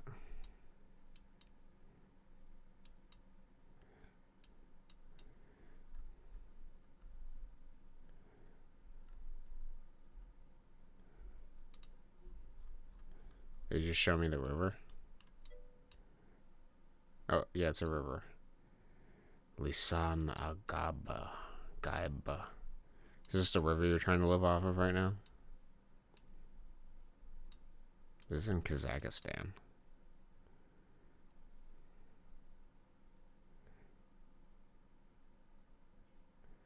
You gotta tell me why you sent me this link. Did you not see Dune? No, I have not. I have not seen Dune. I watched a little bit of it. I watched a tiny bit. Is that a Dune reference? Best viewers. There's always best viewers. Ban. Cody facepalm. Haven't read the books. Haven't seen it. I'm so uncultured, dude. I get it.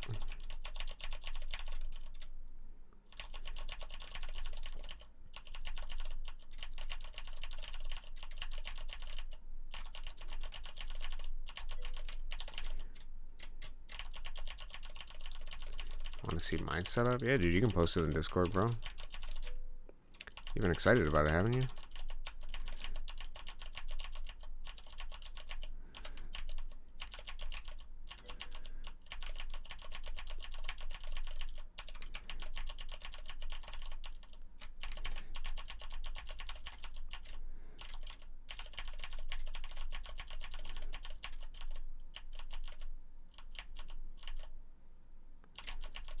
This guy's a fucking bully, bro.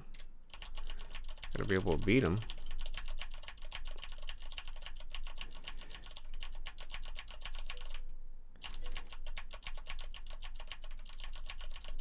Sent. Okay, I'll check it out in a second.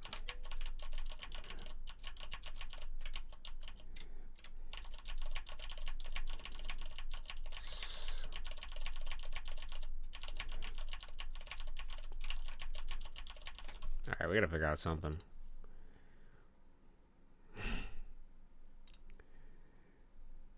Technology. Bro, look at that. What is your background, dude? Nice setup. Dude, you got all the lights and everything. Charge upgraded to murder and shooting a Mac Hike dealership manager? What is that? Charge upgraded to murder in the shooting of Mac Hike dealership manager. I'm assuming that's what this picture is or something. You trying to talk politics on my stream, Thomas? Is that why you showed me that? Okay, I'll read that later. I didn't even hear about that.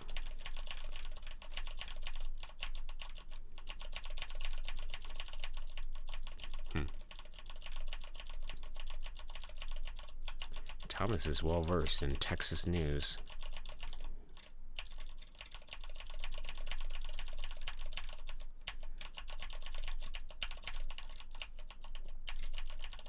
Alright, is this possible to beat? I feel like if I had a macro. Nature's first green is gold. Her hardest hue to hold. Her early leaves a flower, but only so an hour. Okay, I appreciate it. Thomas is bringing some culture to our stream today. He's got cultural impact, relevant news articles, talking about technology. Rate 1 to 10 of your setup. So I like it because my computer's facing the same way. I don't really like the LEDs. This is kind of cool though. That's kind of neat looking. We both kind of have a similar keyboard. I'm going to give it like a 7. I want to get a 7. Got the dual monitors. He's cooking over there. Thomas is cooking, bro.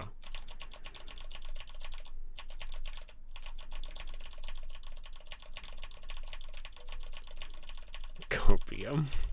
Copium? What does that mean? Thanks, bro. Okay, sweet.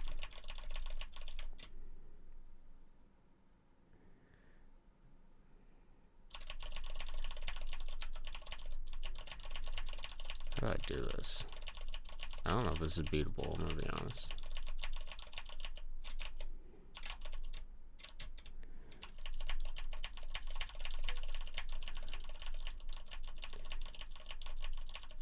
Tom's got poems in there? Is that what I'm seeing?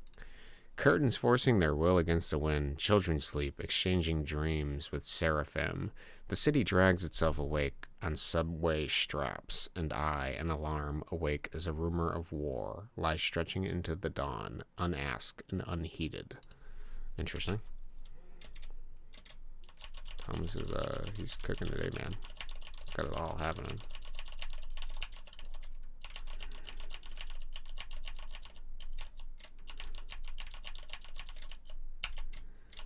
Oh, okay. I technically win here. I'm gonna be honest. I technically win. Oh, maybe when the critic falls off, it just turns off all the spawn. 1v1 Lethal Company. I do not know Lethal Company well enough to 1v1 you. Can you even 1v1 in Lethal Company? Well, I guess when you toss the critic off the thing. That's what we'll do. Clean up. If more loot equals win. Interesting. We can consider that soon. I got an update to work on, but sounds like a fun idea. If what we got to do here is we got to do if y is greater than room height, destroy. And then in the cleanup, we'll do with holder, destroy all of those. Actually, does this guy have a destroy thing? Destroy text back. I was trained by Mally to beat the King Cody Penn. The king? I ain't no king of anything. Death phase equals 6. Okay, we need this. Let's do spread index equals that. King of games, obviously. I see. That's my title.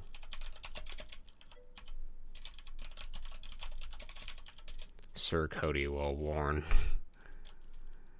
Well worn? What the hell does that mean? I'm being called old, I think. And then image speed equals 1. Okay, so there's that. And then it, well, I guess I should do if instance exists now, shouldn't I?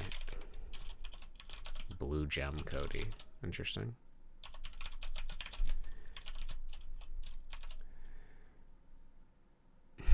Blue gem. You tell me I look like a rupee, dude? Huh? I look like a gemstone, sapphire or something. I had the sapphire Pokemon game when I was a kid. Commodore Cody.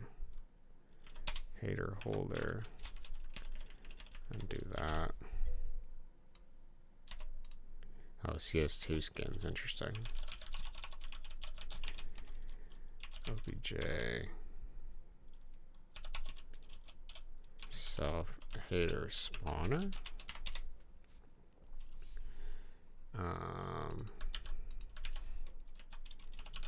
Equals 0 or -1. Yeah, I kind of figured. I figured that's what you were doing. Oh, haters. Resident sleeper. Is that you right now? It's probably later in the day for you, right? Okay, so if we throw him off the edge, then we have a chance.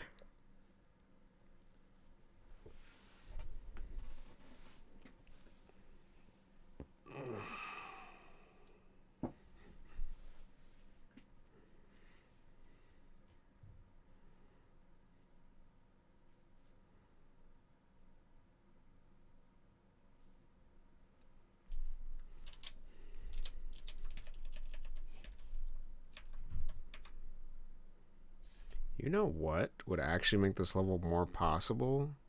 Is if I make the animation run a random number of times for the internal critic.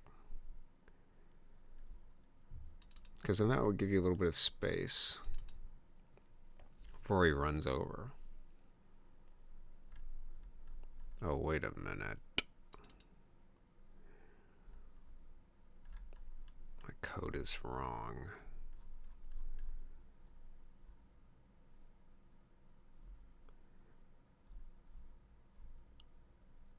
His speed is greater than or equal to 3. Dude, you're learning code. Create event for object Cody. Initial speed equals 4. Jumping is jumping equals fall. Jump speed equals 10. Gravity is -0.5. Vertical speed is 69. I like the vertical speed. That's good.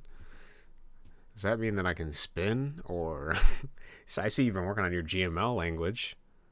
Oh man, we got a step event. Is this from something you're making? It's hilarious.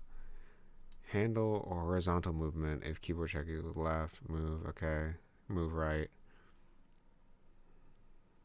Okay, make Cody jump. If it is jumping, apply gravity.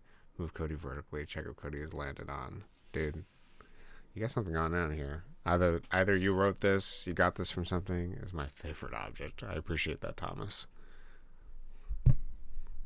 You flatter me. Favorite object.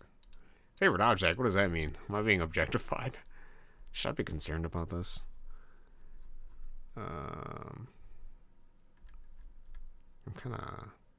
What am I doing? I'm going to... Oh, yeah. I'm going to make this random times. Internal critic get up. Yeah.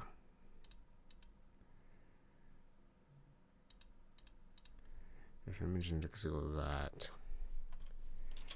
If get up struggle is greater than 0, get up struggle minus else actually do that, and then we're gonna make the get up struggle happen.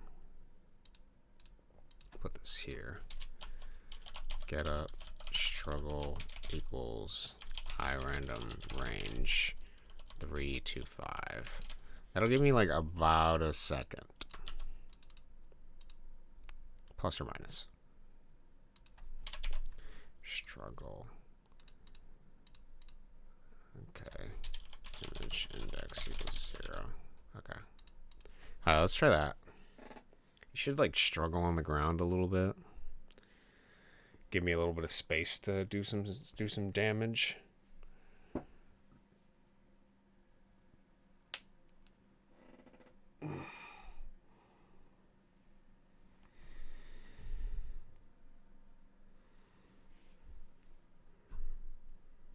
I believe.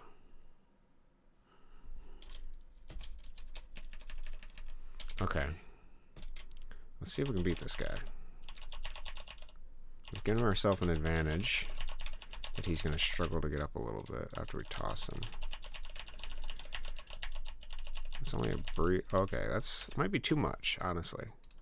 Maybe even like 1 to 3.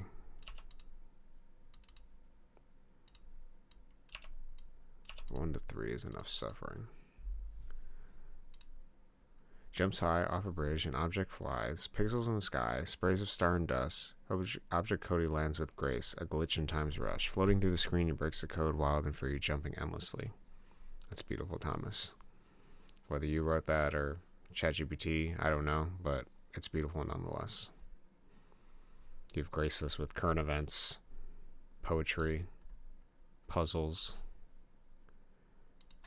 references to cultural media, my mom. Wow, your mom is a poet. Amazing. Hello to Thomas's mom. Okay, let's go over here. Okay, now, okay, I'm actually confident that we can beat him with a speed of 4 now. I want him to have a speed of 4. I might even do 5. Since he's going to struggle for like a couple frames, I think we got it. That actually makes the level so much more manageable.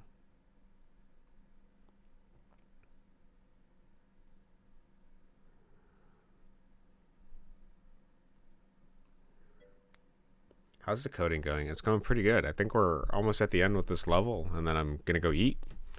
How about you? How's your coding going? You said you were slumping back into coding. How's it going for you? I think this is pretty nice. So we got this here. Everything basically worked. We're just testing it to make sure we can beat the level. This guy comes over here, pushes you. Okay. Last one. Okay. Okay. He's gonna struggle to get up. We'll make some progress. He's trying to push me back. I can't really tell what's happening, but I'm moving forward. We made it. Sweet. Okay, so the only thing I want to do is that you can't pick him up when he's in this struggle phase. So, cannot be grabbed equals true. Oh, wait. Yeah, cannot be grabbed equals true. And then when he's done with that, cannot be grabbed. Not be grabbed. Cannot be grabbed. True. It cannot be grabbed. Okay.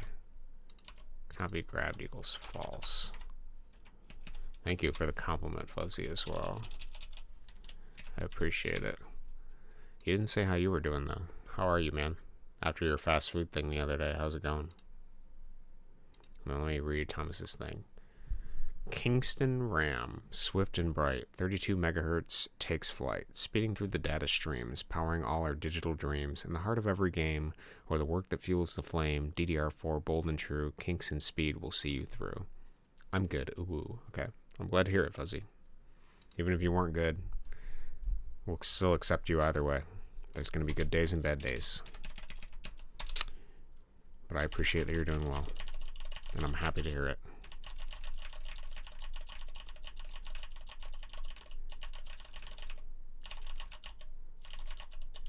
Okay, pushes back.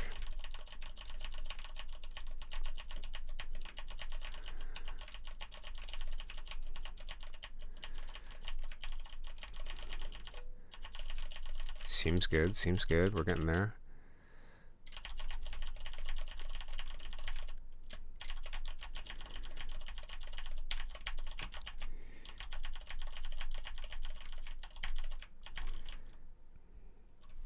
Beautiful.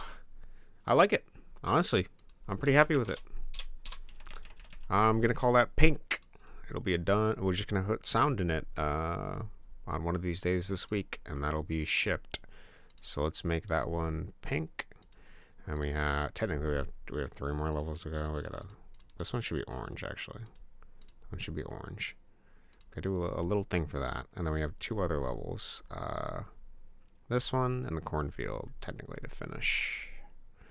And then we'll have 16 levels for the update, which is pretty good. Can I give you sound for this level? You can send me sound. And then if I like it, I have to have you sign a contract so I can legally use the sound in my game and sell it. Oh no, this is a Rickroll? What am I looking at here? I got Rickrolled the other day, dude. By Neum, Brazilian man. It's just the same thing again. You're funny, Thomas. I like that about you.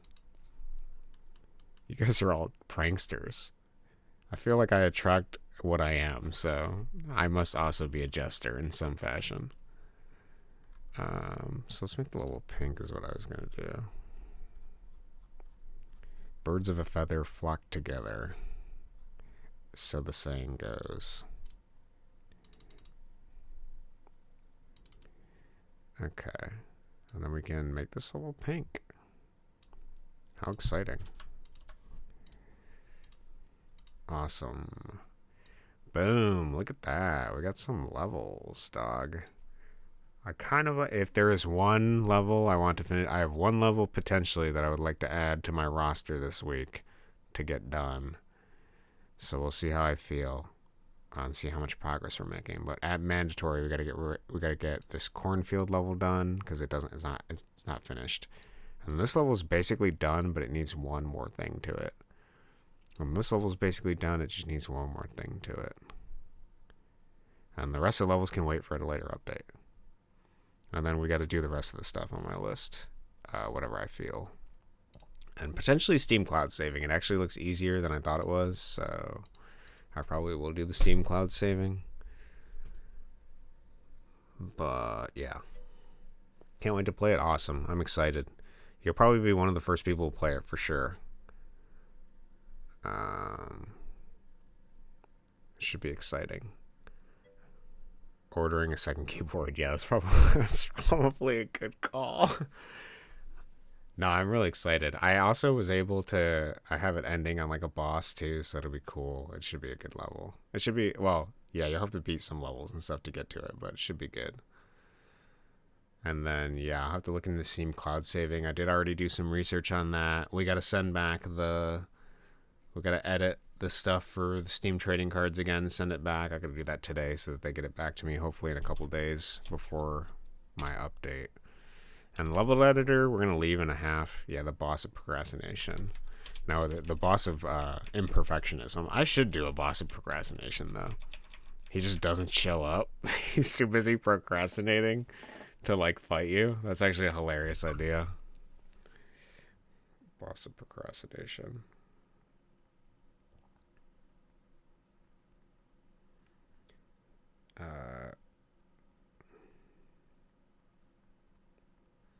He just never starts. All his moves are like half finished. That's kind of funny.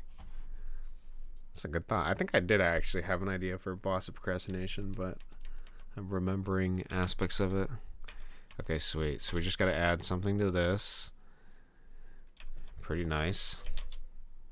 Only the sign and the level. That's actually funny.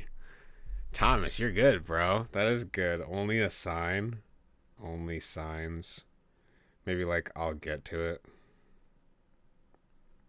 Oh, my God. That could actually be really funny, too. That's a good idea. And so we just got to do sound for the pink levels. And those are ready to go. And then we have to finish. This level needs to be actually completable. We just need some other things for under the grass over here. Because we got a few of them. I got to finish programming the mole. I think he's somewhere over here. Yeah, the mole needs to be programmed. So he actually does something. And then we gotta use the corn in some way. Okay.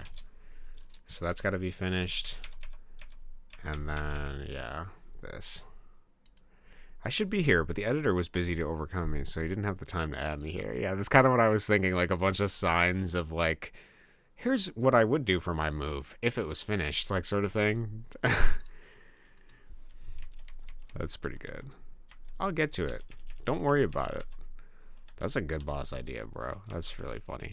Okay, but we're going to have these, I think this is 14 levels at the end, and then these 2 levels. level editor will be in a half-baked state. I might add a few things to it. I just want to show people I'm working on it. As long as they see what I have here, that's cool.